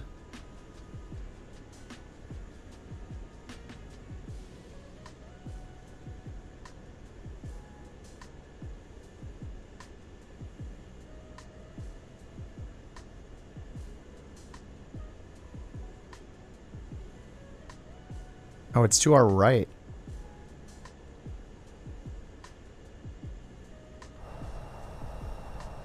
Well, now I see it.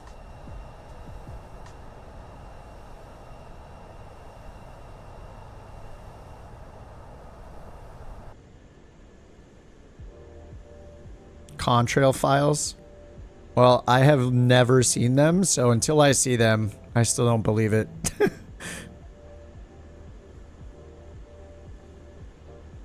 I have had BeyondATC traffic turned on every time I've been using it in 24 and never seen a contrail. Fly runway heading, maintain 4000.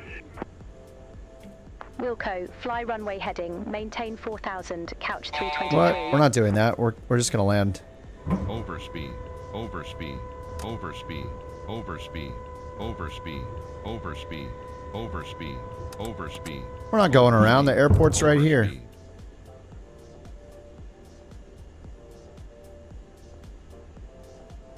I don't know what that vectoring was. We're supposed to land on 2-4.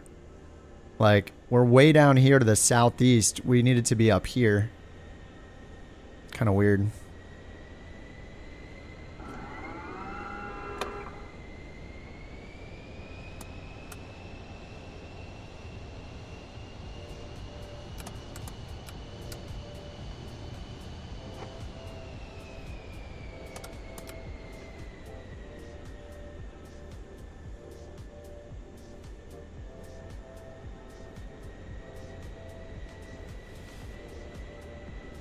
Yeah, those vectors were not good.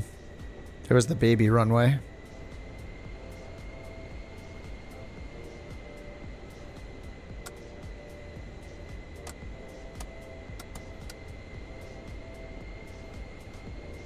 $500.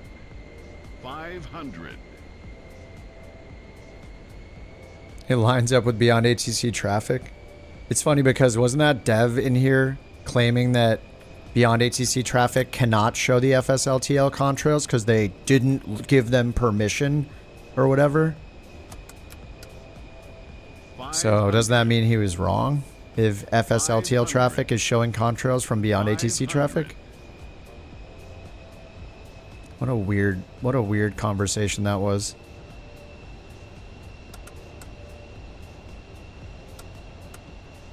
Regardless of where they're coming from, I haven't seen any myself. Not since SimFX in 2020. But that's cool if you guys are seeing them. I want to see them. I just haven't seen any. Even when I had traffic on 10, like never any contrails.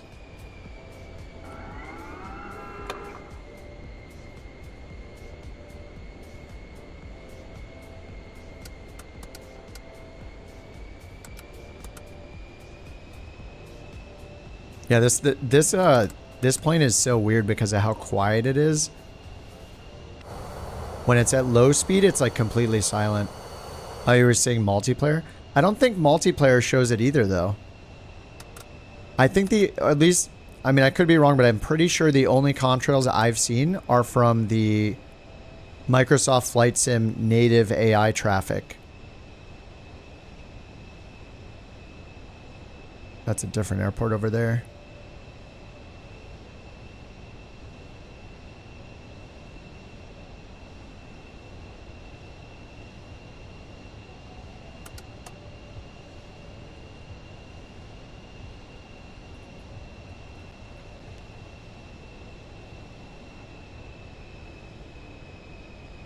Or a different runway.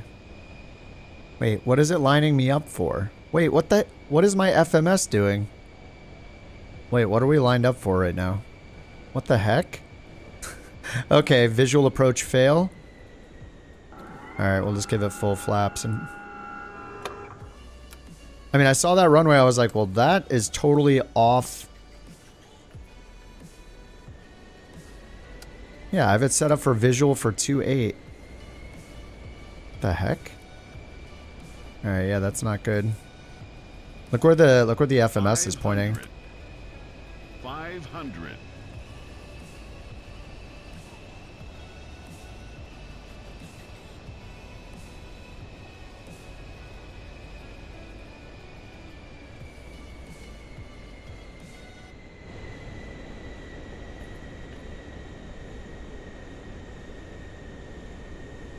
Winds are real nice here.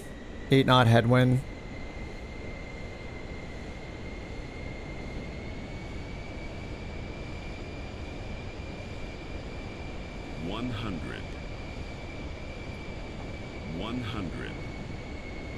Hey, runway 22. I thought it was runway 24 or 28. I mean.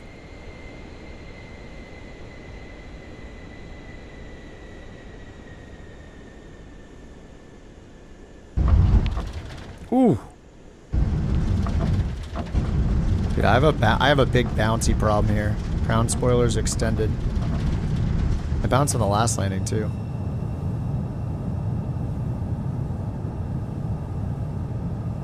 So yeah, we have runway 22. Runway 28 is over there. Mine was set for... Was I still set for 28? I was set for 28, but that also didn't have me lining up with 28 either. It's so weird. It like didn't draw the vectors to the runway, to either runway.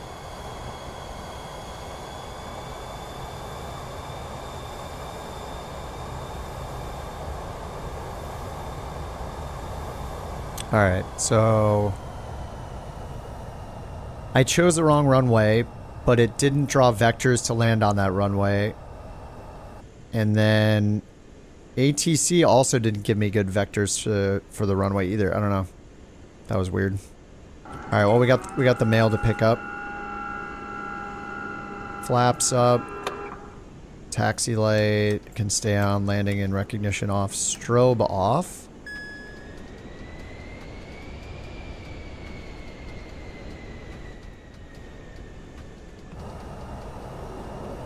Cheesy sunglasses. Oh, I love that you could do that on Twitch. It's pretty funny. Modify an emote.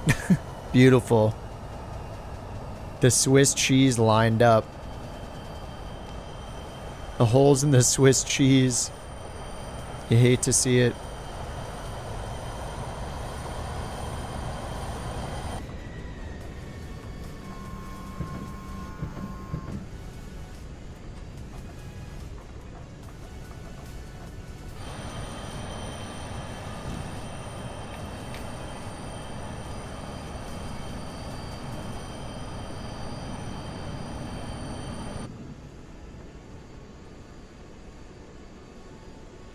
Alright, parking brake on. We're just here to pick up the mail.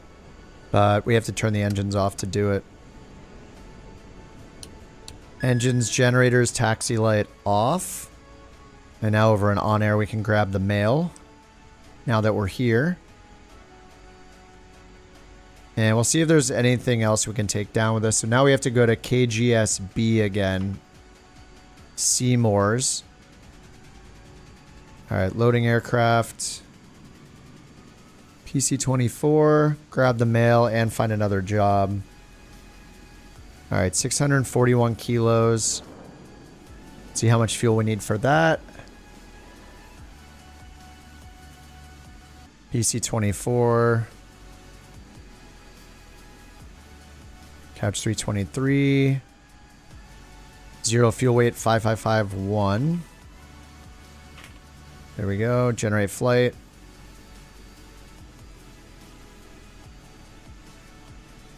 All right, fuel 34,000 for the cruise, 1368 for the fuel.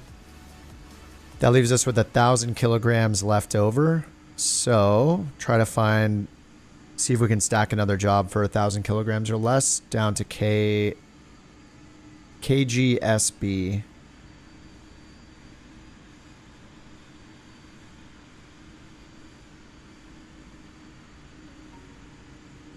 Seymour. Our friend Seymour. All right, specific airport, KGSB. Find jobs.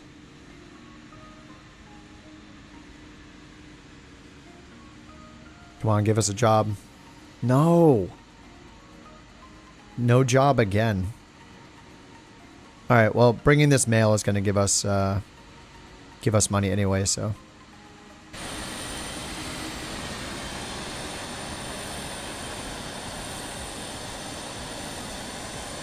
All right, let me copy the new route.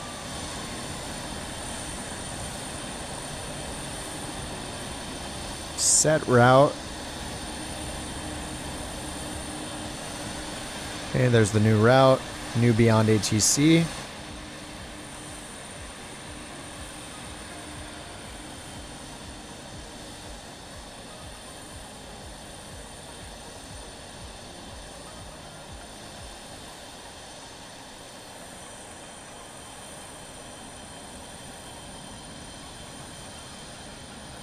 All right, we fly. See if we can turn this around faster.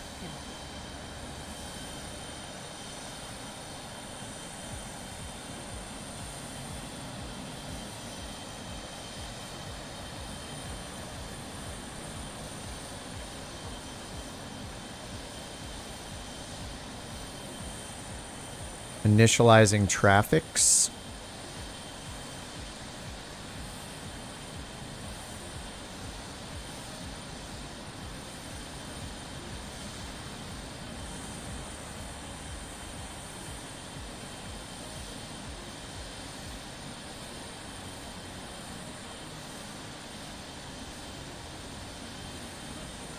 All right, request IFR clearance from Washington Center. 23 IFR to Seymour Johnson Air Force Base Airport.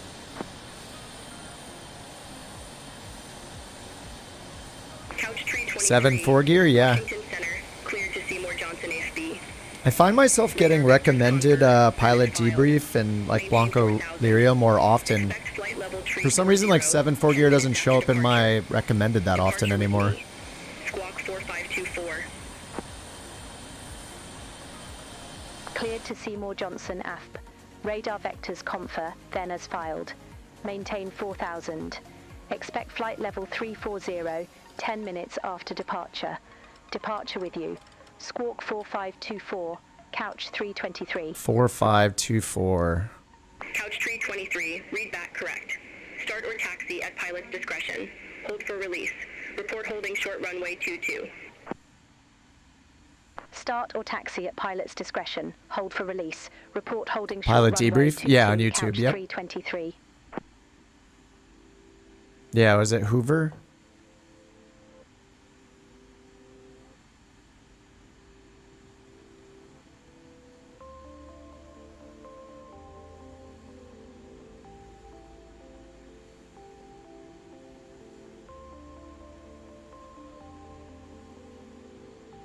Good time you're watching Blanco's. Oh, I was watching that a little bit. Yep.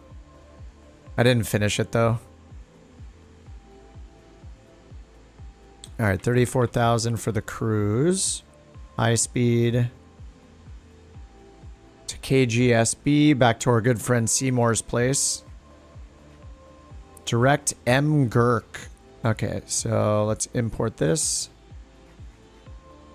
Activate.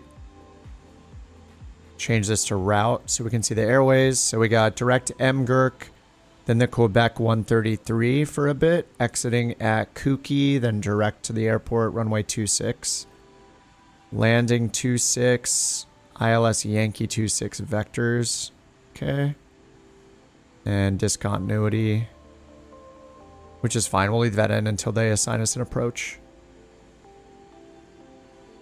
Actually, no, let's remove it so we get a top of descent. All right. Fly vectors to intercept and then missed approach. All right, that's all set. Just make sure that we got 340. Yeah, 340 for the cruise.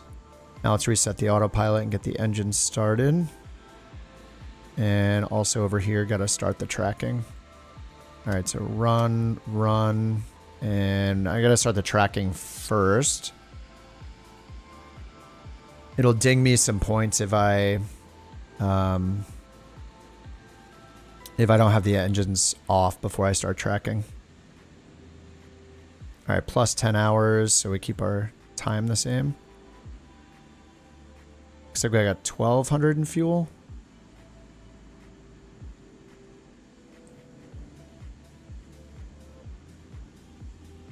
We can't even see our fuel. All right, start tracking. And then let's get the engines going. Shift 7.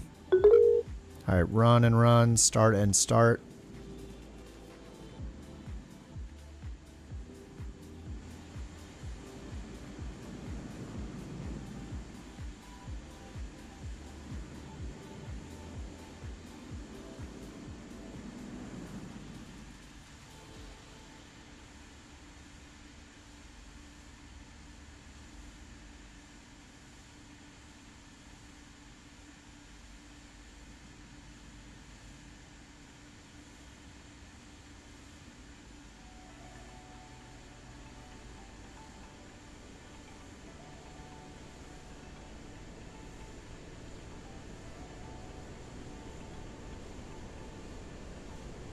All right, stabilizing.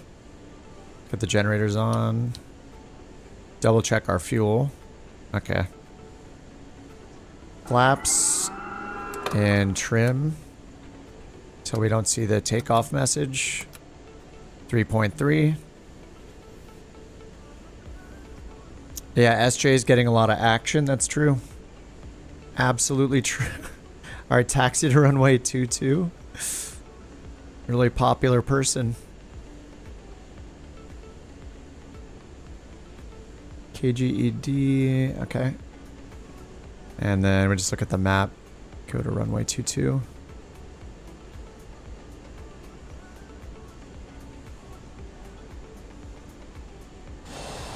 All right, parking brakes off.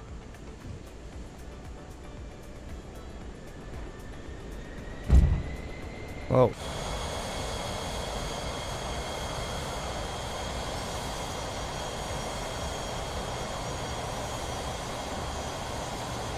SJ time.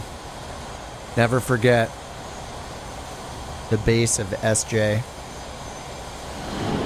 Whoa. What the heck? What just happened? I think that happens when you like when you slew and then turn slew mode off when you're in midair. It just launches you. That was awesome. The slingshot.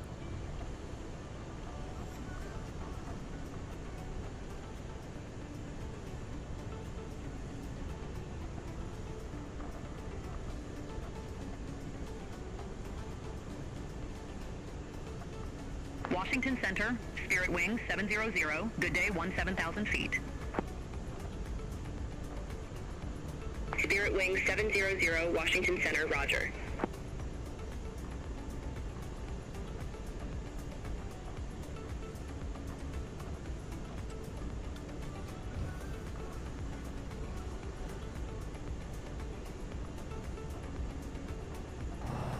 FAA approved. Do we do that around here? I actually wonder with like wear and tear turned on and stuff. I don't know if the wear and tear applies during free flight or not. Like if you land a Cub and you have the wear and tear turned on, aircraft stress damage, crash damage, all that, can you still like pop a tire and stuff when you land? Like, I'm wondering if the plane is getting like wobbly and stuff after my hard touchdowns and like it's damaged somewhat. I have no idea. It'd be cool if we could check that later and keep our plane like in the hangar regardless of career mode or not. That would be so cool. Wear and tear and state saving for every single plane, and then you can reset it whenever you want.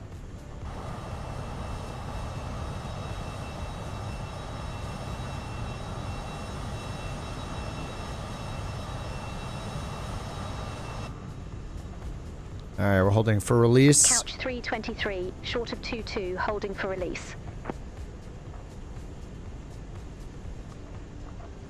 Couch 323, released for departure.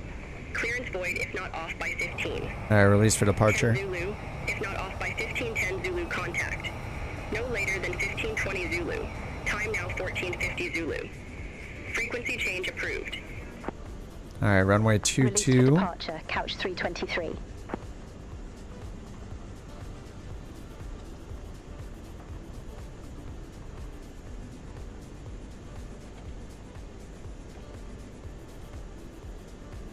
Alright, sync the heading bug ahead. Heading mode, flight level change mode.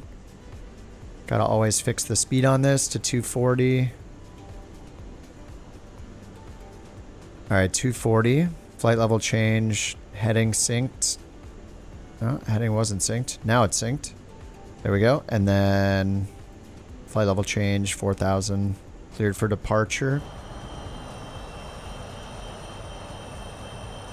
The longitude, yeah. Longitude's great. Next plan's the Cessna longitude. For the VA, we're gonna get a couch longitude. That's one of the planes we actually have liveries for too.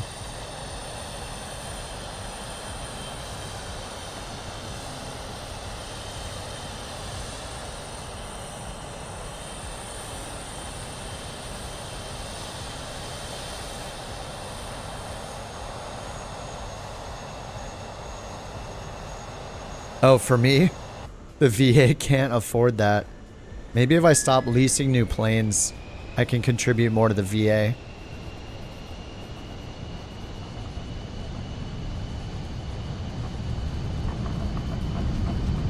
I gotta contribute some money. I just keep taking loans and trying to get better and better planes.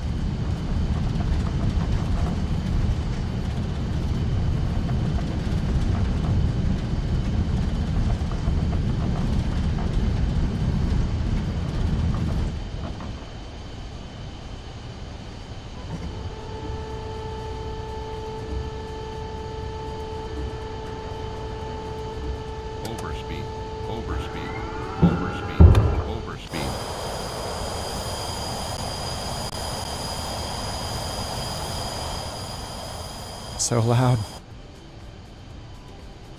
Whoops, I'm pitching way too high.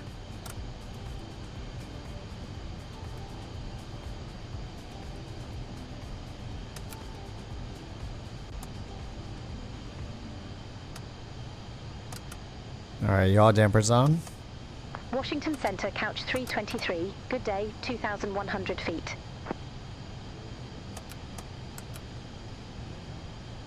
Couch 323, Washington Center, radar contact. Climb and maintain flight level 340. Nice, all the way up. Climb and maintain flight level 340. Couch 323. Alright, 340. Still on this heading.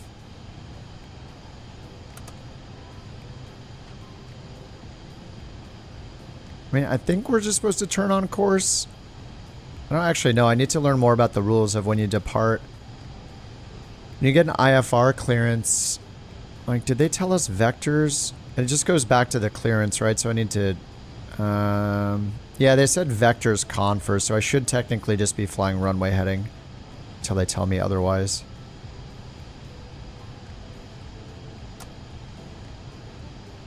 Alright, let's get the autopilot on so it holds our speed. I got auto throttle as well. I feel like during the climb in this plane, the auto throttle is fine because we're going so fast. I'll just keep it at MCT anyway. Don't let the danger noodles out of the mail ship. Have a good one, Noodle. / music.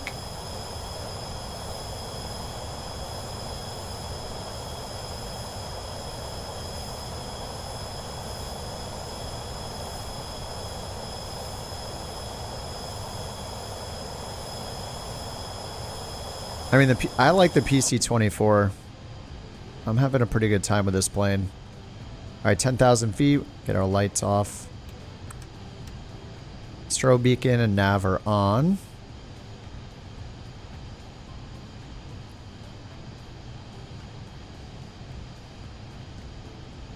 All right, fuel is good. And we're going all the way up to 34,000. I'm just going to get standard on now. 2992.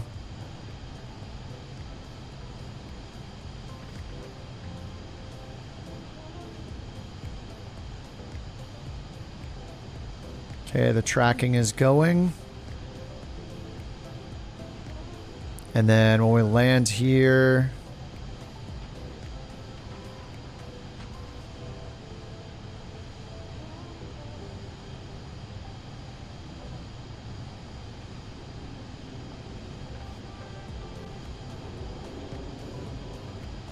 Snake is a danger noodle. I wanted to see. Couch 323, contact Washington Center 1. Oh, that's us. Alright, we're still on this heading. How much was this mission? Okay, 15,000 for finishing this mission. It's not that much for how much we had to do for it, but oh yeah, we're bringing the rest of the mail down there. And then I guess we can see if we can find one from. Let's see what missions are available at KGSB. I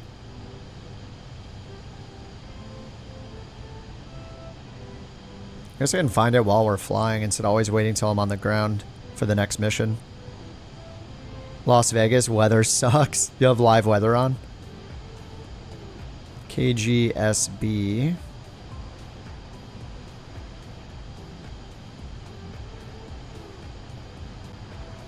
Do our research in the air instead of waiting till we're on the ground to find the next mission. I think I should make my way up back north, but I'm just kind of chasing the money right now. We have an 18,000. If we go south, oh, this is 2 legs. I'll just get one that's a single. Ooh, this one goes all the way down to Apalachicola? What the? Where? What? Apalachicola? Municipal? 491 miles for 23 grand.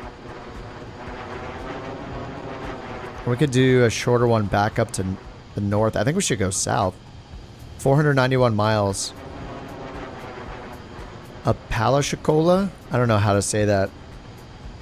Well, I gotta look that word up. That city.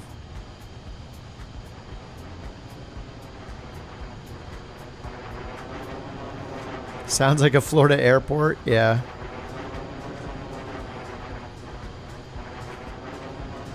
How to pronounce.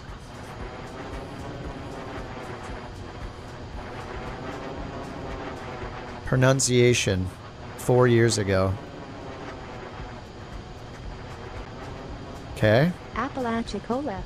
Apalachicola? Is that right? This is like AI generated, so I can't trust it. It's like a TTS. That doesn't count. You have to hear a real person say it.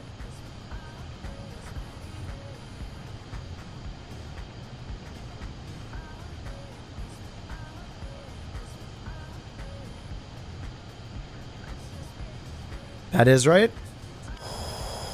No, we can't trust the TTS. There's no way that's right. Apalachicola? Alright.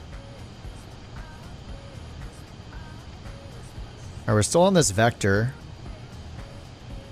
Do they want us to go on a course yet, or? It's supposed to vector us to Confer, which is behind us. Alright, we're just going to turn on nav mode and go direct to Calda. Taking matters into our own hands. Hopefully they don't yell at me. What are they going to do? What are they going to do? Ban us? Someone's going to get like hardcore with the ATC stuff at some point in the future. They're going to be like, introduce like demerits for pilots, and if you do too much, they refuse to provide IFR service until you get X number of VFR hours in. And they won't even give you flight following. They'll just give you like basic service. No flight following at all. And you'll have to like pay your dues for being bad boy. Your plane is spewing oil out of the back. Is that normal for the CJ4? Yeah, that thing has like the pollution effect on it. It just dumps pollution. It does do that, yes. Washington Center 124.725, American 2040. Look, still no contrails anywhere. 0 contrails.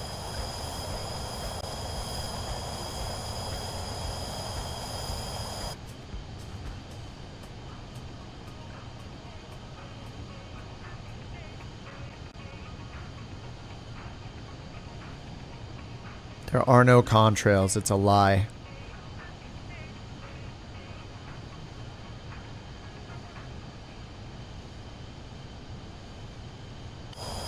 Let me download the traffic map app. And then we'll see for real how far the planes are. I mean, it does depend on the weather and stuff, but I mean, we don't always see contrails like crazy, but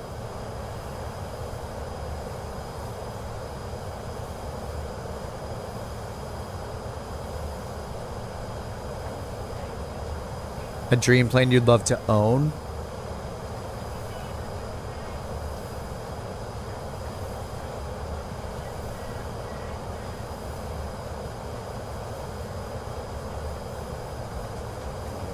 Okay, so according to the BeyondATC map, here, let me add it real quick.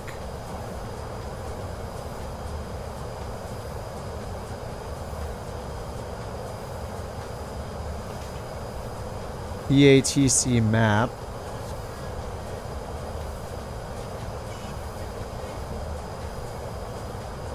Here's the BeyondATC traffic map application.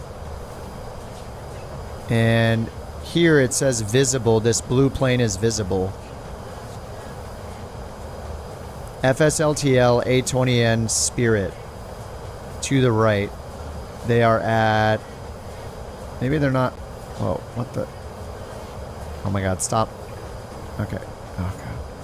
Disable trails? Oh, disable trails is, it just shows the trail behind it like this. So, it's at 17,000 feet. So maybe it's still climbing, but off to my right, there is a supposedly visible FSLTL plane. Now, whether or not there are visible contrails right now, like based on the weather and stuff, I have no idea. It has to be a certain temperature, right? And they're not that high, so maybe no contrails yet. Washington Center, Southwest 811, flight level 310. Southwest 811, Washington Center, radar contact, climb maintain, flight level 360. Climb maintain, flight level 360, Southwest 811.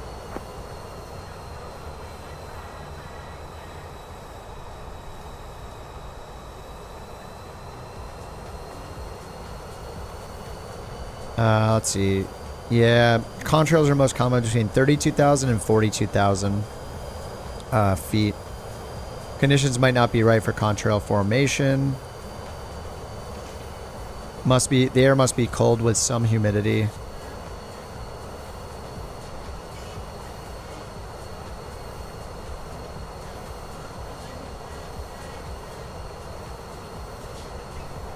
Anyway, that plane isn't quite high enough for us to see contrails anyway. It needs to be up to like 30,000+ feet, and there has to be some humidity. But anyway, as many flights as we've done in 2024 with BeyondATC, I have seen 0 contrails, so I still don't believe that they're able to be seen yet. Once we get SimFX, like that's what did it for me, was when I got SimFX in 2020 enabled it so you could see contrails from multiplayer planes and from injected planes, whether it's from, you know, BeyondATC or whatever. And those over there are not contrails, those are just clouds, like actual regular clouds, I think. Because, yeah, that's too high to be the contrail from that plane anyway. We're at 34,000. That other plane is currently at 17,000 still. So they're just cruising at 17,000. So they're way below us. They're not high enough to make a contrail. Those are just like cirrus clouds or something. What's up, Trojas? Anyway, when we get SimFX working again, I expect to see contrails all over the place again. SimFX is so awesome for the contrails and everything else it does. One of the best things with SimFX too is when you're flying through clouds, you see way more detailed like cloud, like you just see like the clouds hitting the, like a cool like smoky effect as you're going through the clouds on your windshield. It looks so cool. Getting them in the Vision Jet, yeah. You can see your own contrails in certain planes. SimFX made it so you see contrails in multiplayer planes and injected planes. So the sky looks awesome when you look up and you just see contrails from all the injected traffic and other players flying. It's rad. Can't wait for it to be working.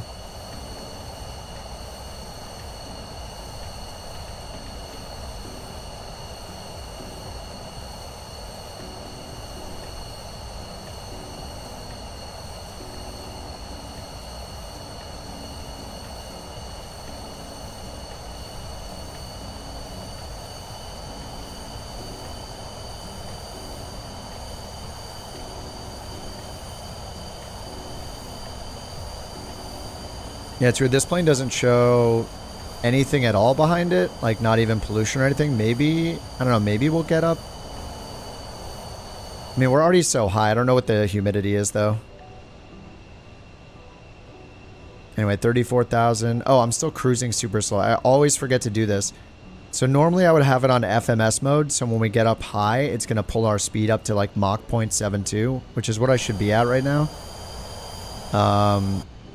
But in the PC-24, all of the FMS speeds are based on the PC-12, which is much, much slower.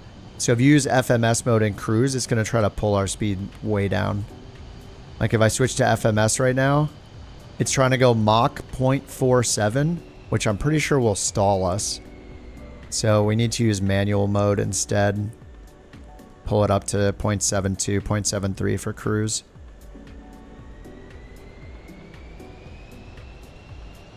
We could probably go down here and change it, but I think I'd have to do it every time.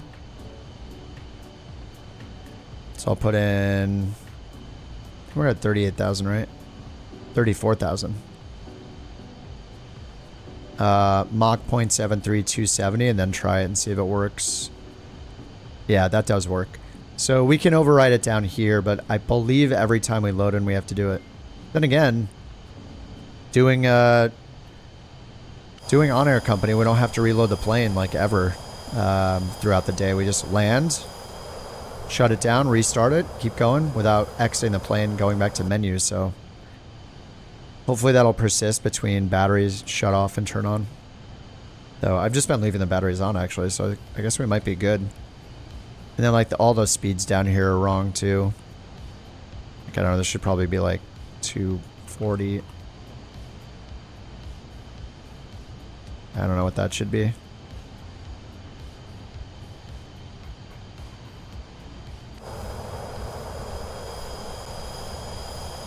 But yeah, SimFX looks incredible. Can't wait for it. Can't wait for it to get going again.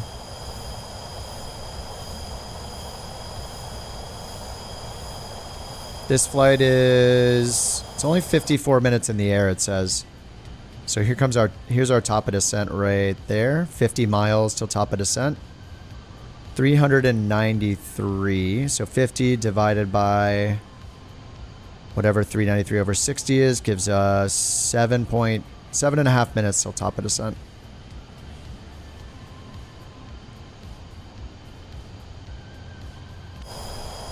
Can't wait for this store. I know. Yeah, PMDG. I'm still having a good time in these other. Like, I think there's enough new planes in Flight Sim 24 that there's still a lot to play around with. But yeah, it'll be nice to have our PMDGs back and get the iFly Max back and have our liveries all working again would be awesome. And be able to see people in multiplayer in career mode would be awesome. There's going to be a lot happening. I mean, you know, if you guys started when 2020 came out, I mean, it was slow going. Like, we didn't have any absolutely major things for a while, it felt like. But I mean, over the years, over the 4 years, like, there's so much stuff. Like all the sim updates, world updates, avionics updates. They added helicopters, they added gliders. The 40th anniversary edition. There was a lot of stuff and just constant planes being added to the marketplace all the time.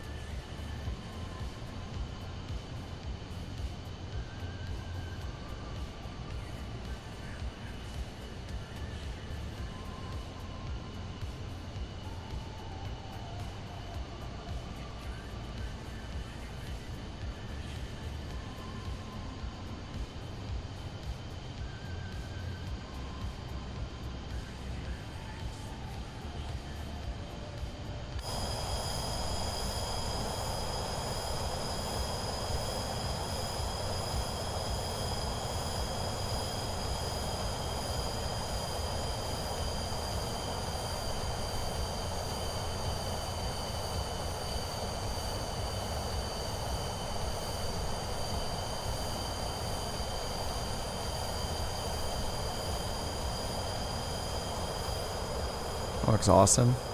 This is Virginia Beach in front of us.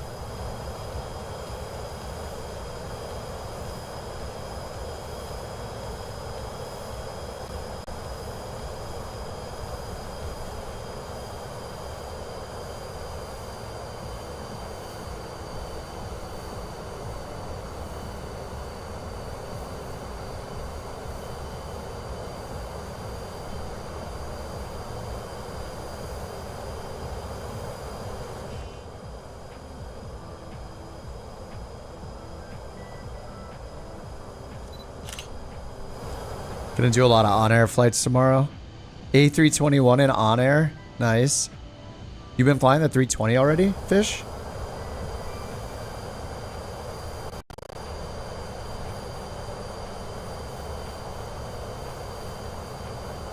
You know, all the airports we can see. According to Volanta, I think this is a naval base. Yeah, that's Oceana Naval Air Station. This one over here is Norfolk. And then past that's Norfolk Naval Station over here. Oh, the glitch is... Couch 323, Washington Center, expect radar vectors, ILS Yankee runway 26. Expect radar vectors, ILS Yankee 26, Couch 323. Alright, ILS Yankee 26 again. I think that's what we got last time.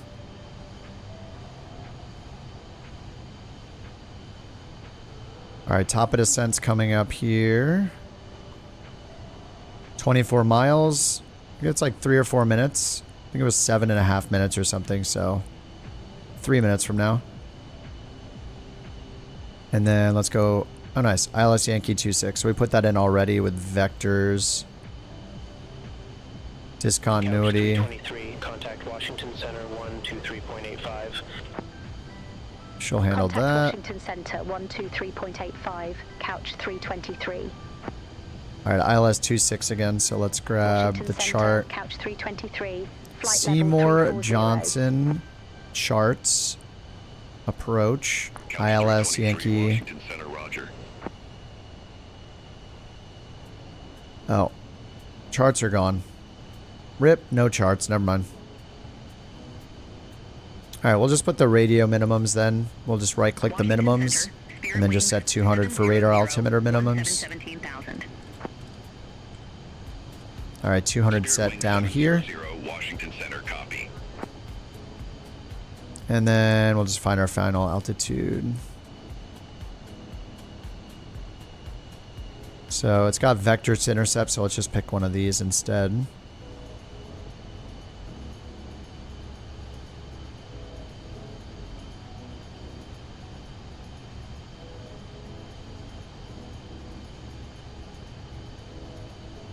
Alright, so 26 going this way. There's Ptolemy. The other option is T-Bolt, which is over here. So I guess Ptolemy is probably better. Wait, what the heck? It changed to Eagle. Wait, what? Wait. What happened to Ptolemy? Eagle. Okay. Activate. Delete the discontinuity again. Okay, so then we have Eagle. Oh yeah, I didn't have that on cross. That's why we weren't seeing the... Anyway, that's fine. Eagle, Zilob, 2500, 1600 at Zirov. So 1600 will be our bottom altitude here. Turn left, heading 220. Descend, maintain flight level 210. Seymour Johnson Air Force Base landing runway 220, 210. All right, turn left, heading 220. All right. Descend, maintain flight level 210. Seymour Johnson Air Force Base, landing runway 26, couch 323. Alright, we'll do vertical speed 368. So 36 divided by 2, 1800 feet per minute. We'll do 1900. Contact Washington Center 135.5, American 24. And auto throttle went to a really low speed. Let's bring it back up. And we'll do Mach 0.7.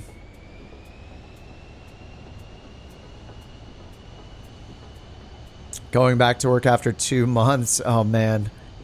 And even after like 2 or 3 weeks. 2 months. It almost sounds worse to take longer off. You got a sense of what it's like to live. No more. Back to work.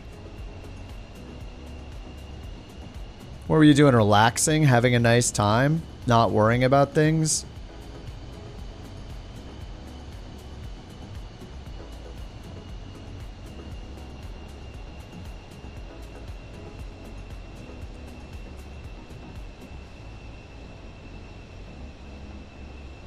Need to retire? Oh, man.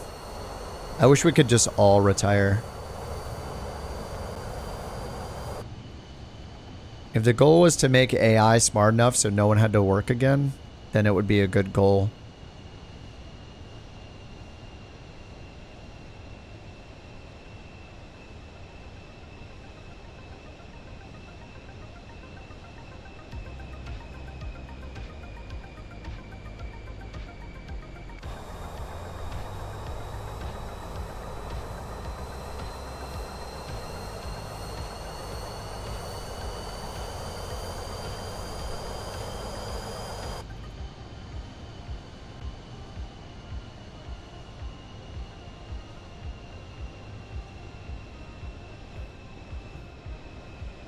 Tax AI? What do you mean tax AI?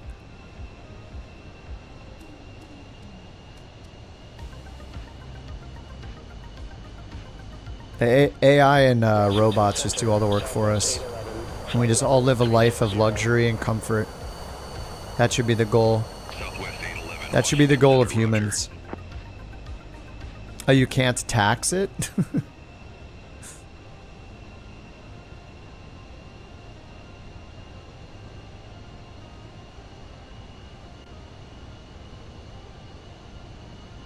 I mean, the AI doesn't need money. It's fine. The people that still need to work will just make tons of money. It'll be fine. They can still have more than other people if they still want to work. But if they don't, you can just let the robots take care of you. Just have a chill life, doing what you want. Playing video games, surfing, you know, whatever you like doing. Knitting, you know, watching reruns and making microwave pizza. Wait, pizza bagels. That would work with the microwave.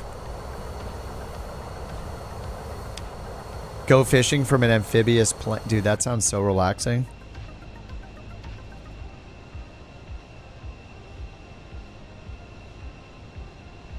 Alright, we're still on this heading they gave us. So, presumably once we get to around here, they'll turn us for final. We'll see.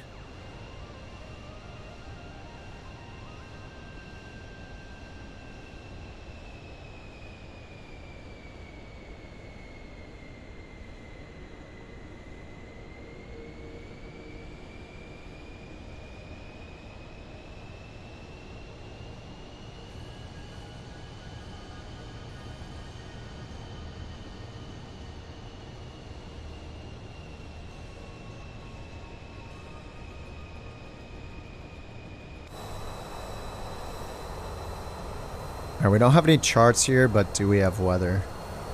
We do, okay. IFR still down to 500. I mean, we just did this flight earlier. Did it refresh the weather, though? This is from 4:55 Zulu. Yep, that was about 25 minutes ago.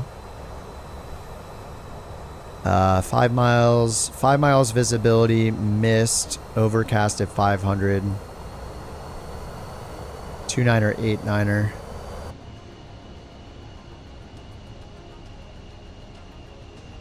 Alright, 2989, and we're going down to 21 right now.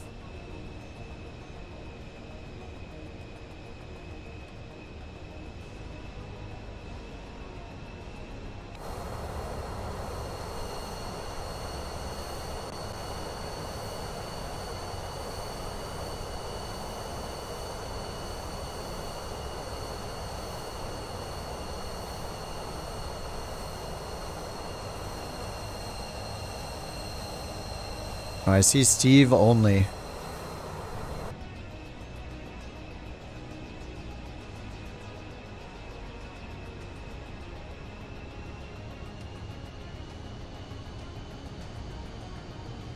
Alright, 2,000 feet until we level off at 21,000.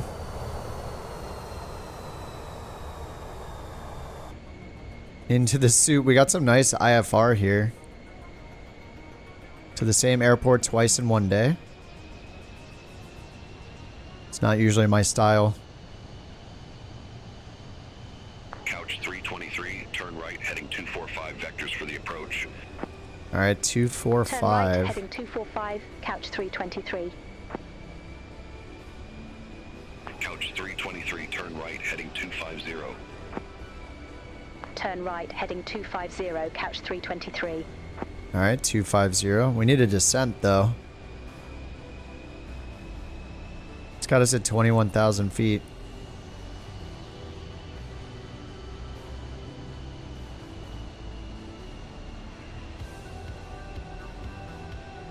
Or what, 70 miles out? 76 miles to go. That was a good vector, though. Look at that. It's pretty much right to Cookie. Or Kooky? Is it Cookie or Kooky? Probably Kooky.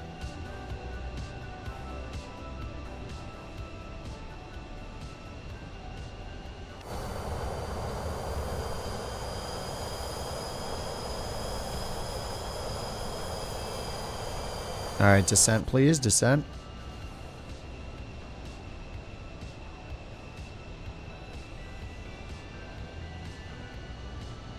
See, ultimately we need to get down to what, 1,600 feet? Yeah, 1,600 or 2,500 at Zillob.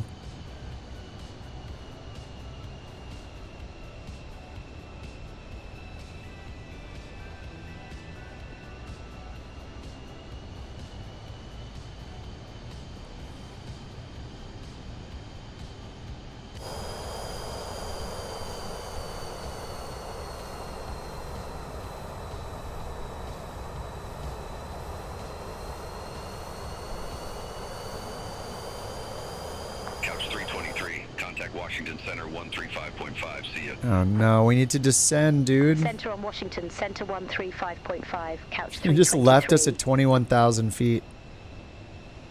Alright. Couch 323, flight level 210. Showing our TOD over here, so guess maybe we're okay. Couch 323, Washington Center. Couch 323, descend and maintain 6,000 feet, altimeter 2988. Tacos? Descend and maintain 6,000 Tacos are like feet. hugs for your Altimeter stomach. 2988, couch 323. Wrapped in a delicious blanket. All right, down to 6,000 If I were a feet. superhero, my power would be making tacos fly. Because you wouldn't want tacos on demand.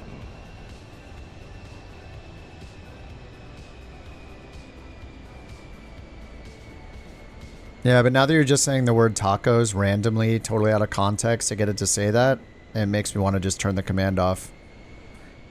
You get that, right?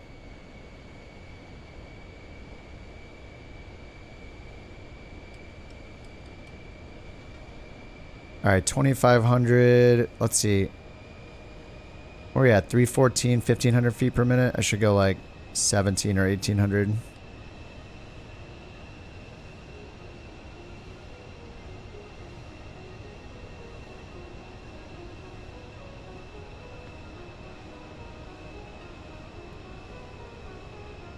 All right, then we're going to go local altimeter, 29er, 89er.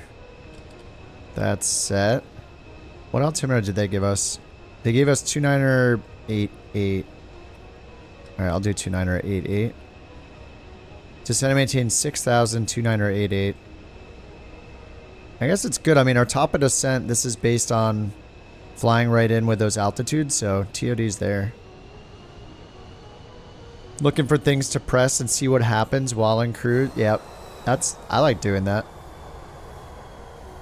What's this do? Beep, beep, beep. Oh. Oh, that was the fire handle. Whoops.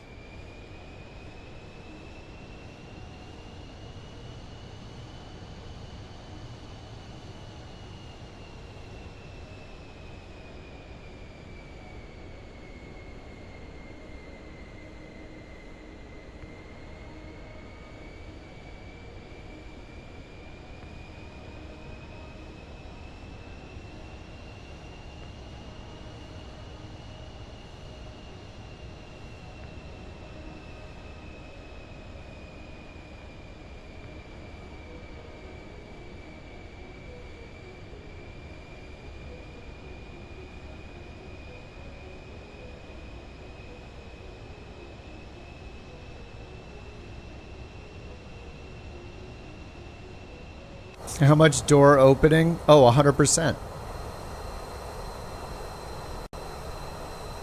You're at KGSB? Eating Sour Patch Kids, waiting for the PC-24 to zoom down? Dude, Sour Patch Kids sounds so good. My mouth's gonna start watering thinking about Sour Patch Kids. Yep, confirmed. Thinking about Sour Patch Kids. Alright, 2988 is set. We don't have any charts because maybe there aren't any charts. Let me guess, the Navigraph charts plugin's still dead. I forget if this is dead only in the beta or if this was dead. They fixed it! It's back! Holy crap, they fixed it! I think it was broken before the beta too. Yeah, the beta's great. The best thing about the beta is that you can use any time of day with live weather like it is in 2020. It's 100% excellent. It is awesome that they added it back in. And I'm glad they didn't like say it was going to take forever or anything. They just made it happen fast. So yeah, it's really great to fly during daytime with live weather so you can still use Navigraph and everything.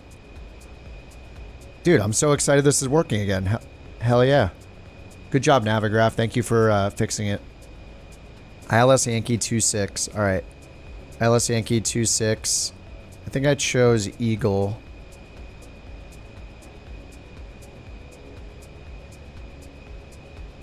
All right, here's ILS Yankee 26. There we go. 309 for baro minimums.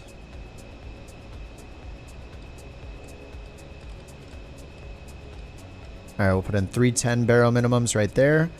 Localizer final approach course is 261 and 109.9. It's got that, so we'll turn this to loc 261. Yeah, the beta is great. Contact Seymour, Mr. Seymour J. Contact Seymour Johnson approach, couch 323. We should make this one of our bases, really. Seymour Johnson, couch 323, 10,900. Oh, man. All right, we need to go down to 4,000. Seymour Johnson approach. Good day. Altimeter 29er88. Expect radar vectors for ILS Yankee runway 26. Oh, whoa. Altimeter 29er88. Expect radar vectors for ILS Yankee runway 26. Shady J, that's where you were stationed? Oh, unfortunately. It's just the name sounds so funny. Alright, we're going to change nav select to loc 1 on both sides.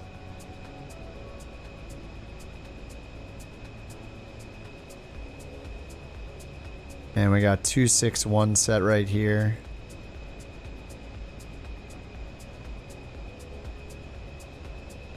Alright, they gave us landing runway 26. Yep, altimeter 29er88.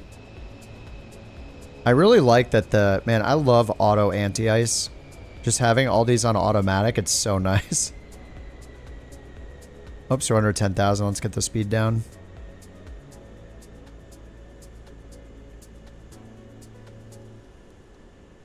Alright, speed to 240. What's up, Shill? Pretty good. We're about to descend into the soup to land at Seymour Johnson again for the second time today. And then I found a mission that goes to the south, so I think I might pick that one up. It goes down to Florida. So that could be pretty cool.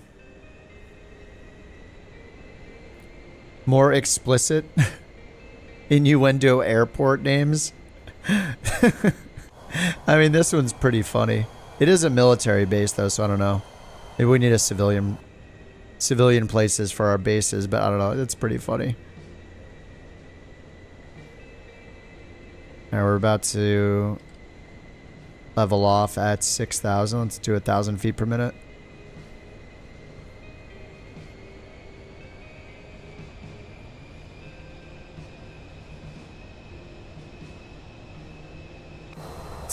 Seymour has big guns. So I don't need to get into his personal business, okay? I just want to land. I just want to land and get paid. That's my only purpose here.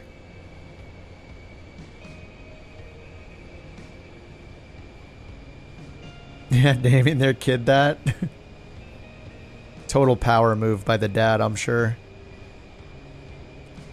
the dad's like, this is my great-grandfather's name. Yeah, that's it. Let's name him this. Okay, sounds good.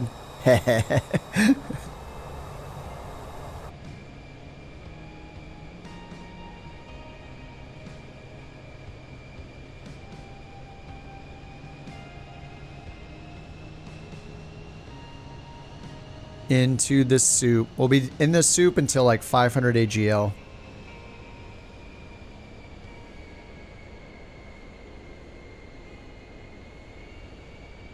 You were there a month ago?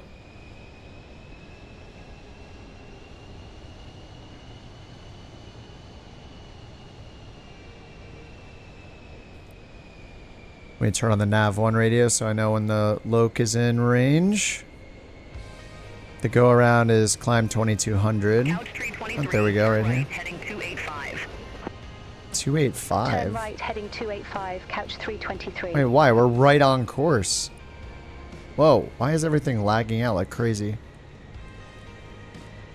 285? No, that's not right at all.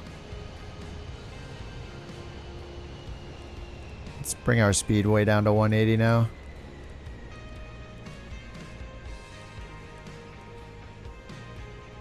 We're just hanging at 6,000. Intercourse, Pennsylvania. Thanks, Wade. Oh, we got an ILS. Hopefully it'll be pretty good. Get all the help. 323, 16 miles from Xylob. Turn left, heading 265. Maintain 1,600 feet until established. Cleared ILS Yankee runway 26. 265, 1600 and cleared. Turn left, heading 265, 1,600 feet until established. Cleared ILS Yankee runway 26.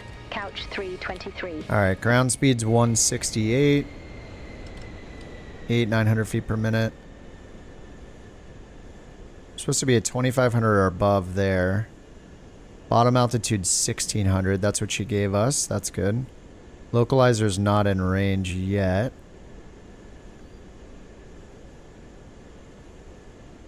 It should be in range any second now. Double check the frequency. Runway 26, 1099. 1099. And we're tuned in. We got the nav 1 radio on to hear the beeps. To hear the Morse. Okay.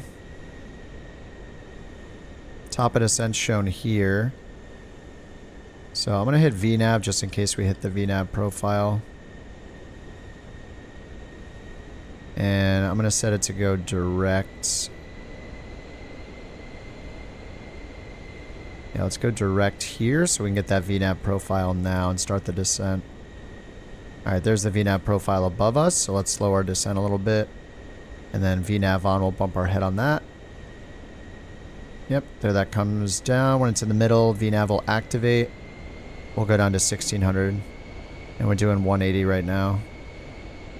Maybe there's no DME on this. Oh yeah, there's no DME available, that's why. Okay, DME is on GSB, which is 116.5. Alright, let's get 116.5 in over here. Alright, 1165 and get a bearing pointer on Loc 2. Alright, there we go. There's our DME 19.7. We needed the VOR because the localizer doesn't provide ILS here. Alright, so DME 6.1 is when we're going to be at Zerov. We're at DME 19.2 right now. So at 18, we need to be at 4,000. VPAT's taking us down to that. Alright, cool. We are all set up. Go around to climb 2,200 and then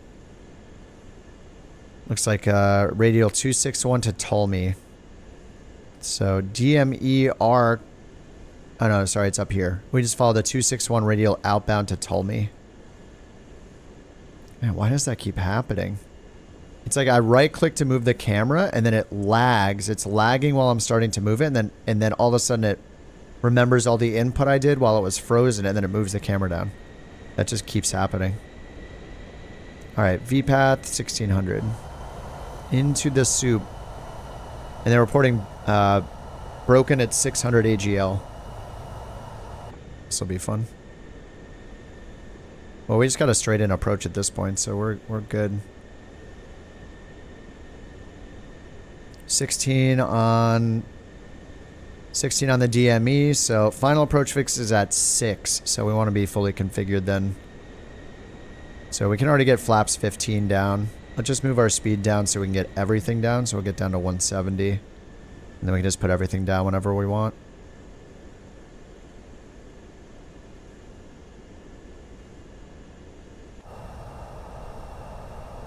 Now the plane is just so quiet. It's so loud that I have to turn the volume way down for the plane.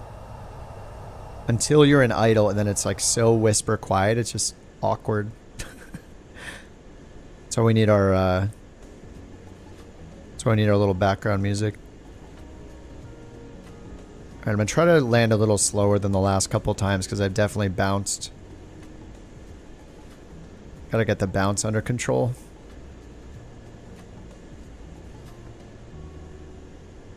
Alright, 13.6.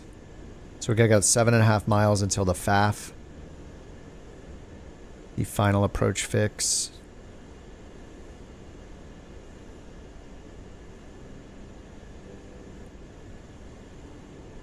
Alright, we have to cross Zilob at 2,500.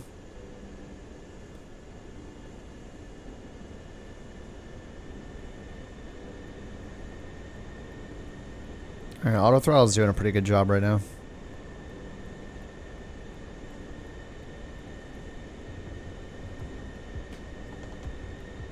Should probably use the localizer now.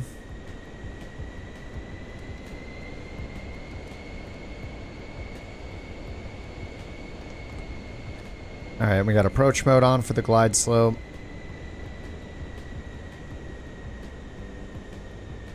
Glide slope's just a tiny bit above us, but we're using VNav still.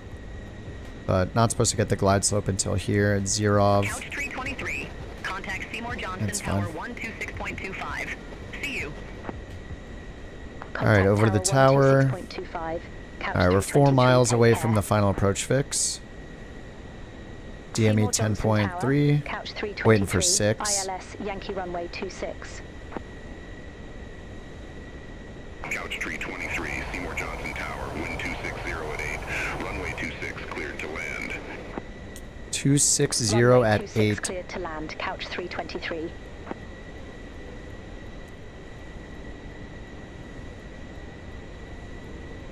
So our final approach course is 261. So we should have just like a straight on headwind. It's the only Air Force base named after a naval pilot, really? How'd I learn all the instrument procedures? Just looking stuff up, Googling, watching YouTube, bold method, any whatever articles got linked to or FAA things got linked to, Garmin manuals. I haven't looked through any of the Honeywell manuals, really. Maybe the tiniest bit. But the Honeywell avionics are new to the sim, so we're all kind of learning them. Instrument tests, I'd blast through it, maybe. I don't know, there's a lot of theoretical stuff I don't know, you know? It's just all like, what gets the plane on the ground in the sim is pretty much what I know. I'm sure there's a ton of stuff. You know, you don't know what you don't know kind of thing, and I assume there's a ton of stuff I don't know to even look up.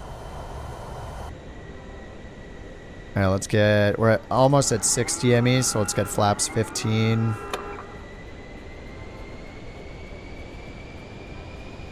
And let's get the speed down to 150. Get gear down.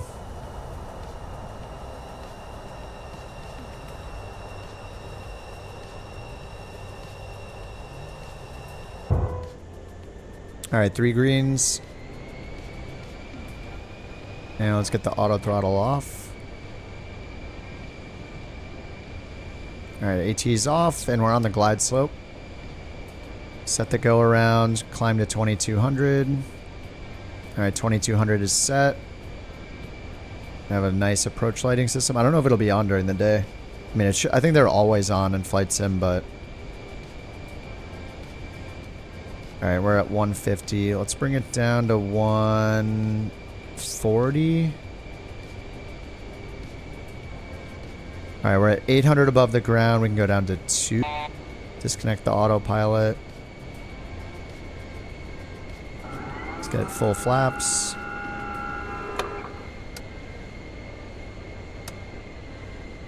We can just follow the flight director since it's an ILS.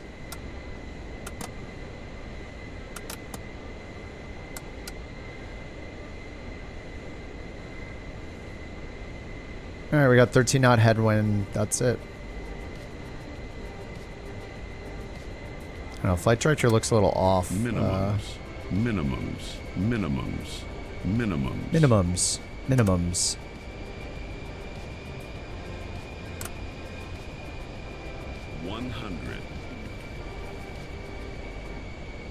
$100.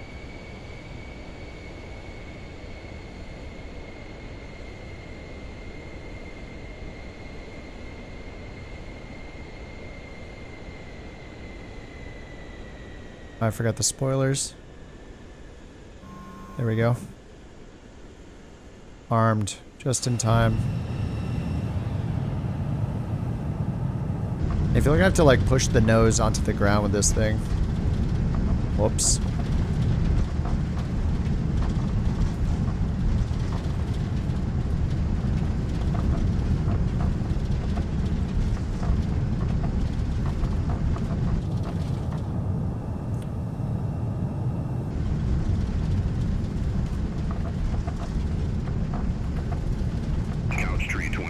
Exit right exit next available here. taxiway, couch 323.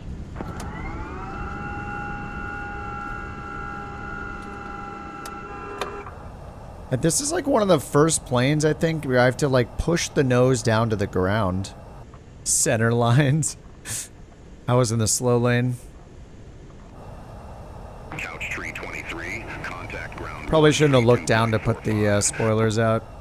That's one thing about this sim is like you can't just Couch 323. move your hand down and do something. Like if I don't have a shortcut for that, then I'm just screwed. If I forget to do it, I have to look down, and then by the time I look back up. Whoops. Alright, taxi light on. Oh crap, I had my landing lights off. Alright, whatever.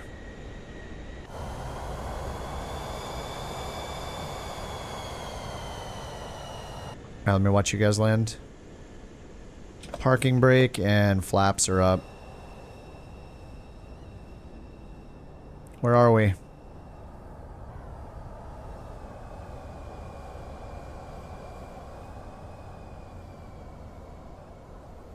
Wash the windscreen? Yeah, I wish we could without restarting the whole, like, exiting to the menus. Don't talk about SJ's tower, okay? That's rude.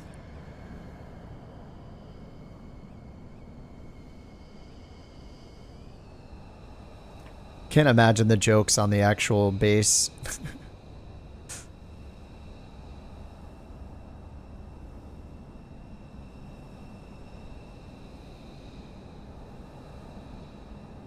Okay, here comes Steve. Fellow PC-24, I think. There are the engines. Wait, is that a Longi, or is that a CJ4? Yeah, it's a CJ4. Nice, slow lane, just like me. A command for clean and repair. It's for refuel and repair, and it doesn't clean the plane. I've tried it. I was hoping that would clean the plane, but... Here, let me try it again. Actually, if I click it, it's gonna... My OnAir Company is gonna be angry. Because of the refuel. Let me shut down first and get credit. I'm pretty sure I tried it, and it did not work, unfortunately. You crashed on final? No! It's quick, slew back into the air like nothing happened.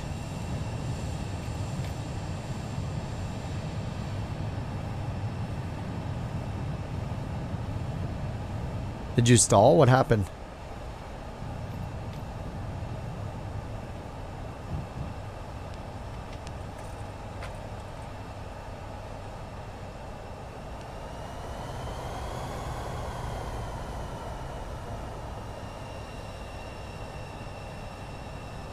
No. Alright, let me shut the engine off and then I'll try the refuel and repair.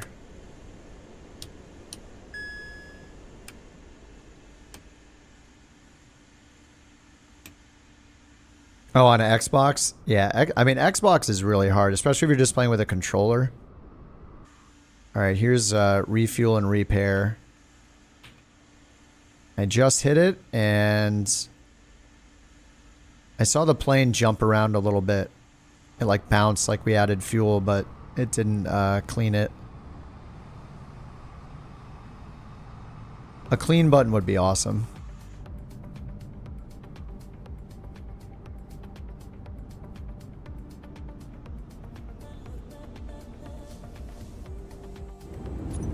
I think what I should do, this is going to seem... We'll try this out. I'm going to put all of the sounds to 100%. Except maybe other aircraft. That's usually way too loud, but I'll do that and then I'll just turn it down with my mixer here. Birds on final. It's weird to not hear you guys come in loud enough. Oh, we got the 1 FPS birds over here. That's okay. They're not going to make it in time. They're too slow. Alright, here comes Studi. Citation longitude.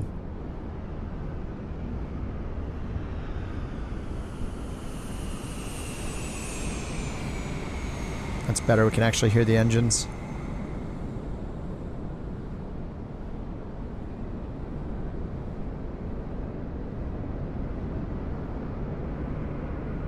One flap per second. Pretty much. Some of the birds, most of the birds animate fine, but there's this one set that is always at like 1 FPS.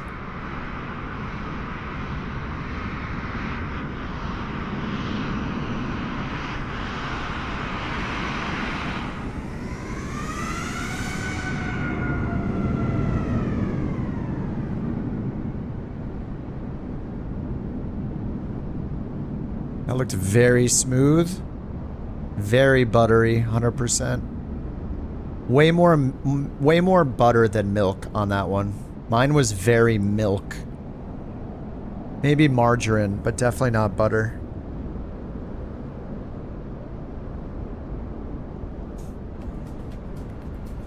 All right, Spider, you got this. Bring it in. Bring it in and look good while doing so. That is the goal. As in a milkshake? Well, we had the butter emotes on the channel, but we also have the milk emote because we're trying to figure out what it's called when you really mess up a landing. It's like nowhere near butter. And so milk is kind of the furthest thing from butter in the process. Milk, and then, you know, maybe you could put milkshake in there later.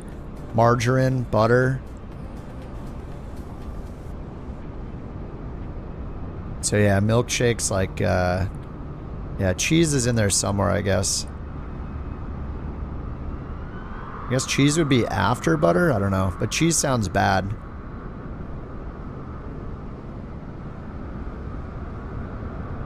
Apex Vision Jet? Oh, the FFX Vision Jet? Do I not have that installed?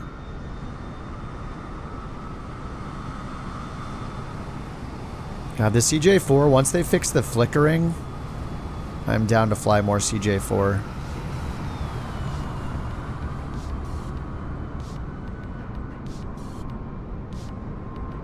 Attention, attention. This is Seymour's Tower. I would like a moment of silence for the poor creatures who lost their lives today. Oh, the Thank birds. you. Excellent TTS. Attention. I'm gonna grab something to eat from the kitchen real quick. I'll be back in a couple minutes, guys.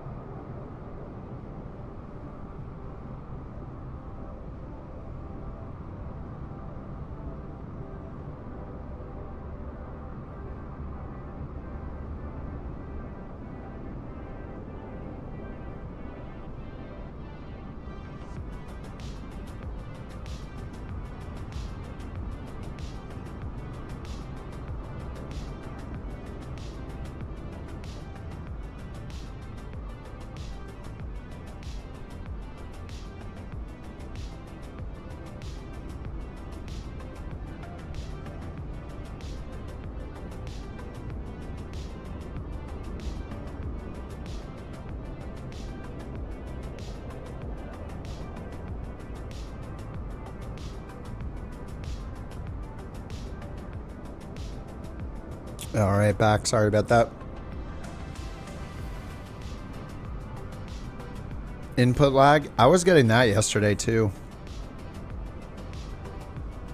Yeah, I have no idea. I don't know if it's like frame gen related or what exactly, but that was happening to me yesterday. And I think a little bit during this flight too when I was getting some FPS lag. Man, these bugs. Ugh. All right, I got the, what do we get here? 15,000. Oh yeah, I found that job that goes down to Florida. I think that'd be cool. It's kind of long. Maybe we'll need some time acceleration. Holy crap, so it's already 10? Dude, it doesn't feel like it's 10 p.m. here. All right, maybe just one more.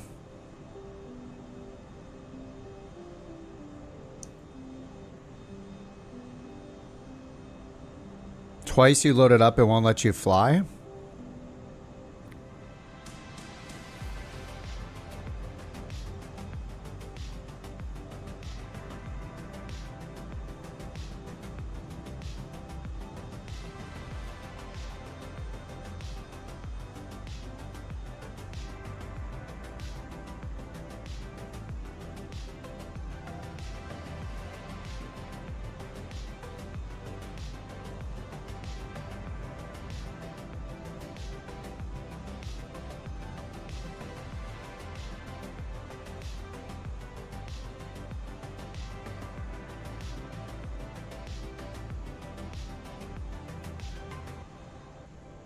I mean, this is 491 miles, but it's such a good payday. I think I'll do this as the last flight of the night and then use time acceleration and cruise. Because once I land, I'll be done for the night, so that'll be fine for the delay for the next flight out. It won't matter because I won't be playing.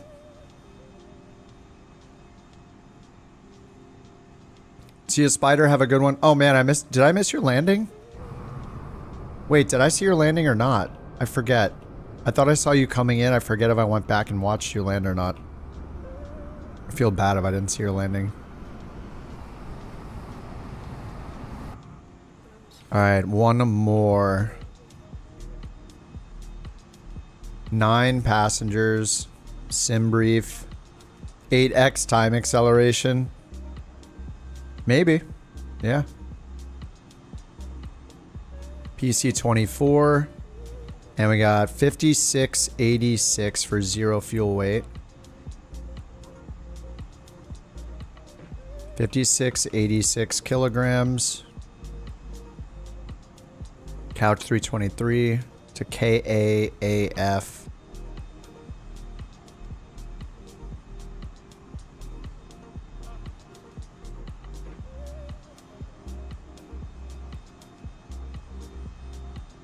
PC-24, it's in Deluxe Premium. But when the marketplace opens, in theory, people should be able to buy the individual planes that they didn't get from their edition of Flight Sim. So you might want to wait to see, because if you're only interested in a couple planes, you should be able to buy them individually. That's what Microsoft had said. We don't know if they'll be available like day one when the marketplace opens. But yeah, you should be able to. They've been saying that forever, that you'll be able to at some point. Apalachicola. Used to work in Tallahassee. That part's very tree-y. Tree-y but beautiful? But I think don't you mean tree-y and beautiful? Doesn't that make it beautiful? Adam, thanks for joining the Couch Captains, dude. I didn't see what type of stool you got, if it was cracked or half broken or what, but whatever condition your new gaming stool came in, it is yours. Thanks for joining, dude. 323? It's just a LA area code. Los Angeles area code. Alright, let's get center. Oh, yeah, I need to reload this in. Let's get the new flight loaded in. Alright, KAAF.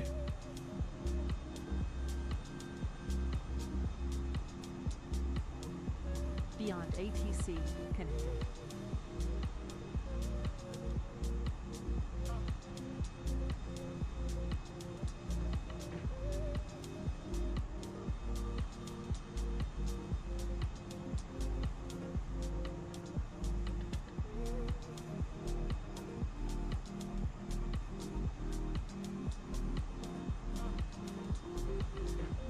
Something against him?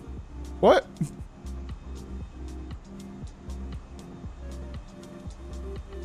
Couch 323. Request IFR clearance to Apalachicola Airport. Couch tree 23, Seymour Johnson clearance, cleared to Apalachicola Airport. Radar vectors Ds, then is filed. Maintain 4,000 feet. Expect flight level 400, 10 minutes after departure. Departure frequency 12.3.7, squawk 6622. 4,000. 40,000 Cleared feet. to Apalachicola Airport. Radar vectors Ds, then as filed. Maintain 4,000 feet. Expect flight level 400, 10 minutes after departure. Departure frequency 123.7. Squawk 6622, couch 323. Couch tree 23, read back correct. Contact ground 132.45 when ready for starter taxi. Ground 132.45 when ready, couch 323. See you.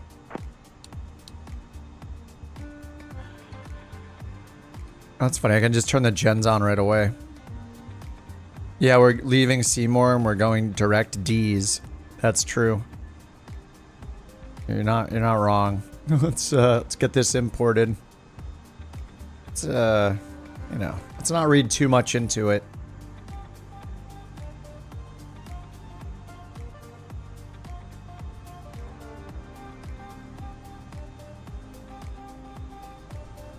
We're flying the GSB-4.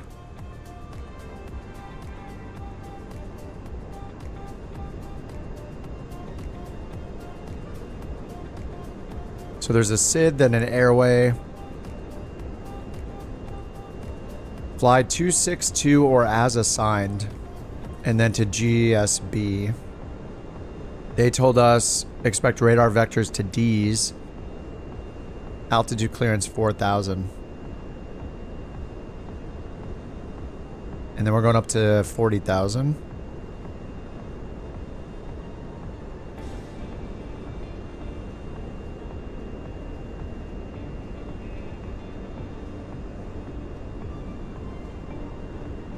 All right.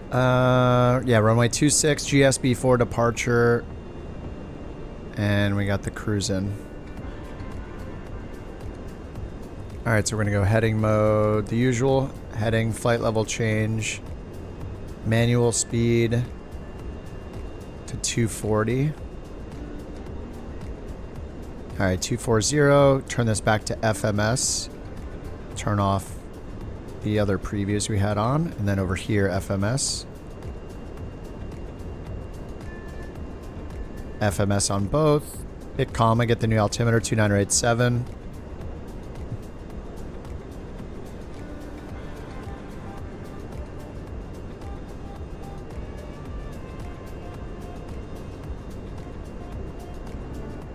Alright, I think we're good. Seymour Johnson ground. Couch 323. Ready for taxi. Couch 323, runway 26, taxi via Alpha. Runway 26 taxi via Alpha, couch 323.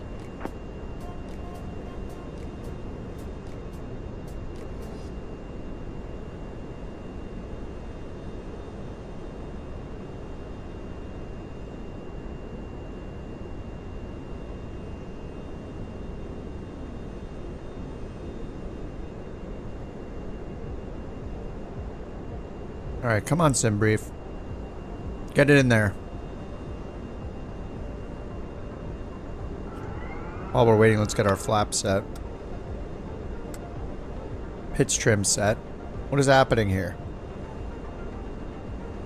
Import. Simbrief. Do the thing.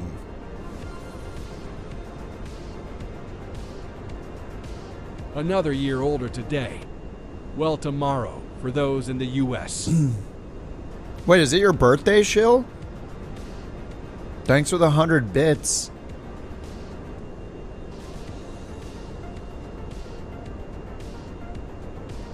Tomorrow for those in the U.S. Yeah, it's 10 p.m. here for us on Monday still. The 28th for you. Happy f***ing birthday, my dude. Happy birthday, man. You doing anything special or playing the video games? You got plans? Tell us all your most tell us all your plans.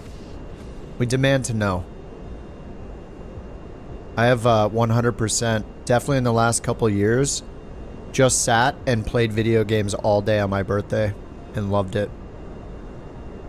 Could have gone out for dinner, whatever. I've definitely just sat and played video games on my birthday recently. No shame.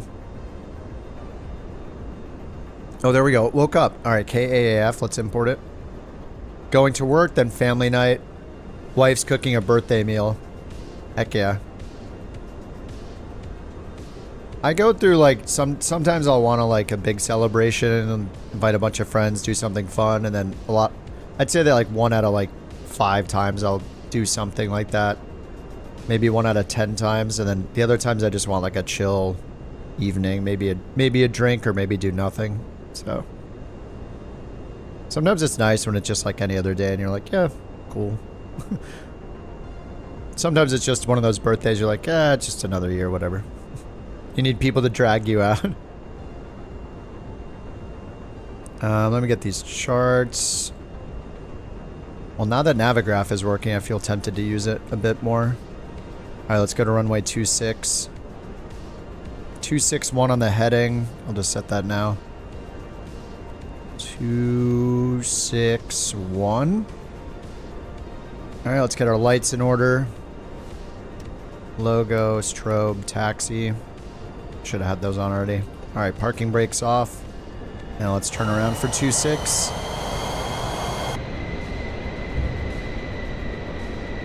After 30, birthdays are just another day. Another year closer to retirement. Hopefully that's true for everybody. Even if you're turning like 19, hopefully that's one more closer to retirement. Hopefully it's a reality for all of us someday.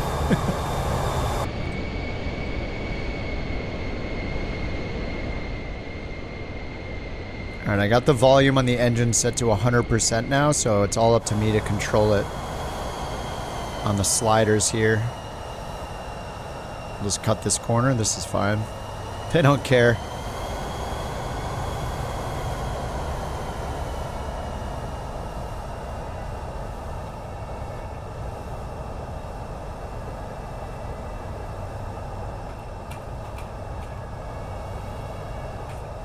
Oh my god, I forgot I can do this now.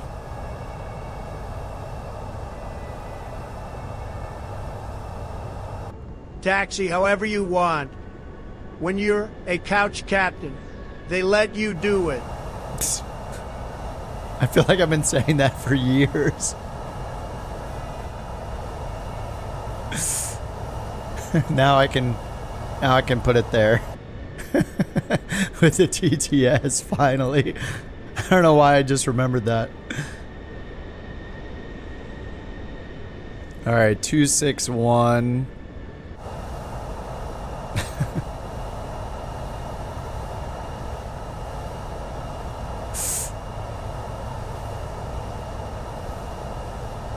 I've had that playing in my head every time I've said when you taxi. Like you're a couch captain, they just let you do it. Exceeding the taxi speed. Exactly. We're only going 23 knots right now, though. I think we can go up to like 40 as far as OnAir is concerned.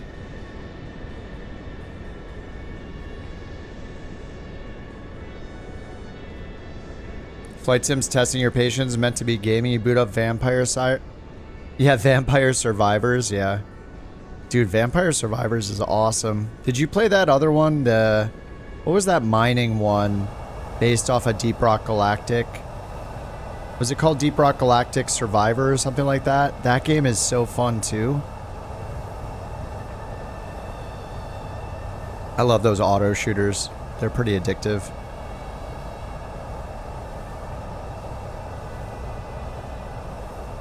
Yeah, let's see what this GSB-4 departure... Oh, it doesn't even have the GSB-4... It doesn't have a chart for it. It's just like an obstacle departure procedure, maybe.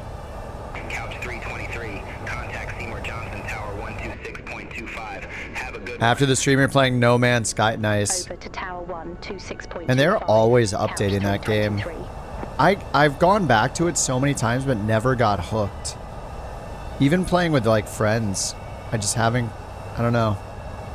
Maybe we didn't get far enough to be like, oh my god, this is awesome. I think the thing for me is the world is so vast that building a base always felt weird because nothing felt like home. But I guess that's why they have the teleporters and stuff. That's awesome though. Like Hello Games, like that redemption. Was it Internet Historian? We've talked about that before, right? With Couch 323. just their redemption arc has been pretty amazing. Couch 323, Seymour Johnson Tower, wind 280 at 8. Fly heading 260, runway 26, cleared for takeoff. Fly heading 260, runway. All right, heading 260. For takeoff. Yeah, they really pulled it off. Yeah, they're pretty insane. Gunfire Reborn. I have no idea what that is. The only other game besides Flight Sim I played recently is Path of Exile 2, and the only reason I played it a little bit is because my friends are, and every time I try to play it, it crashes like crazy. Like, it's way worse than Flight Sim 24 stability-wise.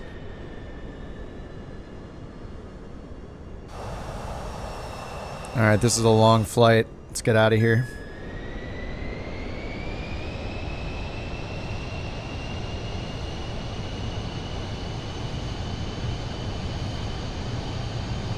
Hey, should I turn on the auto throttle?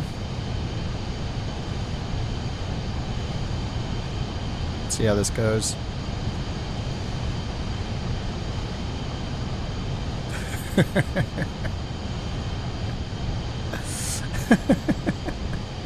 Dude, he's going so fast.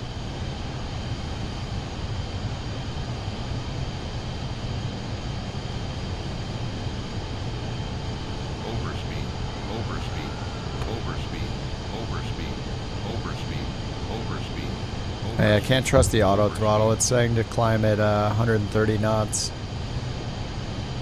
Let me fix that.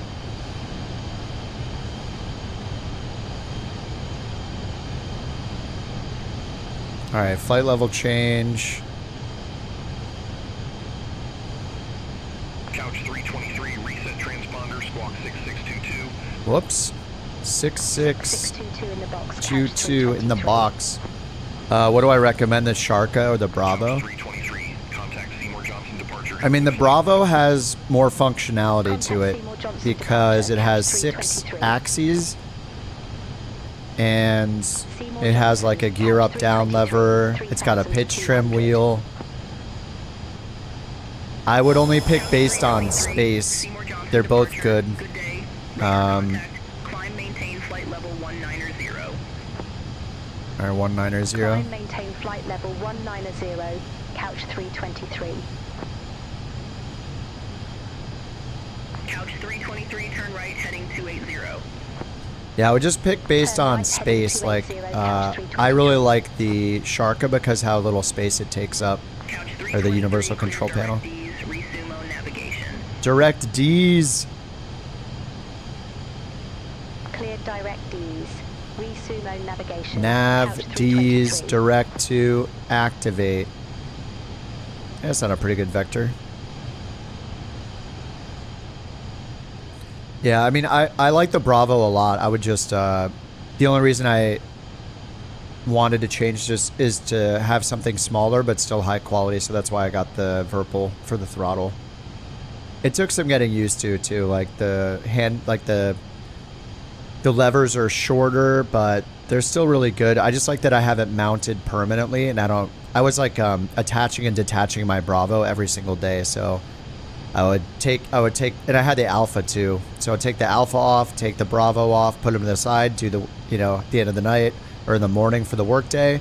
After work, attach them both, plug them in, and then start the sim, and then go, So I just did it out of an ergonomics reason, I wanted something smaller that I could keep off to the side, always attached.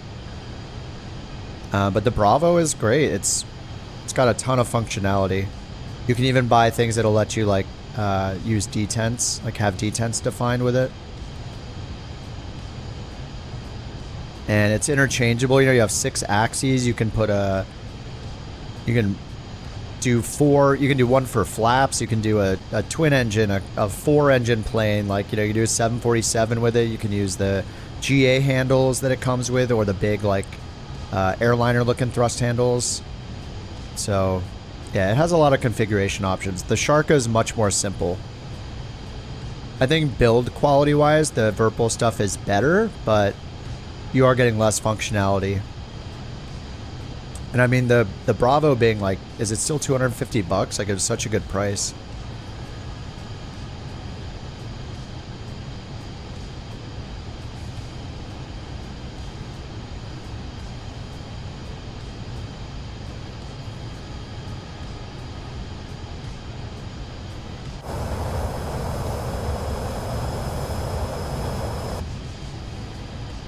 Oh, it's at 300 now.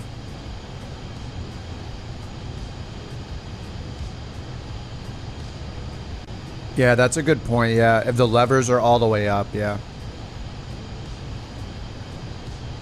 Sharka left hand? No, you can change the handles.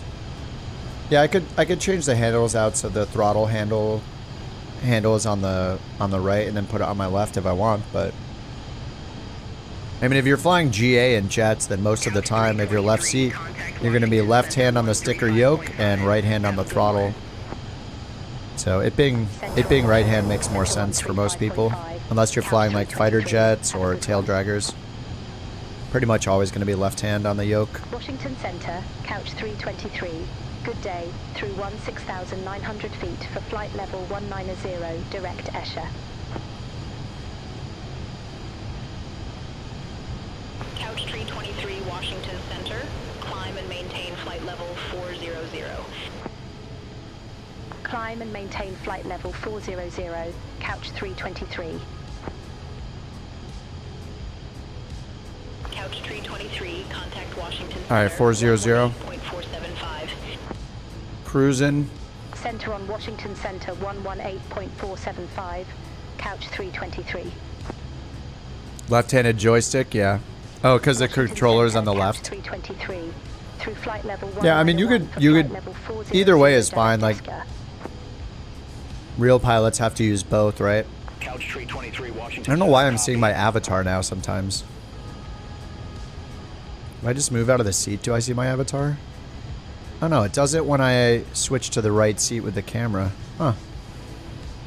But yeah, I mean, you know, if you're like a real world pilot, you kind of have to know how to do both anyway. Because if you're flying from the right seat as a first officer or something, then you're going to do left hand throttle, and if you're on the left seat, then opposite. If you're in a tail dragger like a Cub, I'm pretty sure the throttle is along the left side of the plane. So your right hand on the stick, left hand on the throttle from the left seat, so it just varies. I don't think there's a right or wrong answer. So whatever works for you. The reason why I like left stick though mainly is because my right hand can grab the mouse while I'm flying if I need to, and if I'm hand flying, or I use my left thumbstick on my left stick to look around with the camera, so I can look around, and I don't know, I just like being able to control the primary flight surfaces right while I am using my mouse if I need to, so I can hold it steady while moving over here and clicking stuff. Assuming you know, I use my mouse right-handed, so that works for me.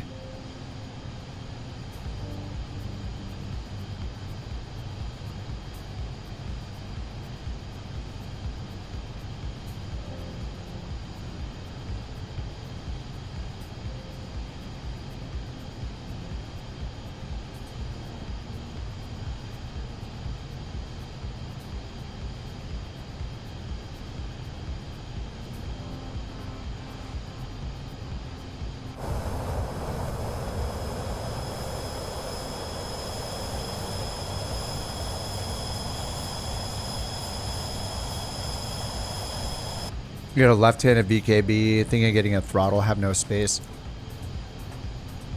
Yeah, I mean, with the mounts and having a stick and throttle, like the Virpil throttle is like a little bigger than my hand. Like fully splayed out.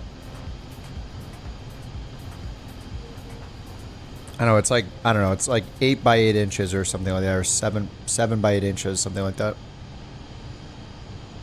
But having it pushed off to the side with the mount, having the stick to my left, the throttle to my right, and nothing besides the small portion of the mount that holds it to my desk, taking up desk space, it's pretty nice to just have it there like permanently.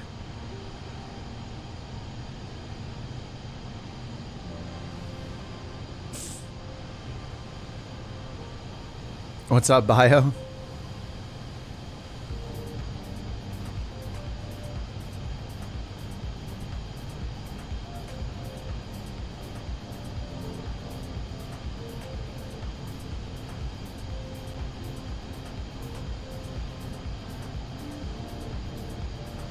Are you dumb to be watching the stream during your holiday? No.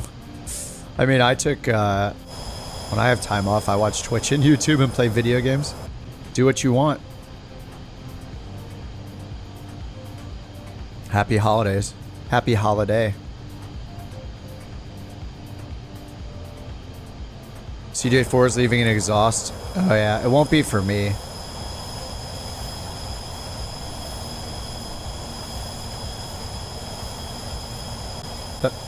I won't see any like pollution or chemtrails, contrails, chemtrails from other planes until we get SimFX in. SimFX is going to be great. I don't know if everybody here has used it before, but it's incredible. Like once the marketplace is back, or once they update it.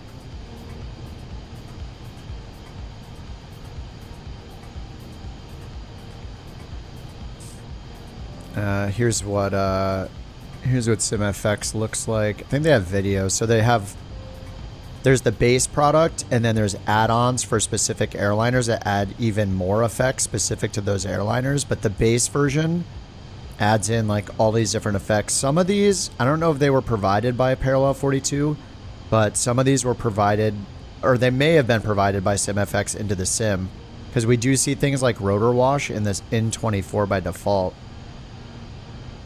But yeah, there's a lot of... the effects look awesome. I miss having them. See the contrails? Like just the contrails, it'll work for injected traffic and multiplayer traffic. So when we're flying together, we'll like see each other's contrails if the conditions are right. And then yeah, that rotor wash got added into the sim, I think. Then there's the, yeah, like APU and the heat haze. Engine and APU heat haze. I think those things are put in the sim by default now. Then yeah, the tires, engine blast. There's just a bunch. There are things that are in the sim now though. Like I don't know if it's just the base version or what. Like I don't see the contrails, so I'm not sure. There's the engine pollution, and it's just more detailed, and then the contrails are really detailed. And then you'll see each other's contrails. So it's pretty awesome. Rotor wash. I think the rotor wash is in the sim. Like there are a few effects we see. Like when I see AI traffic from BeyondATC taking off from a runway, I do see the water getting kicked up, so like that. So I'm not sure if any of these got added or what. But yeah, it's pretty awesome. Yeah, the rotor wash, and it's pretty cool looking. And then like I had these as well, like the A320 family. What's cool about these is it's extra on top of it, right? The base thing's like 25 bucks. Then this like expansion pack is 15 bucks, but it adds like 20 effects or something, or I don't know, more than a dozen, I think.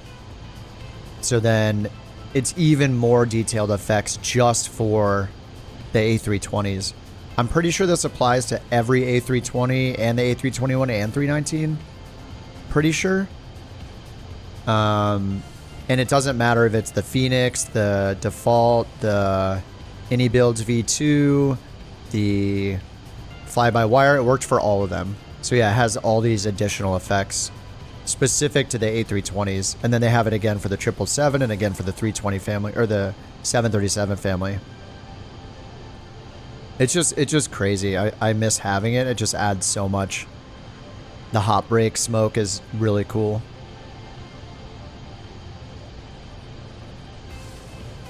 And then custom contrails for those planes as well. It's just, yeah, it's awesome. Yeah, 17 visual effects, so like it's an expansion for it. But yeah, I can't wait for these to be back compatible. They're like working on the 2024 versions.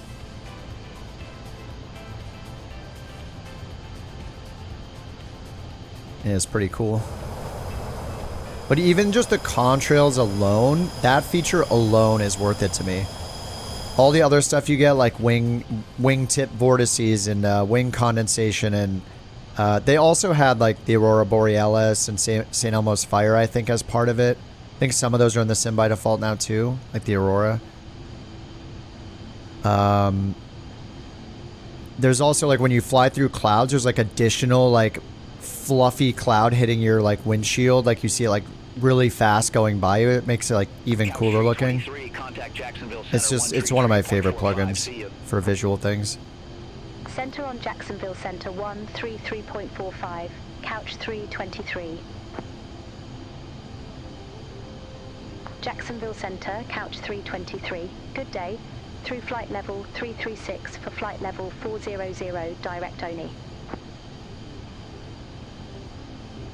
Couch 323, Jacksonville Center, good day.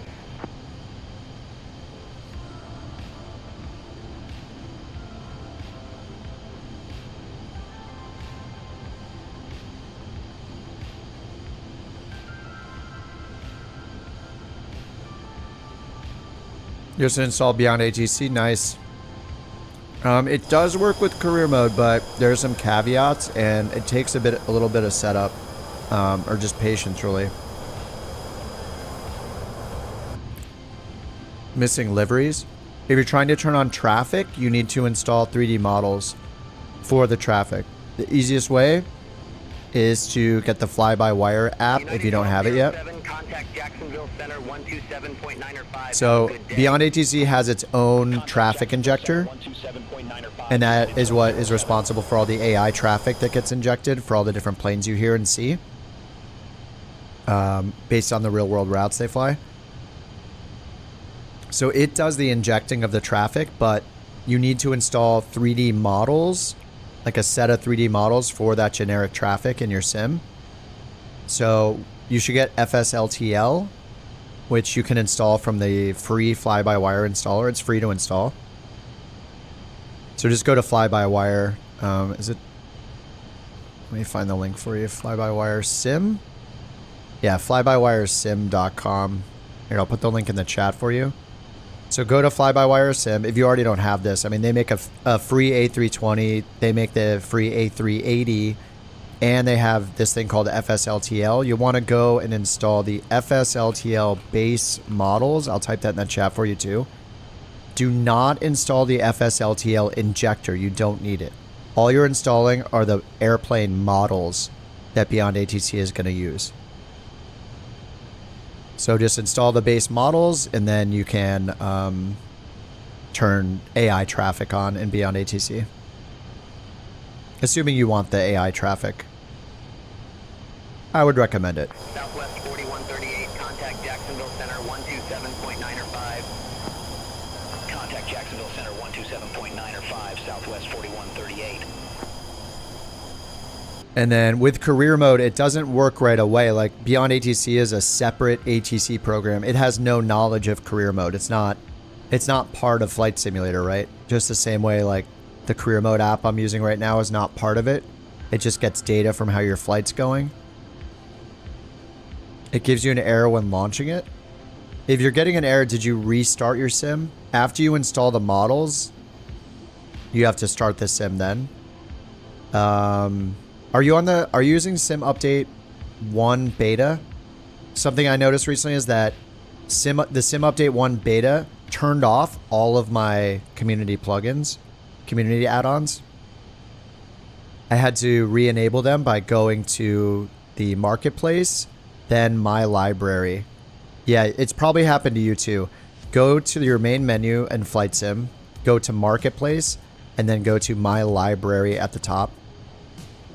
And then filter your content for your community stuff. There's a filter on the left for community. Check that, and I bet everything is disabled. That's what happened to me. You have to hit select all and hit enable, and it'll turn it all on. You shouldn't have to restart either.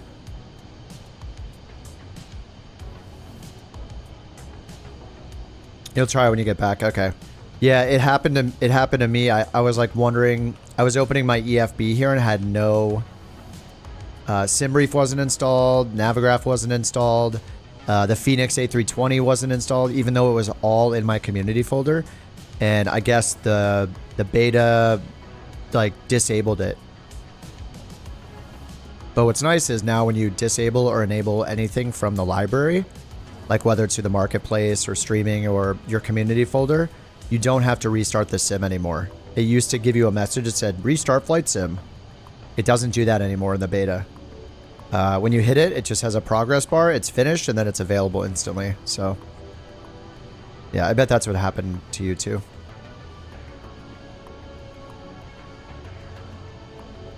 And no, I didn't make a setup guide for it.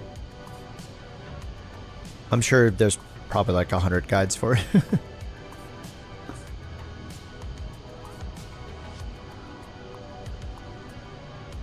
All right, we are almost up in cruise.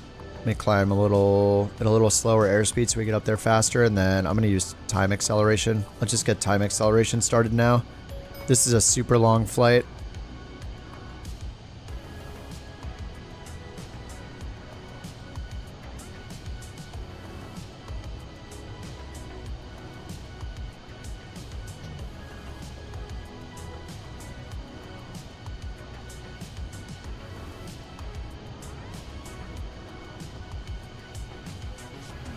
All right, double speed activated.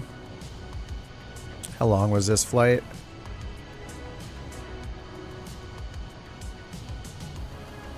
Hour and 47 minutes.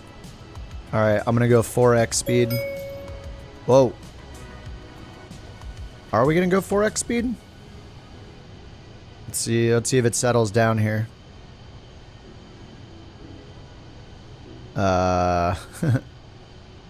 Yo, calm down, man. Okay, I think it's okay.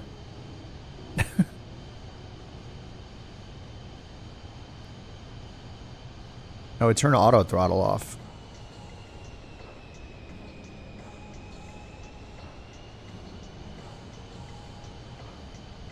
Okay. Think we're good.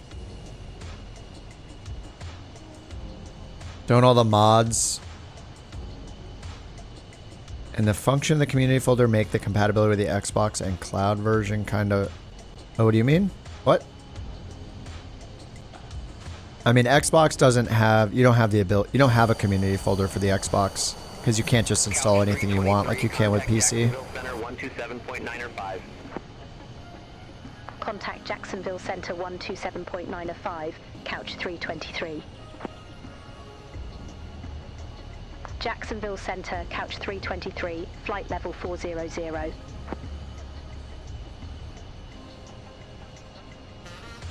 Couch 323, Jacksonville Center.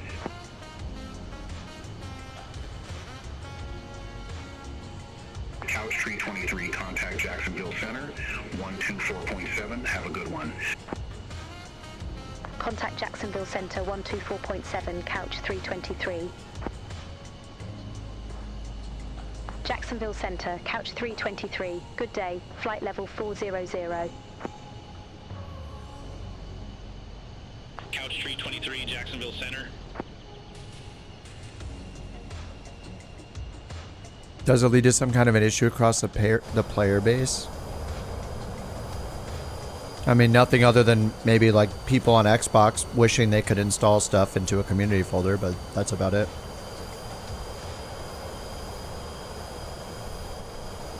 I mean, I can't install anything on my sim on PC that will affect you on your Xbox.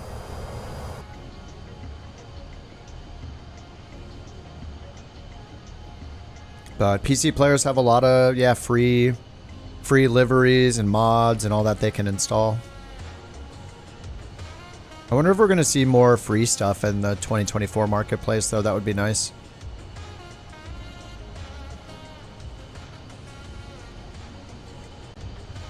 I remember Parallel 42 like wrote a blog post or something about how difficult it was for them to get stuff in the marketplace that was listed as free, because they like, I guess Microsoft didn't have like an easy way to do it or something, or I don't know exactly how it was.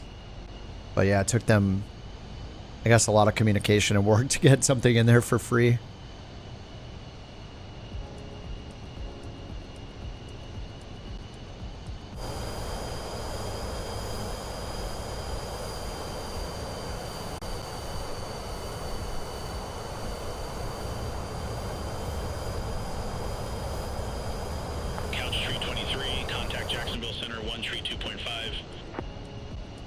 Center on Jacksonville Center 132.5, couch 323.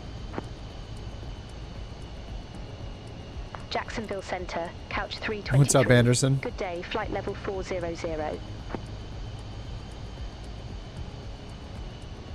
Couch 323, Jacksonville Center, copy.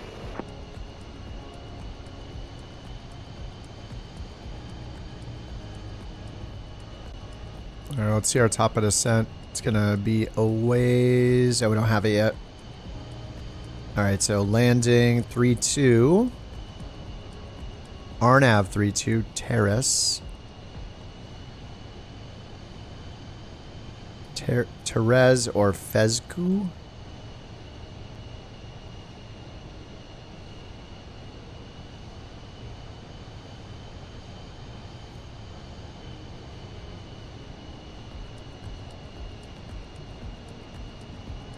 This is so hard to decipher. Like, what are we... This is for runway 32. So is this the final approach course this way?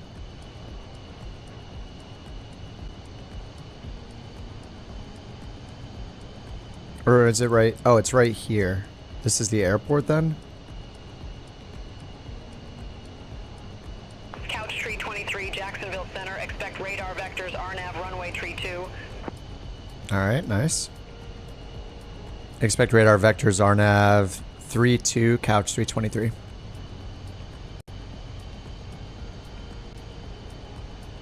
Alright, we'll just put that on for now then and get rid of the discontinuity. Alright, so yeah, just a right turn.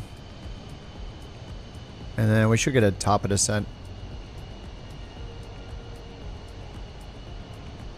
There's our TOD after Hepar. That's 19 minutes away. Oh, we're going pretty fast. Maybe I didn't need 4x for this. Is it a hold? It might be just a reversal. Turn left, heading 230, descend maintain 9,000. Alright, let me slow down to real time. Alright. Apalachicola landing runway 32. All right, turn left, heading 230, descend maintain 9,000, altimeter. What the heck? Alright. 287, Apalachicola, Mun landing runway 32, couch 320. 230, 9,000. Couch 323, turn left, heading 230, vectors for the approach. Expect further clearance in about 4 or 5 miles. Alright, down to 9,000. Our ground speed's 329, so 33 divided by 2.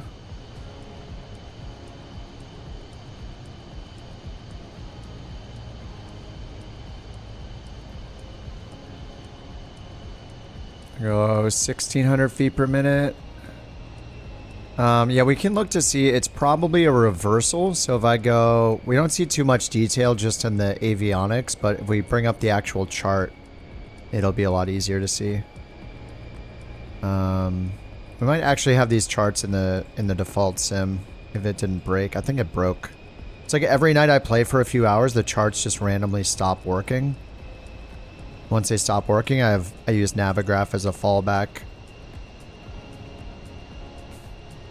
Like, we should have charts here. They just stop working. Anyway, I'll just use Navigraph. Okay, here for Navigraph, let's choose the approach. RNAV 32. And then when I add this, it'll pin the chart for us at the bottom here.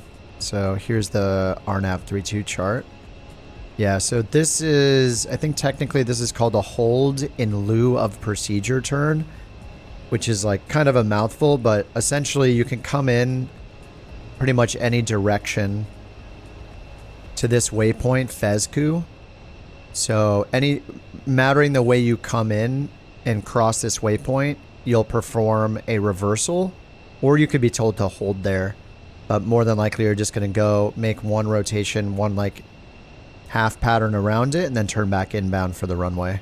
So in our case, since we're coming over here from Teres or whatever, Teres, we're going to come this way, and it doesn't say no PT. Wait, there's a note that says 1.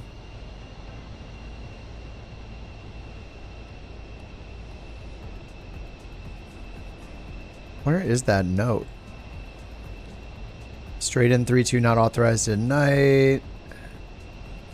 Oh, sorry, it's right here. Procedure not authorized for arrivals at Teres on V5 Victor 521 southbound. Wait, are we on Victor 521? No, we're on Quebec 109.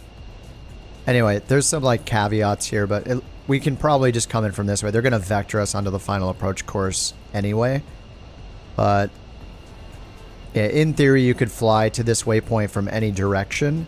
And so if we're coming in from this way, we would use this reversal. We'd come out here, cross over, turn outbound, turn back inbound, like this or whatever, intercept the final approach course for the runway. For us, we happen to be coming on a nice path this direction, so we can just cross here and then turn left. And they're going to vector us, so... So they're just giving us headings. Turn right, heading 255, couch 323. All right, 255. Couch 323, contact Jacksonville Center 120.85. Have a good one. Pretty much pointing us straight at the airport right now. Jacksonville Center 120.85. Couch 323. Have a good day. Jacksonville Center, couch 323, flight level 349er. Couch 323, Jacksonville Center, copy. So what's cool about Flight Sim 24 though is they added FAA charts. So if you fly in the US, you have a lot of charts you can access. And they also added Lufthansa charts called Lido charts that are available globally at like the most major airports in the world, everywhere. So if you open up the tablet up here at the top and you go to your flight planner and you put the flight plan in like this, anytime you put the flight plan in, it'll automatically pin any charts it can, if they're Lido charts, to this little clipboard here, but it won't yet automatically pin FAA charts, unfortunately. And if it didn't break on me after a few hours of simming every time, I'd be able to show you the charts, but basically you can go and look up any airport. You can either type it in the search box here, or if you have it in the flight plan, you can click this little I button next to your departure or arrival airport. So I could click right here next to Apalachicola. I can click this I, and then it pins it here in this purple section on the left as my chosen airport. And then I can just go to the charts and then look up the charts here. But for whatever reason, after a few hours of playing the sim each night, they just stop working. But you should be able to go here, go to approaches, choose FAA at the bottom because there probably aren't any Lido charts here. Center, United 2702. So you can choose between the two chart providers. So if you're in the US, FAA is going to work like most of the time. And then you can just find that same chart I just pulled up. It'll look a little bit different because it's a different chart provider. So the chart design, it's very similar. There's like some subtle differences, but United 2702, Jacksonville the Center, EFB is the tablet. This is the EFB, electronic flight bag. And then within here, you go to the flight planner app. So it has a bunch of like apps in the tablet or the EFB. So you just want the flight planner on this compass. And this is where you can like set your route. You can see a moving map. If you choose your route and you plan your route through the route button here at the top left, or it did it for you like it does in career mode, then you'll be able to see your route on the moving map like this. And then, yeah, you can get to the charts and stuff. You just have to select an airport first. This section where the purple is will be blank by default. So you have to tell it which airport to pin down there. Either by hitting the little I button, or like I could just look up any airport. Like I'll just type in JFK right now, KJFK, hit Kennedy, and now Kennedy is pinned right down here. Now I can hit charts, and then I can click and look through all the charts. Oh, the Microsoft Flight. The website? Yeah, I've used the website. The website is nicer than the tablet, but the website is still going to a website, so you can't just use it in the sim like this as easily. So I try to just use the EFB because it's so easy to access it. I don't have to like go to my web browser. But the Flight Planner website's really slick. What's nice about it is if you generate a flight plan and you hit the save button at the bottom, you can then hit load right here, and then you can load that flight plan in. Looks like it's dead though. Contact Jacksonville Center 132.3, couch 323. The purple pin. Yeah, it's just like your selected airport. Level 288. So like anytime you like choose a specific airport, it puts the details of the airport in this little section here. So if I want to see the weather at my destination, I go to my flight plan. This is just a shortcut. This is my destination, KAAF. I hit the little info button here. That'll change what's selected here in the purple section. Now it says KAAF. Now all this information is about this airport. So I get runway information, radio frequencies, the elevation. If the charts were working for me, you would see the charts here. Since they're not though, I am just using Navigraph as a fallback, which is like payware.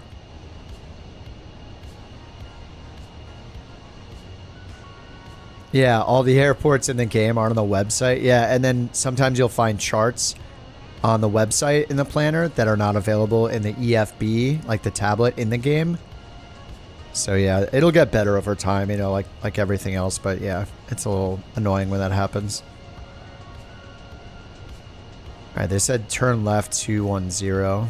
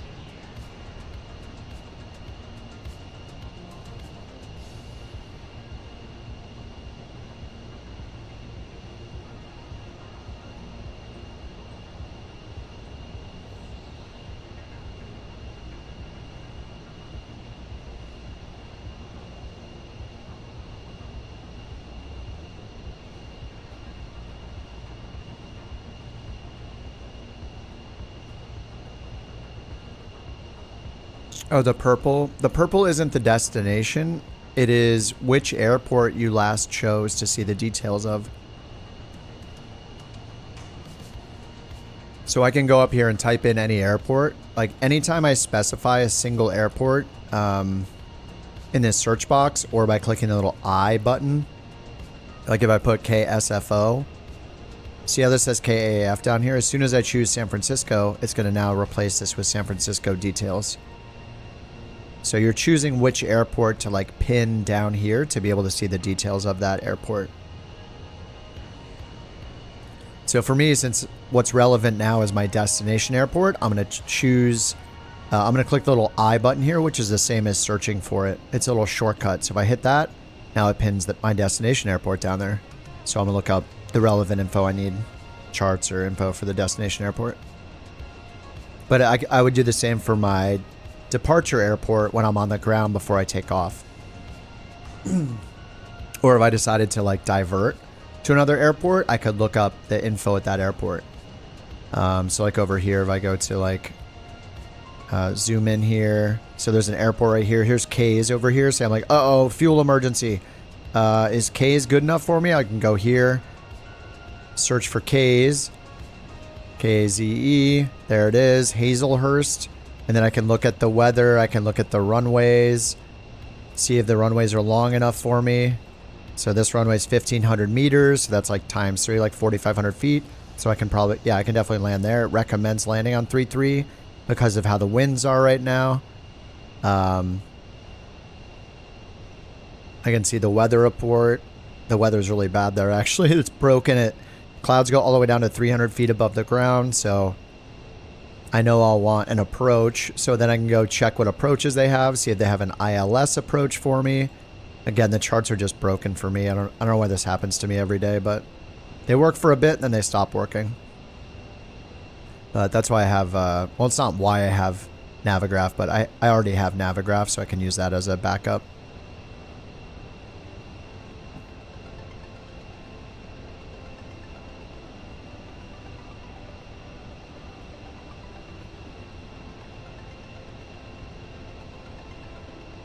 All right, let's set our minimums. LPV 350. Oops.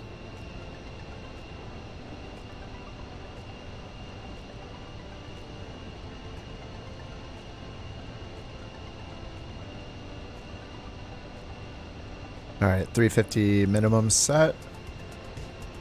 And we're at 20,000. Did they give us the altimeter setting? He said to descend to 9,000, so they should have given us the altimeter. Yeah, 2987 is what they said. 2987, and we're almost at 18,000 feet, so 2987. All set. And we're still just on the heading they gave us. Conflict with SimBrief? Maybe? I mean, SimBrief broke other stuff, so yeah, maybe. I have no idea. It's weird that it like works for a bit and then stops working. Like SimBrief was breaking all of the waypoints on the moving map here. Thankfully they fixed it, but before I couldn't see any waypoints. Like all these airport waypoints weren't showing up. But they fixed that, but yeah, maybe there's some other problems. Something is breaking the charts. Maybe one day I should just uninstall the extra EFB apps and see if my charts work all night.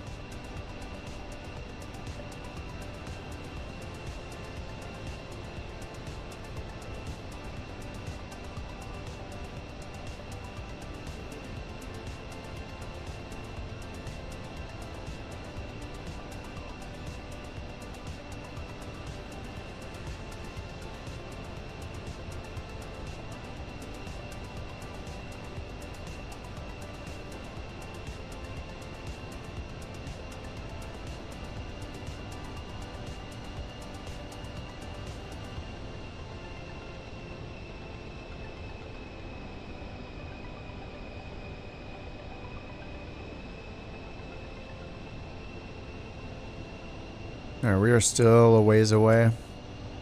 So weird to get vectors so far out. 165 miles out, basically.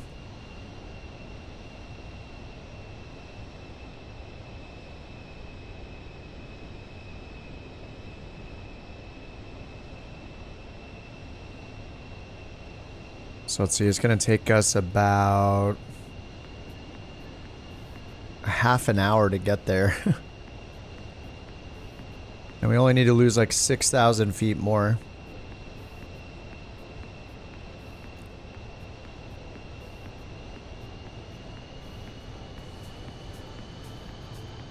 Alright, I'm going to go to double speed. Just because it's getting late here, it's like almost 11. Alright, here comes the loud double speed sound. What's up, Sydney? Alright, that's the double speed sound.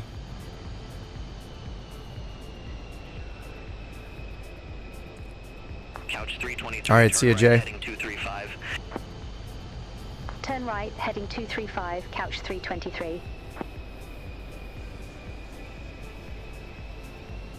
Alright, turn right, 235.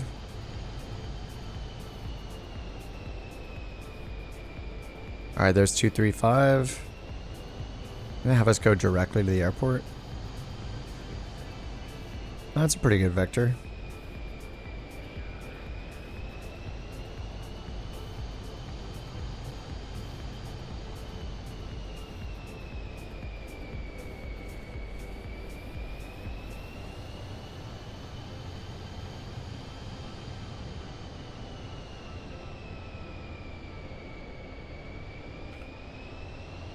Alright, and fuel, it has no idea.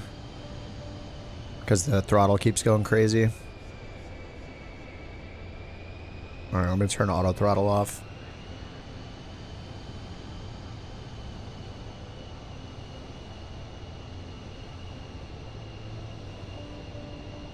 Alright, 270 knots. We're in 2x speed just to save some time.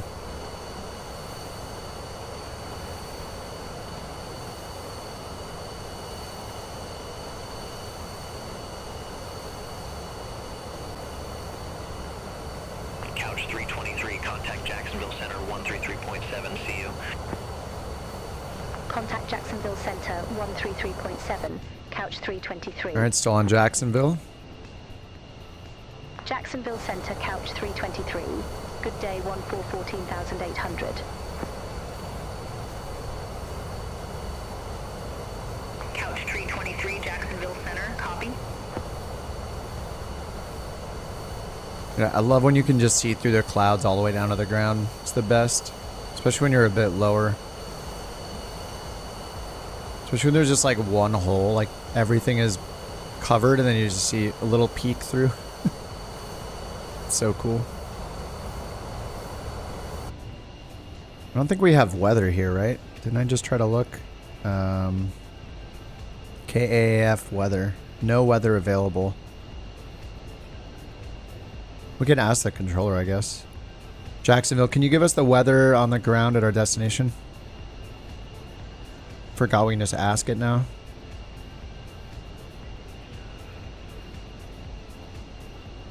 Couch tree 23, Apalachicola moon weather. Winds 280 at 8, altimeter tree 0 tree 6. Visibility and temperature not available. Huh, that's cool. Well, we got the altimeter and the winds. Nice. I don't like the PC-24 versus the longitude. You know, I haven't I feel like I've flown the PC-24 more than the longitude already, I think. I used to fly the CJ4 a lot more. I kind of like all of them. I mean, the longitude, like they're very similar. Like the the PC-24 and the longitude both have spoilers and auto throttle. I think the longitude seats more though. I'm pretty sure this is more like a CJ4 size, or like maybe it's slightly in between the CJ4 and the longitude. Pretty sure the longitude is pretty big on the inside compared to this. I feel like it is another, I don't know. I haven't compared them. But they both have auto throttle, which is awesome.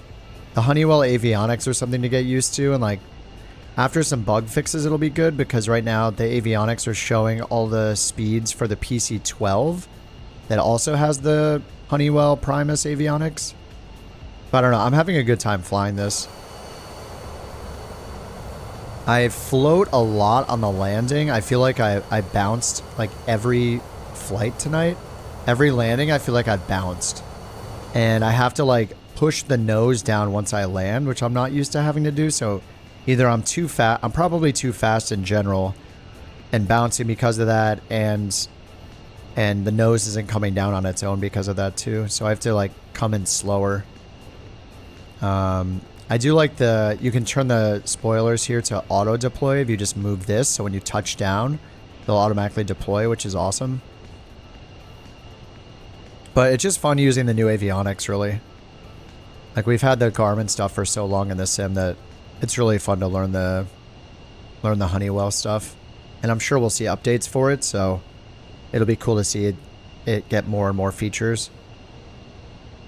It's not too bad overall. Like I've run into some weird issues trying to like change the flight plan, and it just gets kind of lost and I can't make it do what I want to do. So But yeah, I mean, for like a V1, it's pretty, like a version 1, it's pretty great.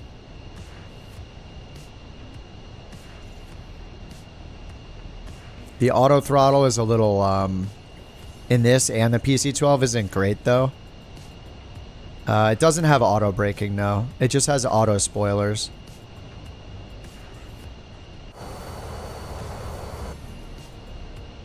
How did it know it was me asking for the weather? I don't know, I guess just because we've been in touch with it.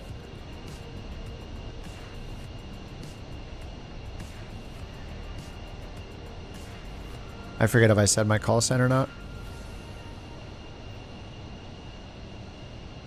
It knows my voice, that's why. We're the only ones on this frequency. Hey, Jacksonville, what's your favorite Mexican food? Alright, let's put in 3036. Please keep the frequency clear for ATC communications. Yeah, but there's nobody on this frequency except for you and me, so can you tell us what kind of tacos you like?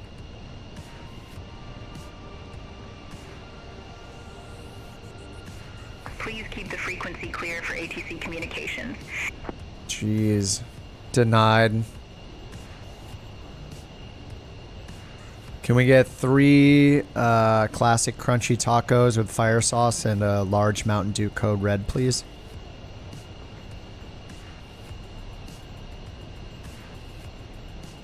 Please keep the frequency clear for ATC communications. They like margaritas. I don't know what changed, but there was that one guy who was like, said something like, oh, the dog just came here and she's like licking something. I was like, what do you have? She just got her treat. I never know if she's got something she shouldn't have or not. Oh, chicken fajita, sorry. Couch tree 23, contact Jacksonville Center, 135.325. There was one of the one time on the first day I used the LLM, the guy was like, he said something like, save your order for a restaurant or something, and you know, or I think your questions are better suited for a restaurant or something like that. Instead of just giving me like a standard, please keep your communications aviation related or whatever.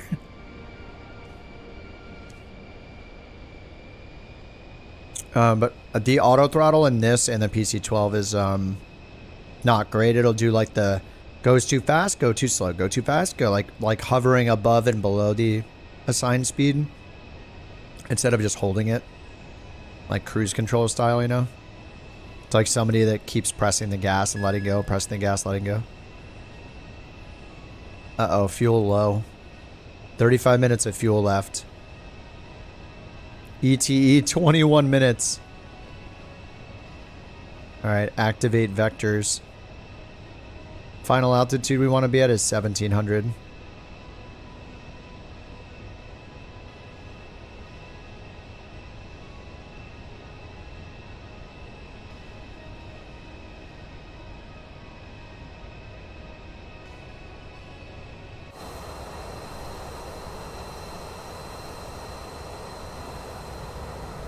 You're snacking too?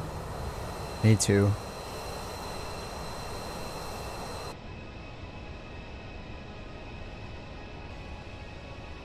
Alright, fuel low. Yeah, yeah.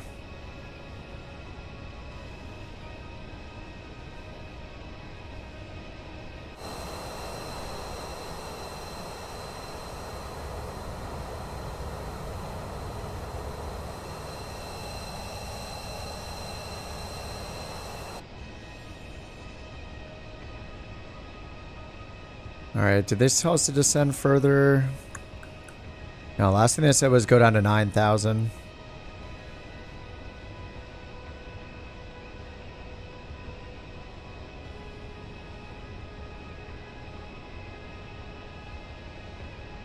And we have the RNAV over here. RNAV GPS runway 32.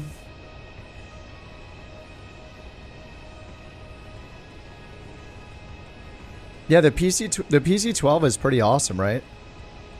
The only problems really are the Just like, you know, the same with this, where the auto throttle can be a little weird. It'll just like go too fast and too slow over again, like doing that with the engine, you know. Besides that and the career mode bug where you can't go above 17K or whatever. Besides that, it's really good. Like in free flight mode, it's great. 250 couch 323. All right, 250. Honeywell's growing on me. Yeah, it's actually really nice that they made it a touchscreen. The real unit is not a touchscreen. Like you use all these buttons here and you use that like weird mouse thing down near the throttle. But it's really good they made this a touchscreen.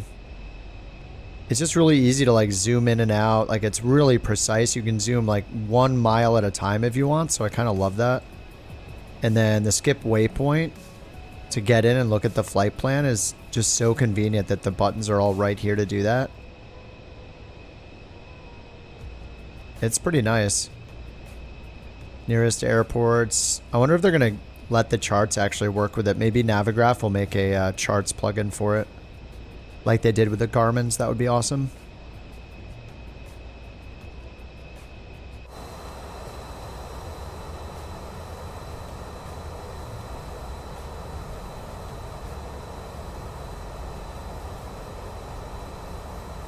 Alright.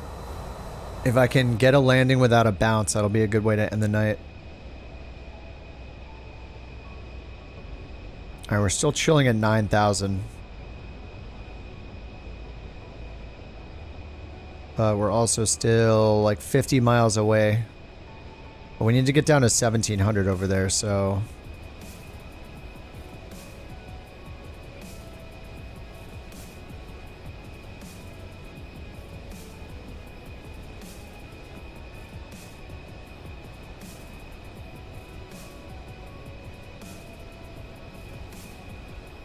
we probably need to start descending soonish. We need to lose about 7,000 feet. So I guess we could do that like 25 miles out. I guess we're okay.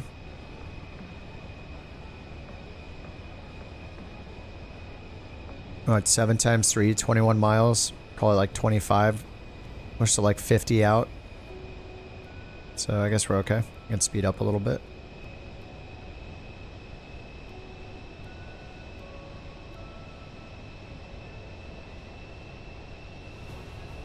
$18 minutes of fuel left, and it says we'll be there in 15 minutes.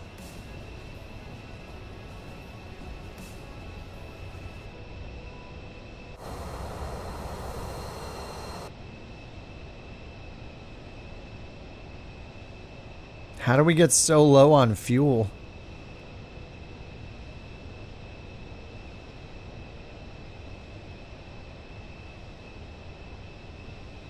Oh god, our fuel is kind of scary low. 186 pounds of fuel left.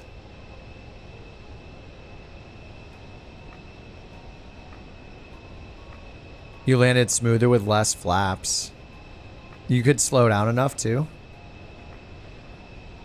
Yeah, last notch of flaps is pretty gnarly. Turn right, heading 270. Turn right, heading 270, couch 323. Alright, 270. That's a good vector. Look at that.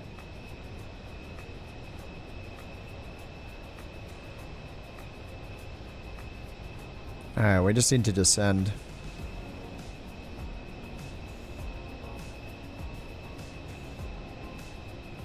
Oh, it was pretty sketchy landing without full flaps.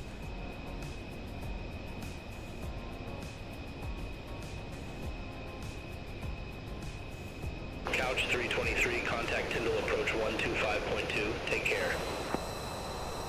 Contact Tyndall approach, couch 323. Tyndall approach? Tyndall, couch 323. Oh yeah, Tyndall approach. 8,700 feet. Couch tree 23, Tyndall approach, altimeter tree 0, tree 6, expect radar vectors for RNAV runway tree 2. All right, 3036. 3036, expect Got that radar in vectors for here RNAV and runway here. 32, couch 323. Expecting vectors. Couch tree 23, turn left, heading 245. Descend and maintain 8,000 feet. Altimeter tree 036. Expect 245. in about 16 miles. 245 8,000. Turn left, heading 245. Descend and maintain 8,000 feet. Altimeter 3036, couch 323. Let's go 1,000 feet per minute. We're getting really low on fuel. We have 100 pounds of fuel left.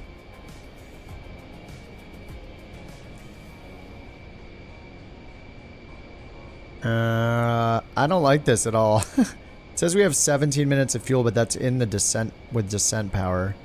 Like we're not idle, but we're not using much power right now.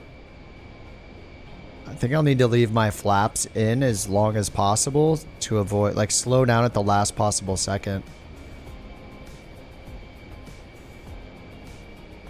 Would auto FPS be good to use even though you don't have a GPU? Oh, integrated? You could try it. I mean, you don't want it to... if anything, like, you want it to go under 100. What do you have your terrain resolution at? Your terrain level of detail at? Like, auto FPS will let you put in a target frame rate and then a minimum and maximum terrain level of detail. So mattering your altitude and FPS, it'll raise or lower the terrain level of detail and object level of detail and cloud detail if you wanted to try to reach that target frame rate. Yeah, this thing is... It says 10 minutes of fuel. I feel like I'm going to run out of fuel. This is terrifying. We're over the water, too. Alright, we should get a vector to the right.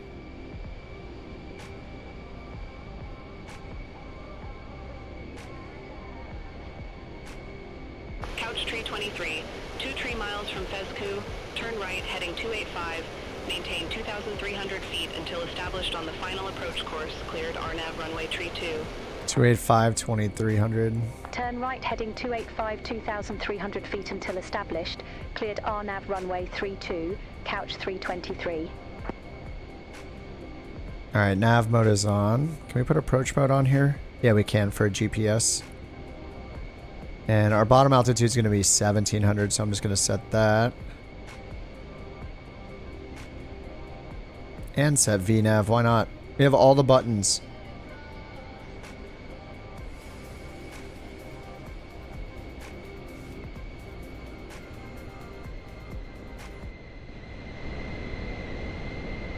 Pit stop. Pit stop in the water. This is the closest airport at this point.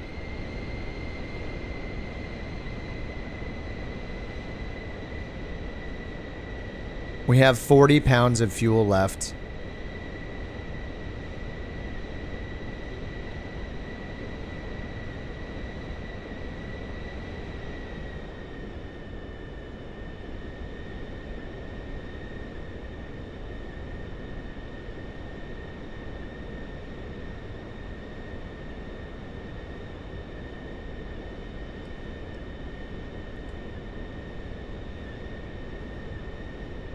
Let me do direct to this and VNAV so we make sure we're descending at the exact right rate. Yeah, I can slow down quite a lot here, it looks like.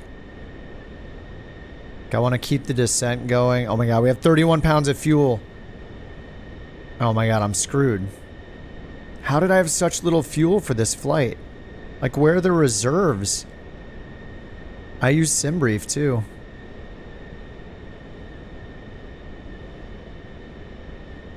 Yeah, I want to keep the altitude.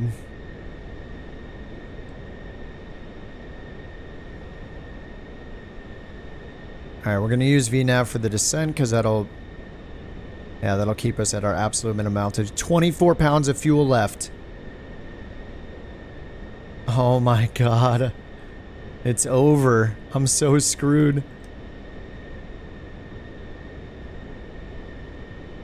Now I know how it's fuel factor correction. I wonder if this PC-24 profile I'm using is not the most accurate. I don't know. But I did use SimBrief. It's got the auto and the... We have 18 pounds of fuel left. 17 pounds of fuel left. 16. How does it say I have 5 minutes of fuel left? Oh my god, we have like no fuel at all. We're just hitting our top of descent. It's over. I think I'm crashing.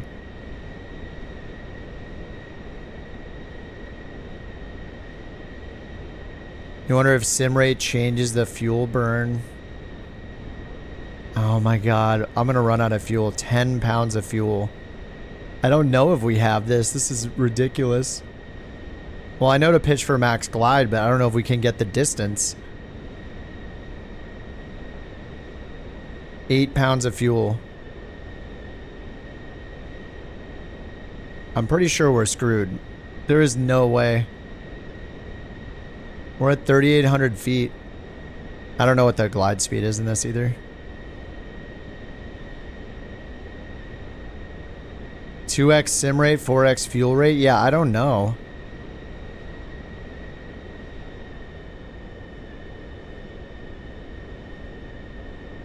Frequency change approved. Couch 323. See you. Okay, we got 2 pounds. This is it. It's about to run out.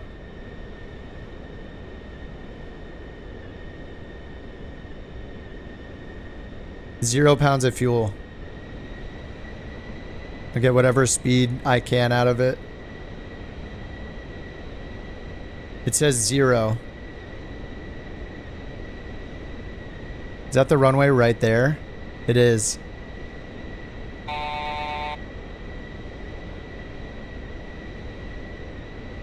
How are we still running? It says 0 pounds of fuel.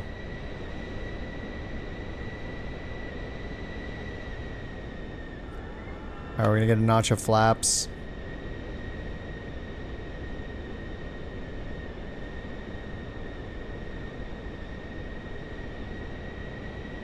Gear down.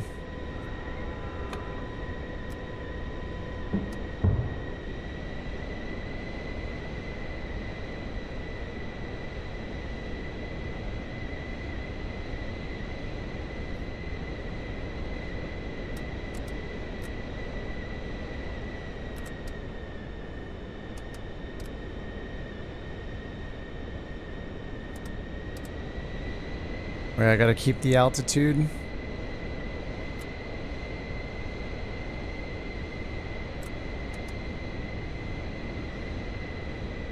I don't have full flaps out. The engines are still running. Put the gear up? What are you, crazy? I have to land. The gear takes like 15 seconds to deploy.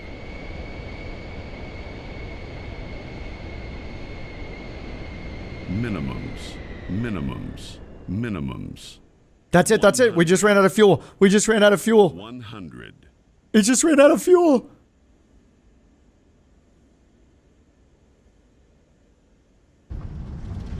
I'm out of fuel. Oh my god.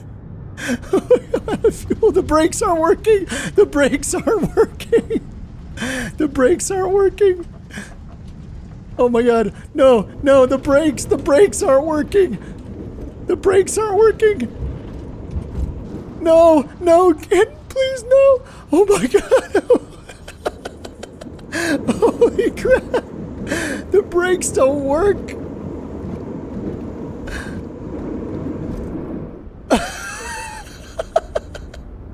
What?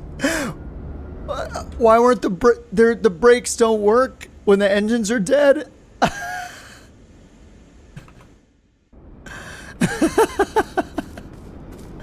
Holy crap. We're alive. What happened? Oh my god.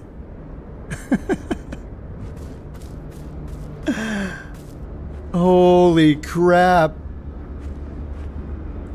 Oh, the spoiler's deployed. Wait, did I get paid? Hold on. It ended the mission. It ended the mission. Look, fuel, 2 minutes left. Landed without 30 minutes reserve fuel.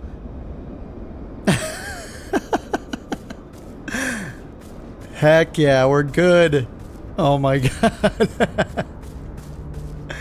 The fuel lines hold a lot of fuel. That was like an extra 30 seconds of fuel. Or maybe even a minute. She's a dirty bird, but she got the job done. Oh my god, that was ridiculous. Holy crap, doesn't get any closer than that.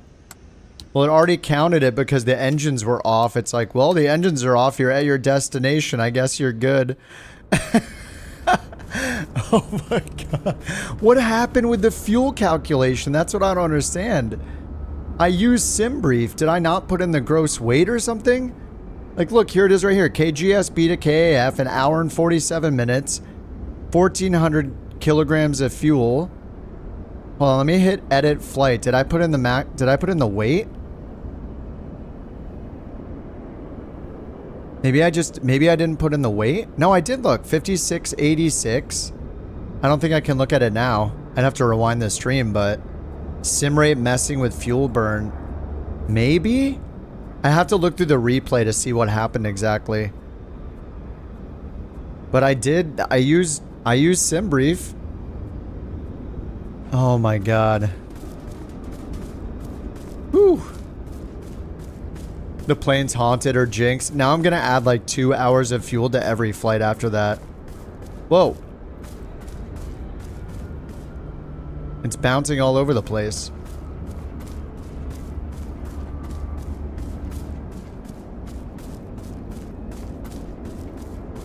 What do I hear? Do I hear one of you guys? I hear a plane, but I don't see a plane.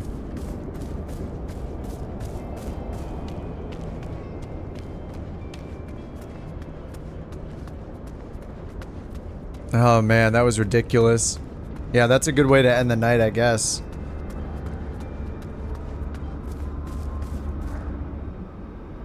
Is it just the wind? Is somebody flying around? Maybe it could be BeyondATC traffic near me. I got a server error too. BeyondATC traffic map. Oh, it died anyway, so there is no injection. Anyway. Oh my god. That was awesome. Whew. Alright, well, I guess the PIlatus is my best friend after that. Or my worst enemy. I'll have to see what happened with the fuel flow. Look at it, it's just bouncing around over there. We need to kiss the tarmac. Kiss the taxiway.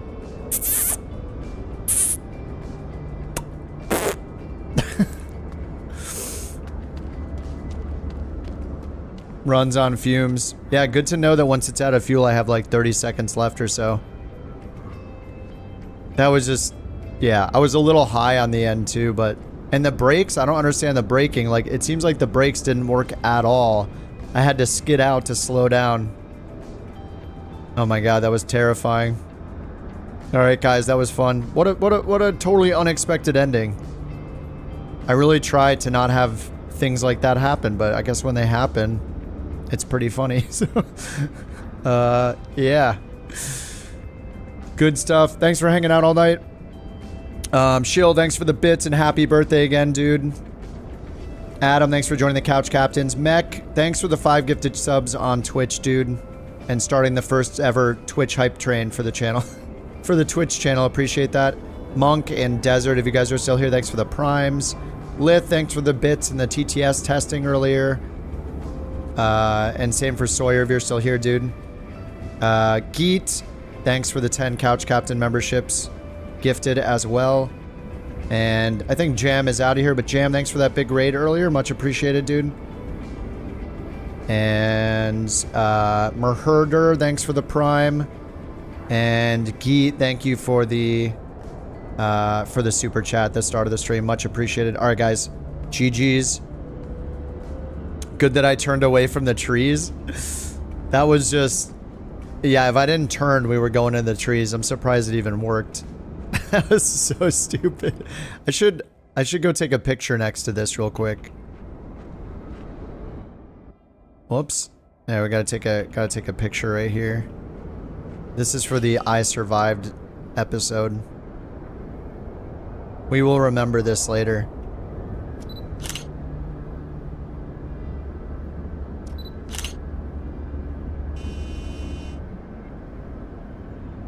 This will have to be tomorrow's thumbnail.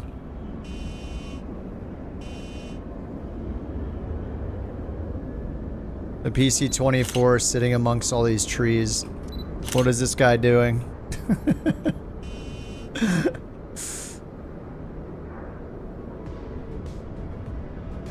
Oh yeah, the wheel tracks? Oh, are they? Wait, where are they? Oh, there they are right there. Oh my god. They are visible.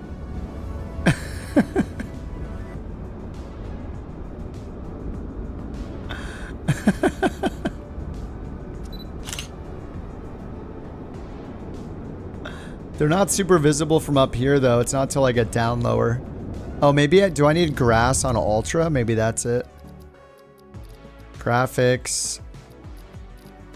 Grass is on Ultra actually. Oh, my object level of detail is 150? Huh. Interesting. Oh, I see Shimmy. Shimmy Jimmy.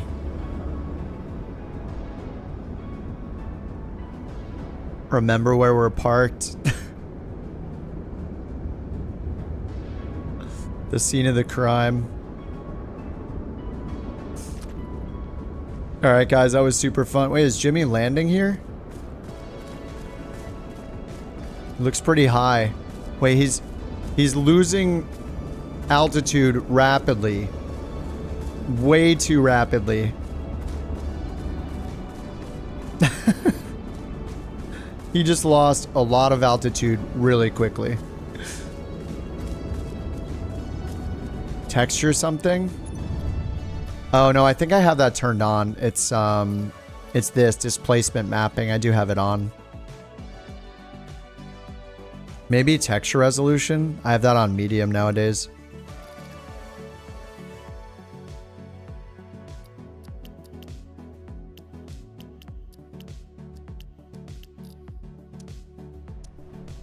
Yeah, I have it on. Oh, Jimmy made it. I don't know, he descended real fast though. Oh, the birds are glitching again. There they go. Into the trees. That would have been really nice looking if they had more than 1 FPS. Jimmy made it. Is he gonna turn around in the grass?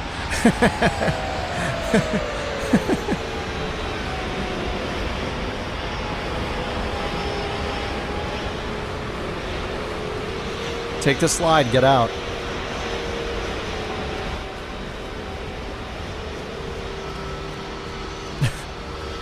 Oh, he's gone. And just like that, like Kaiser Soze, he's gone. He just disappeared. He had brakes, yeah, true. Alright guys, good games. Thanks for hanging out again. Thanks for all the support today. See you guys on the Discord. Any Couch Club members, if you need any help with anything, if I can help, hit me up in the Couch Club channel. Glad to help you guys. Oh, he's out. He's back. Shimmy Jimmy. Shimmy Jimmy.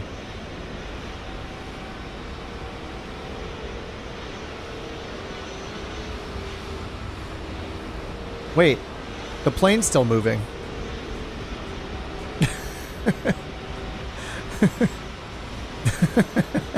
Is there just lag?